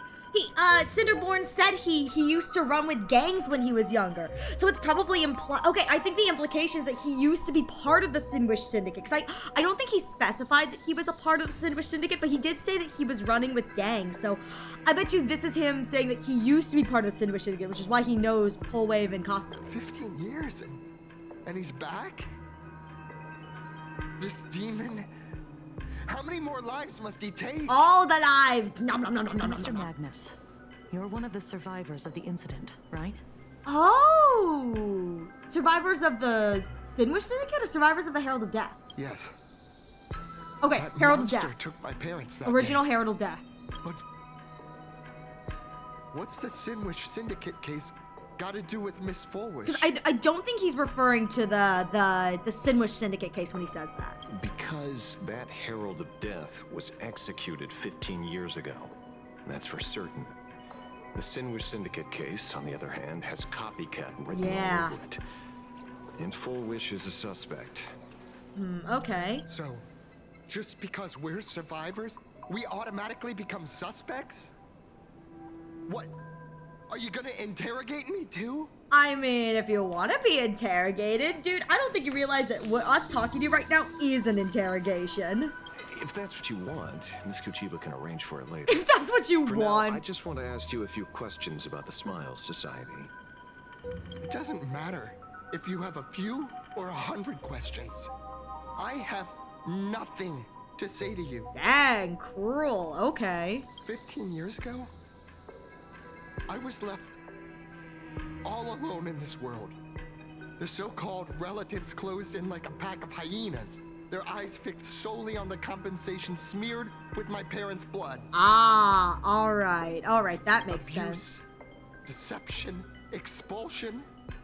To them, I was nothing more than a walking money bag, an eyesore, a jinx. It was the society that gave me the chance to live the life I have now. Oh, has he undergone the surgery then? What about the I don't think he syndicate has. then? I mean, it still seems like he feels If pain. I recall correctly, they took care of you once. Old Polwave helped you deal with those relatives. Yeah, I would say, because we do know he was part of the gang. Listen, Mr. Ashvale, the debt I owe the Sinwish Syndicate will be paid. I will avenge them as a member of the Smile Society, as well as the Daybreak Squad. Okay, so he's a part of the Smile Society. The Herald of Death out from the shadows in their name and see justice served. Ooh. That is my duty.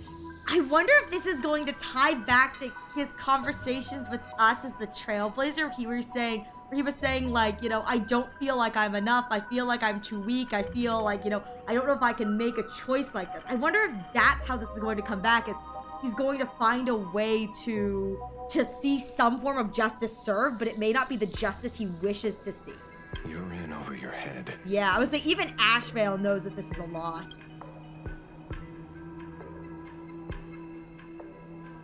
The new Herald of Death is very dangerous. I doubt a handful of actors like you can achieve anything substantial. You think we're just a couple of kids playing superheroes with masks, right? Well, you're wrong. My squad mates and I aren't the easy pushovers we used to be, Mr. Ashvale. That's great and all, but I mean, even Ashvale and Pearl are on high alert, which, again, I don't think that bodes well for, like, quote-unquote normal people. Again, obviously Cinderbone is, you know, he's a superhero, but, like, I haven't had my transformation surgery yet. Ah! But I can already power a Gotcha, Megatron okay. warrior in battle. We are real heroes here. Transformation surgery? So, I don't know if that refers to his happiness surgery, but transformation surgery, but I can already power a Megatron warrior in battle. I wonder if the transformation surgery is something different than the smile surgery. I wonder if it's like the transformation surgery is maybe like them fusing with the mech or something. Boys, let's stay on topic, shall we? Kuchiba's like, enough. I just wanted to have a few enough. words about the society. I have nothing to say to you. Yeah, either, yummy, Miss yummy, Kuchiba. no bottomy. Neither of you are getting God, a word I out gave of this me on guy this. all of my beautiful, beautiful words of encouragement as Baseball Raccoon, and he's about to squander it for a lobotomy? How dare you? How dare you, Cinderborn? I was proud of you, and now look where you've fallen. I signed your trash can, and this is how you treat my signature? Oh. Well done, Magnus. Your Who are loyalty to you? the Smile Society warms our hearts. Who are you, creepo? You're following me? It's like, you're following me too? Not by choice.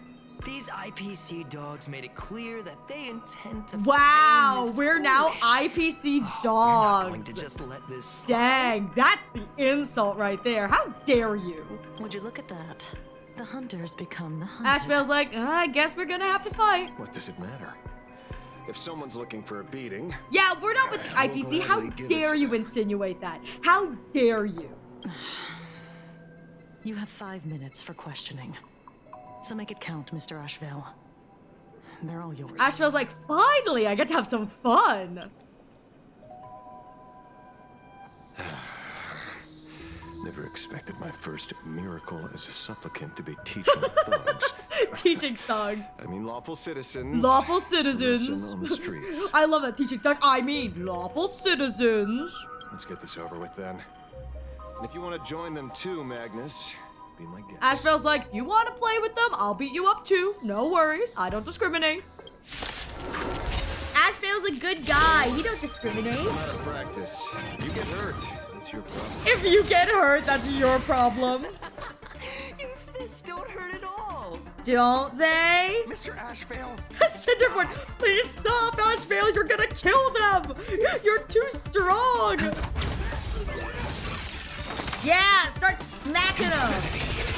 So, this is what we call skill point hell. Welcome to skill point hell. Hooray! Oh, okay, there's Cinderborn. Yeah, bringer. Something, something, something. Watch your head. Yeah, we're not with the IPC. How dare you? Like, can you say anything more insulting? Me with the IPC? Rude. We're all in, boys. I love this team. It's so SP negative. It's the greatest thing ever. Oh, it's so fun. Oh, it's so fun. It hurts a little, but I'm happy. They're laying on the ground like broken bones bleeding out. It hurts, but I'm happy. Like, dude, you need medical attention. We need to get you some medical attention. Cinderborn told them to shut up. Look what happens. Look what happens when you don't shut up. There's something seriously wrong with you all. Ashbel's like, God, I thought there was something wrong with me, but you guys take the cake. Enough! Are you really going to kill them? Nah, I'm just here to get answers. What's the matter, defender of the city? Are you scared? Dang, heck yeah, Ashbel. This is the real Phantasmoon Games, Magnus. This is the bloody truth under the mask of the Elations game. Yes! 15 years Threaten ago, him! at dusk in this city, the Herald of Death tore people apart, one by one. Did he ever stop to ask even once, is it enough? Yeah, no, I'm not gonna kill him. I'm just gonna send him to the hospital. No, listen, Ashbel is merciful. Just a little trip to the hospital. Tee-hee. I know you want to make something out of yourself, like the trailblazer of the Astral Express. And I know you want to catch the new Herald of Death and crush him like a bug, using the same methods he used against the Sinwish Syndicate. But you're not gonna be able to do it like But this. here's the deal. It's not your duty. And the Eonic game sure isn't a TV show where you get to play the hero and save the day. I gotta admit, this is probably a really harsh lesson, but Ashbel is knocking some sense into him, and this sense knock is desperately needed. What's that You sound? mentioned a transformation surgery earlier. Yeah, what's the Are you transformation saying surgery? that all society members underwent some kind of unknown modification? That figures. I was wondering why these people looked like they felt no pain at all. Humming along merrily even as they bled. Yeah. Does It's this have probably anything that to same do with the surgery, the same surgery? lobotomy surgery. What? Cinderborn, I'm not telling you. It's like, dude, you're defeated. The least you could do is cough up some info to the victor, man. Nothing to say? Fine by me. 3 minutes left. Dang, It's Ash long feels enough for you to quick. question them. I love that Kuchiba's like, fine, you get 5 minutes, I'm not looking. She just hears like people screaming in the background. She's like, of course he's making a mess. Time to hurry and get some answers from these people while they're still on the ground. Oh, they're still on the ground. Wow, oh my god, look how many people there is. Oh my god. Wait. Whoa, look at all these people. Wow, I beat up a lot of people. I wonder if I could talk to Kuchiba. You have 5 minutes for questioning. So make it count, Mr. Ashvale. They're all yours. Ah, okay, she says the same thing. All right, you, society member who just happens to still be awake. Hey, lackey, wake up. He's like, wake up! He slaps her a few times, like, slap, slap, slap, slap, slap, slap.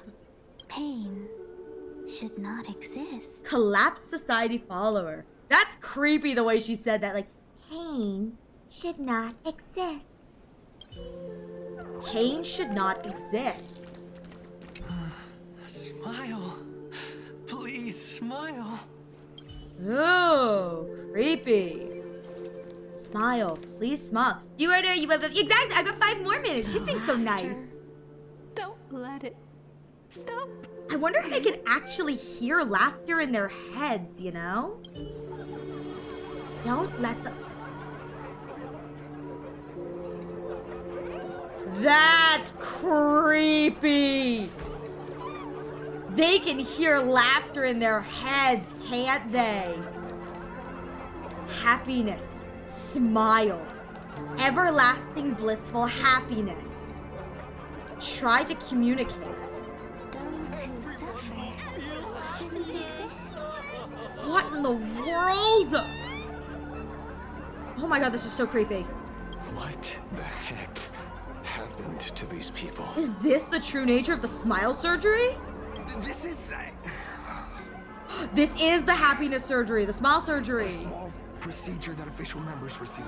They call it the happiness surgery.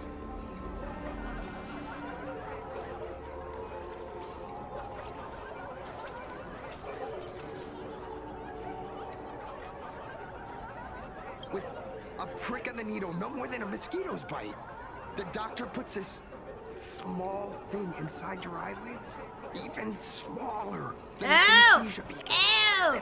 Ew! Ew, it's inside the eyelids! Ew! Ew!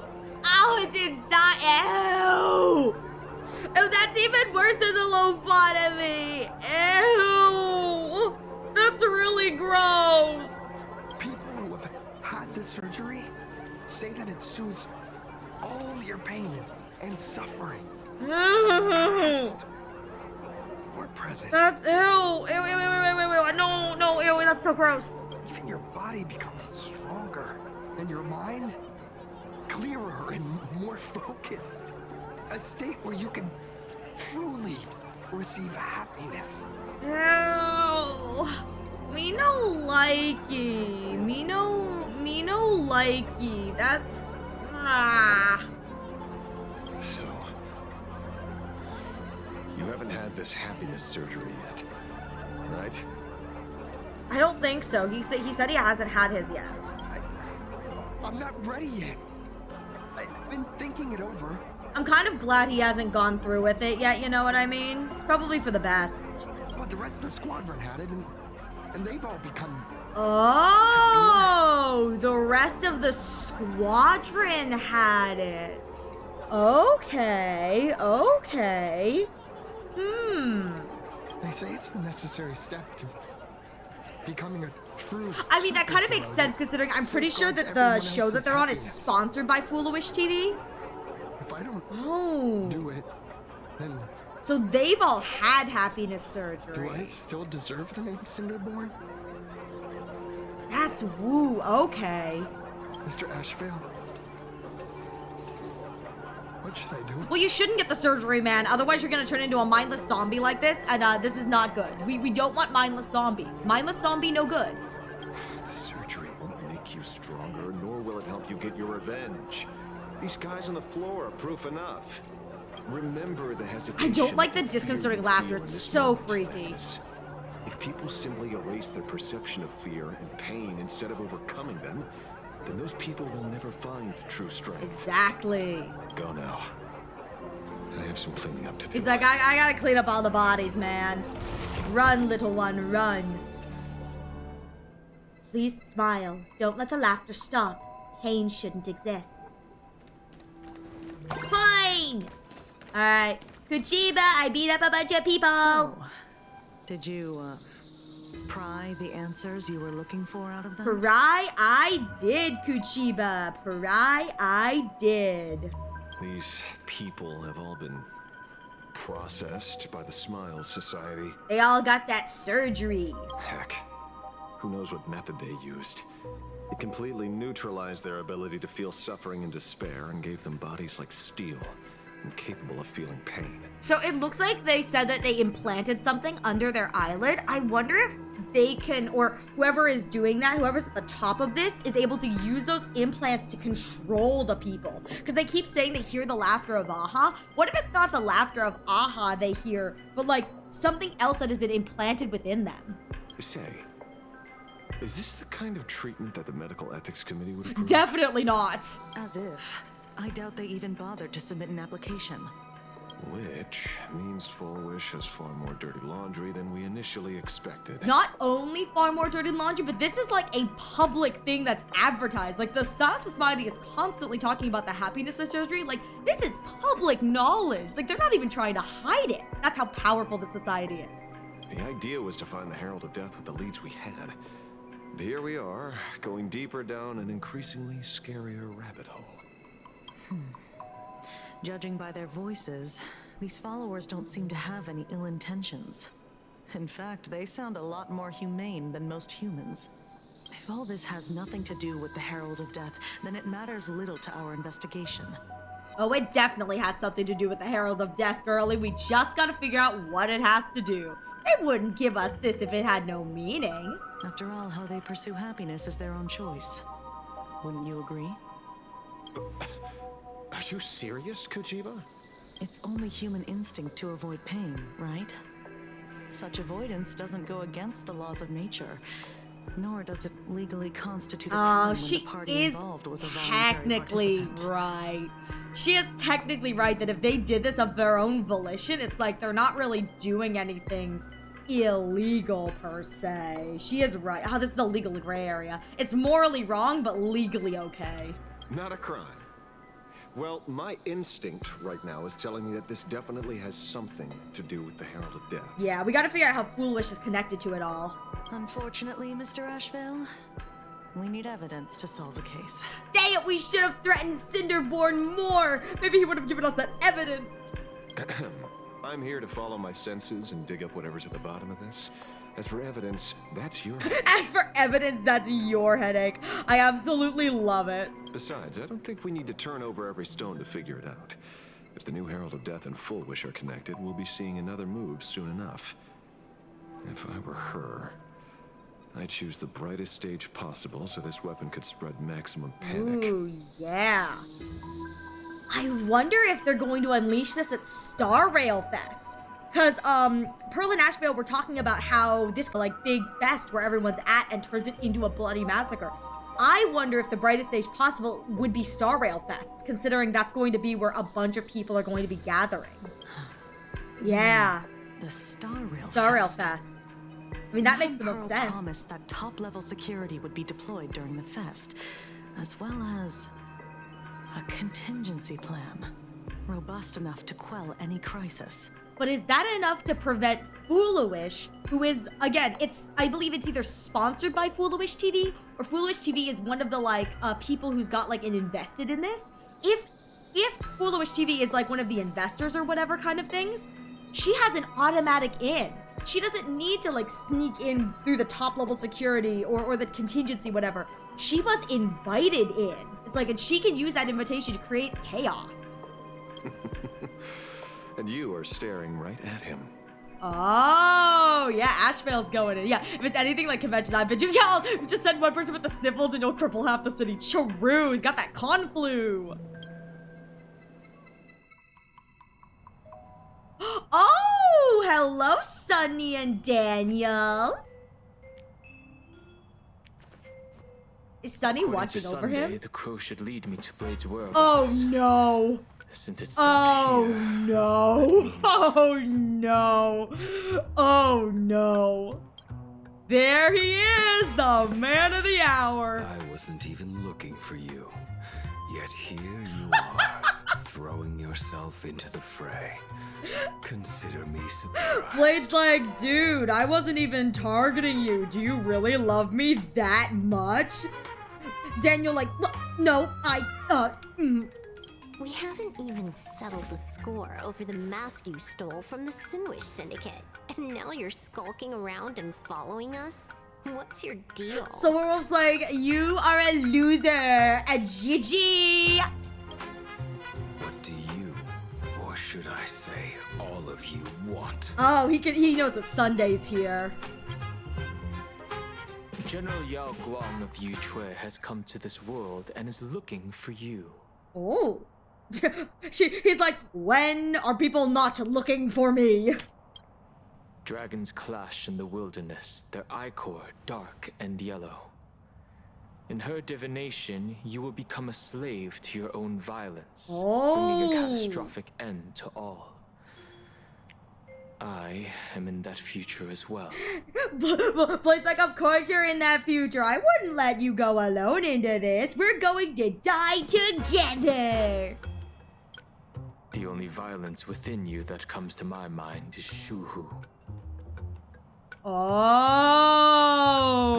Ooh. Oh, we're about to have some fun here, boys. Yo!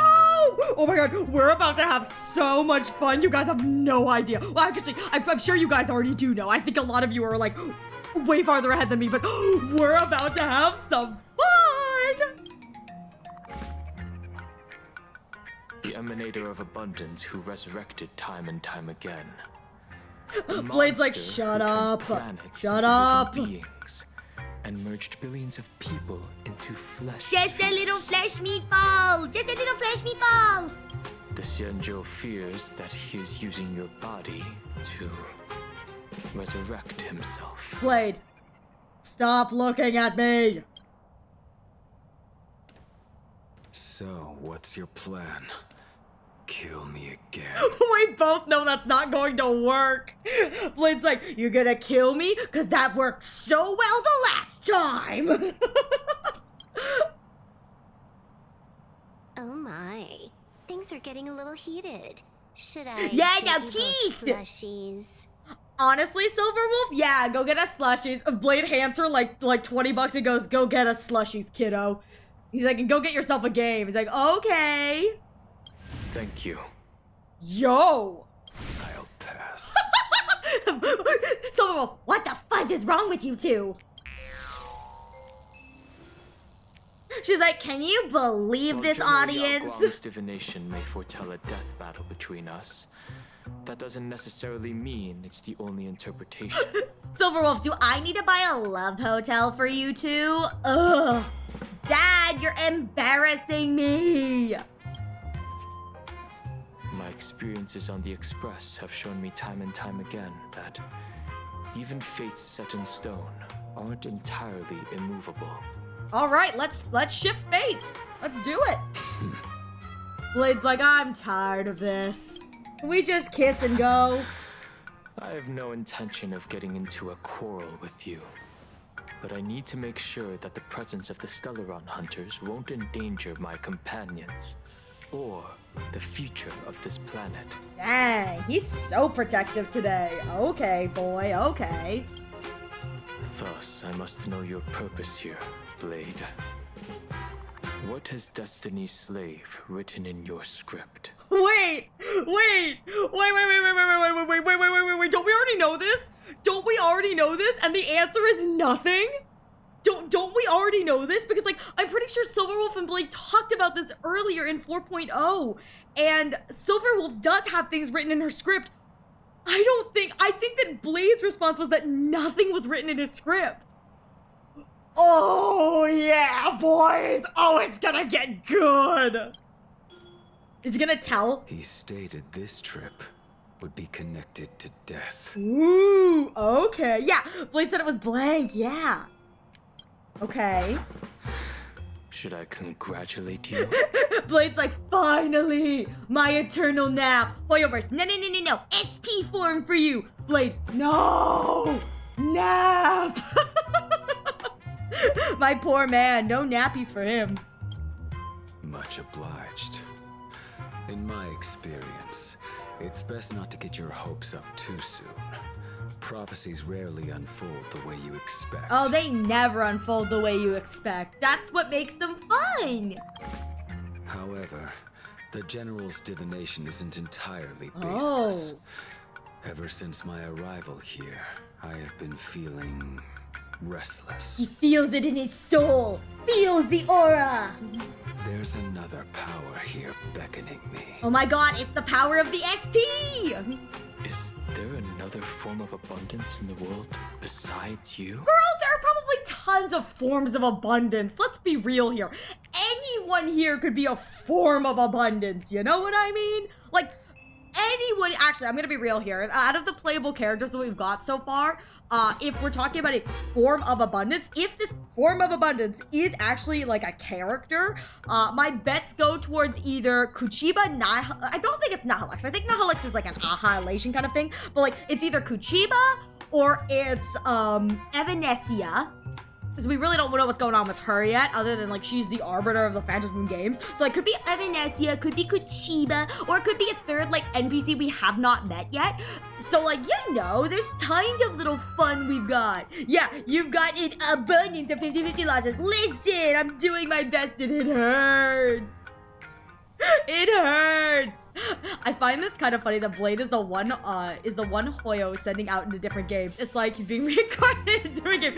Dies in Fort, like moves into the creature chain. Listen, Elio is sending him everywhere on scripts except for where he's actually needed. It's like all the other Stellar Runners are out here doing things to further the finality. It's like, Blade, and my assignment, Elio, go into this collaboration game. Perhaps there is more than one. Ooh, there's more than, so what if it's him and maybe like more than one character? Maybe this is also connected to that Research Society of Happy Smiles Bulldinkle. Are you referring to the disciples of Sanctus Medicus? Or the Elixir Seekers? I'm gonna be real here. I don't think the disciples made it this far to Plan Arcadia. Maybe the Elixir Seekers, but... Something far more dangerous. Ooh, okay, so neither of those. So nothing like we faced in the past. Do they have support from other factions? Are they having this conversation in their heads? Unclear. Oh god, I love this side by side, so good. As such, I'll keep an eye on you until everything's Oh my god! just like you did in the past. Blade just turns to him, cups his chin a little bit, tilts it up, and he goes, I look forward to that. That's as far as I'll go. Hot! Hot! Silver Wolf. Oh god, there's so much sexual tension. Did you just agree to some weird collaboration before me? She's like, stop making out in front of me, Dad! This is embarrassing! I'll leave that matter in your hands, Silver Wolf. I don't get it. That good-for-nothing detective didn't even blink an eye before selling us out to Pearl. And you still plan on working with him? Silver was like, I can't believe you! I can't believe you! And this is where Blade reveals that, like, Ashvale's been around the block before. It's like, I knew him back when I worked on the Xi'an show. Or actually, I think it's the Yu Qing is where he worked, on the Forge. He's like, I've been there before. With that said, it looks like we've got an ad break coming in the next few moments, so please use this opportunity to get a drink, get a snack, stretch your legs. I'll be taking a break as well, so you won't miss anything. I'm going to go until I find a stopping point, and then we will call stream there. So I'm gonna go pee really quickly, and I'll be right back momentarily. Thank you for your patience.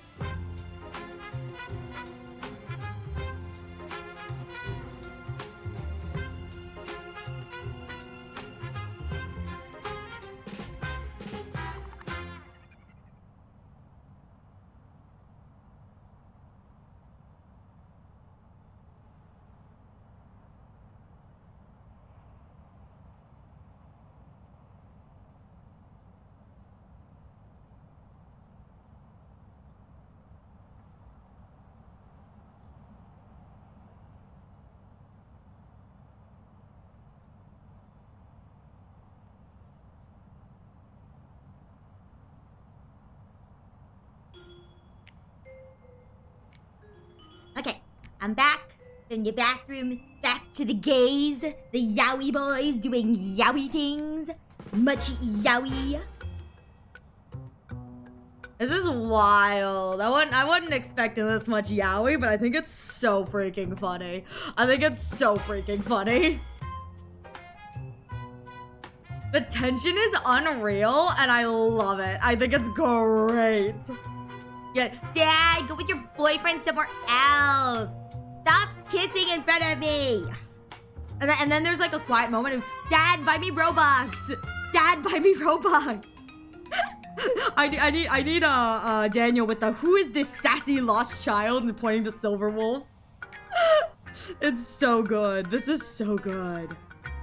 However, I am looking forward to what looks like going to be like a Dan-Hung Blade team up. I'm really looking forward to this. I really like how there's a lot of moving parts here in Plan Arcadia. I'm really enjoying how many like moving parts we have. All right, welcome back everyone. Let's finish up. Oh, there are things only he can get done. Why does that sound so ominous? Why does that sound so ominous? Meanwhile, in Dovebrook District. Hey, you two. Why the long faces? On land blessed by the Master of Elation, frowning is bad I wonder if these are society members. Come on, smile. Whether you're hungry, okay, yeah, Research Society, happy smiles. Or rich, the laughter is with you. Would you be interested in learning about our Research Society of Happy Smiles? Not really, but I think you're gonna pitch it to me anyway, so it doesn't really matter. Thank you. Oh, okay, so Sunny is here with Ting Yun. Okay. Another one. How many people have been talking to us about happiness Sunday's today? like, I'm a little freaked out. It reminds me of the zombies I created in Penacony. Fugue is like, oh, you did do that, didn't you, Sunday? I don't want to talk about it. Well, 6, exactly. He's like, too many people. How many people? Ting Yun, 6. He's like, oh, that's not too bad, but... Locals say ever since the Sinwish Syndicate case, this Research Society of Happy Smiles has exploded in size.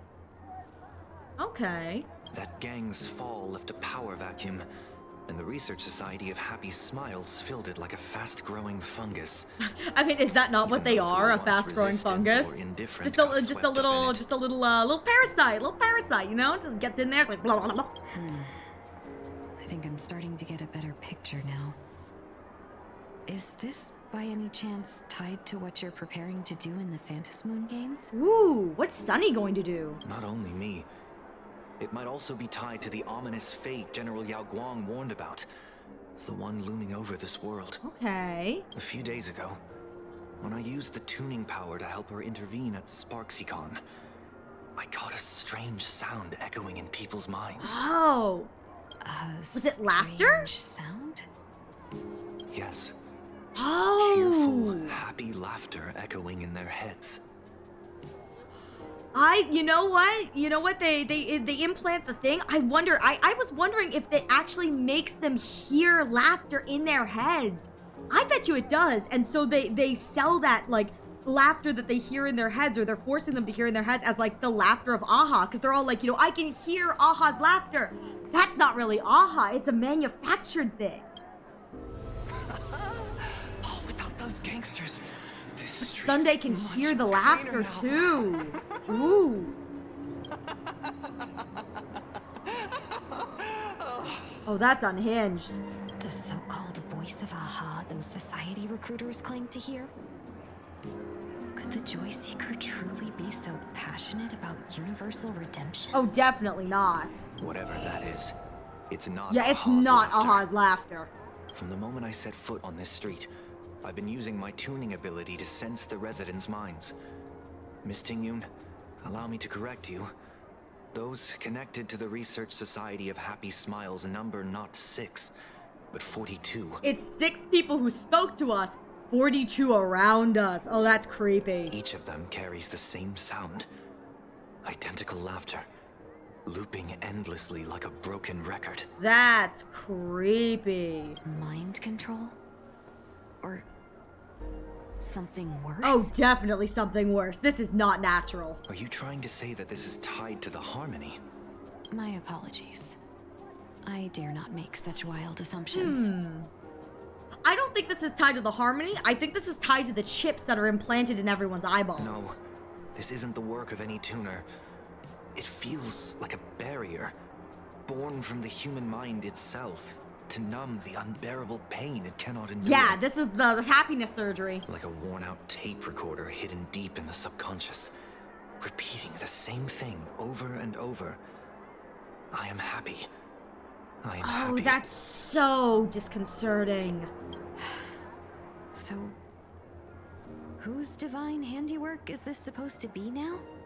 Wherever this laughter comes from, causing so many people to self-deceive in perfect unison while enduring pain is well beyond the capabilities. You know how of a people mere are like, my brain has charitable 6, 7 different tabs open. I can't find out where the darn music is coming. Oh my god, no, that is so true. That's what it's like. I can't find out where the laughter is coming. I had that at one point where I was like, I swear to god, I'm hearing a random Pikmin sound. I discovered that one of my music YouTube tabs had autoplayed the next video, and it was an hour of silence followed by random Pikmin noises. And I didn't realize because I thought I paused it before it went on to the autoplay, but it autoplayed and that's what it played. So I didn't think, because it was silent, so I didn't think it had moved on to the next video. That was so disconcerting. I could not for the life of me find out where the Pikmin was coming from, because I didn't have that many tabs open. I was like, what's going on? Beneath these calm waters, the undercurrents are far more turbulent than anyone imagines. The bad news just keeps coming. Oh, so Daniel ran Daniel's off, gone okay. off on his own, and Madame Yao's completely vanished. Can you still sense her? So Daniel went off to go find Blade, and Madame Yao is probably traveling through time. The bird I entrusted to General Yao Guang has seemingly gone silent. I can't share its vision anymore. Interesting. I can't even feel her thoughts. I wonder where she ended up then. But I know it hasn't faded. That means she's still in this world. So I wonder where she displaced in time. Wonder where she went. She returns soon, with some news to pierce through all this fog. Otherwise, this Arcadia built on happiness will crumble fast and fall into the abyss. Oh, back to the Trailblazer.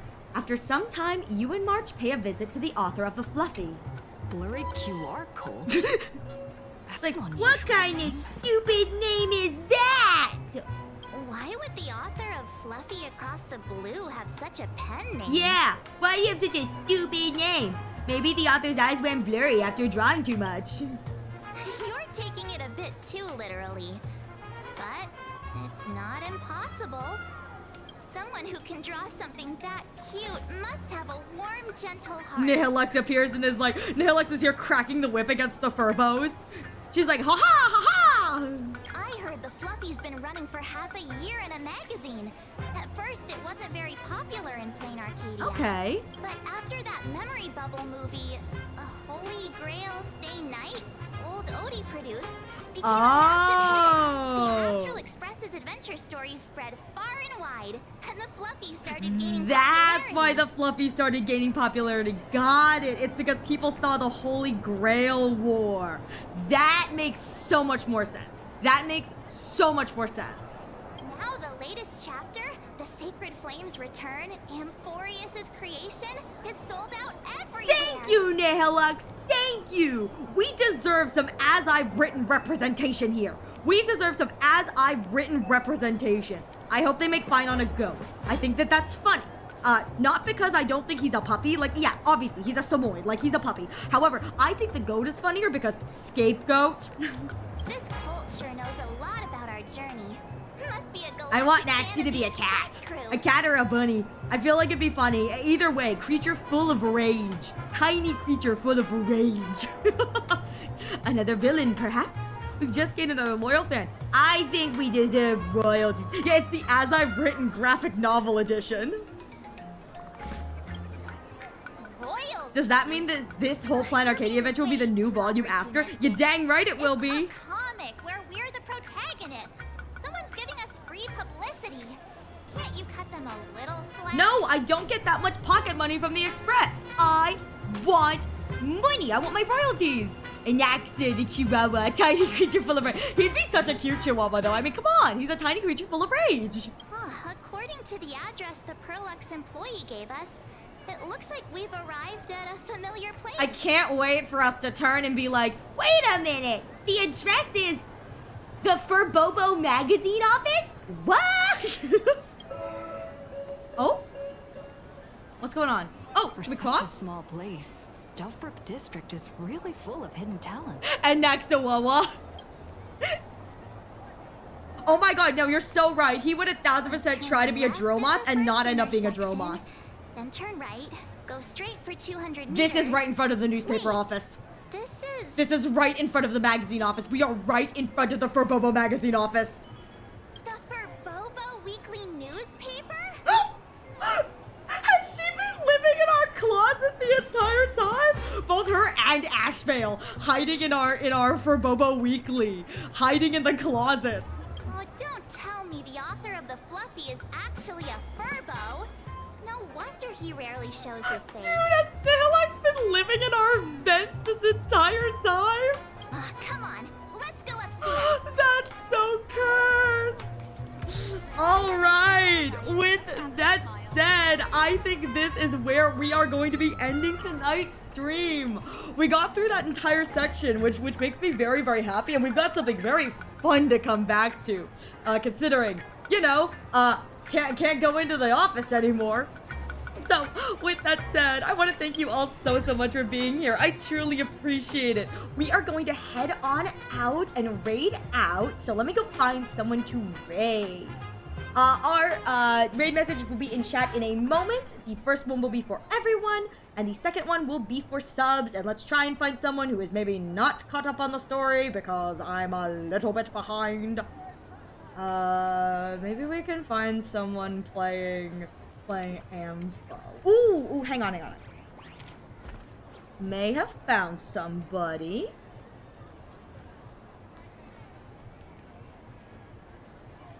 Okay, hang on. Okay, let me see.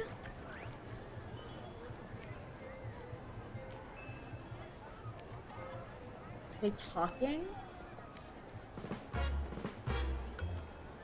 Okay, this person is currently in Amphorius. And I believe it looks like they're in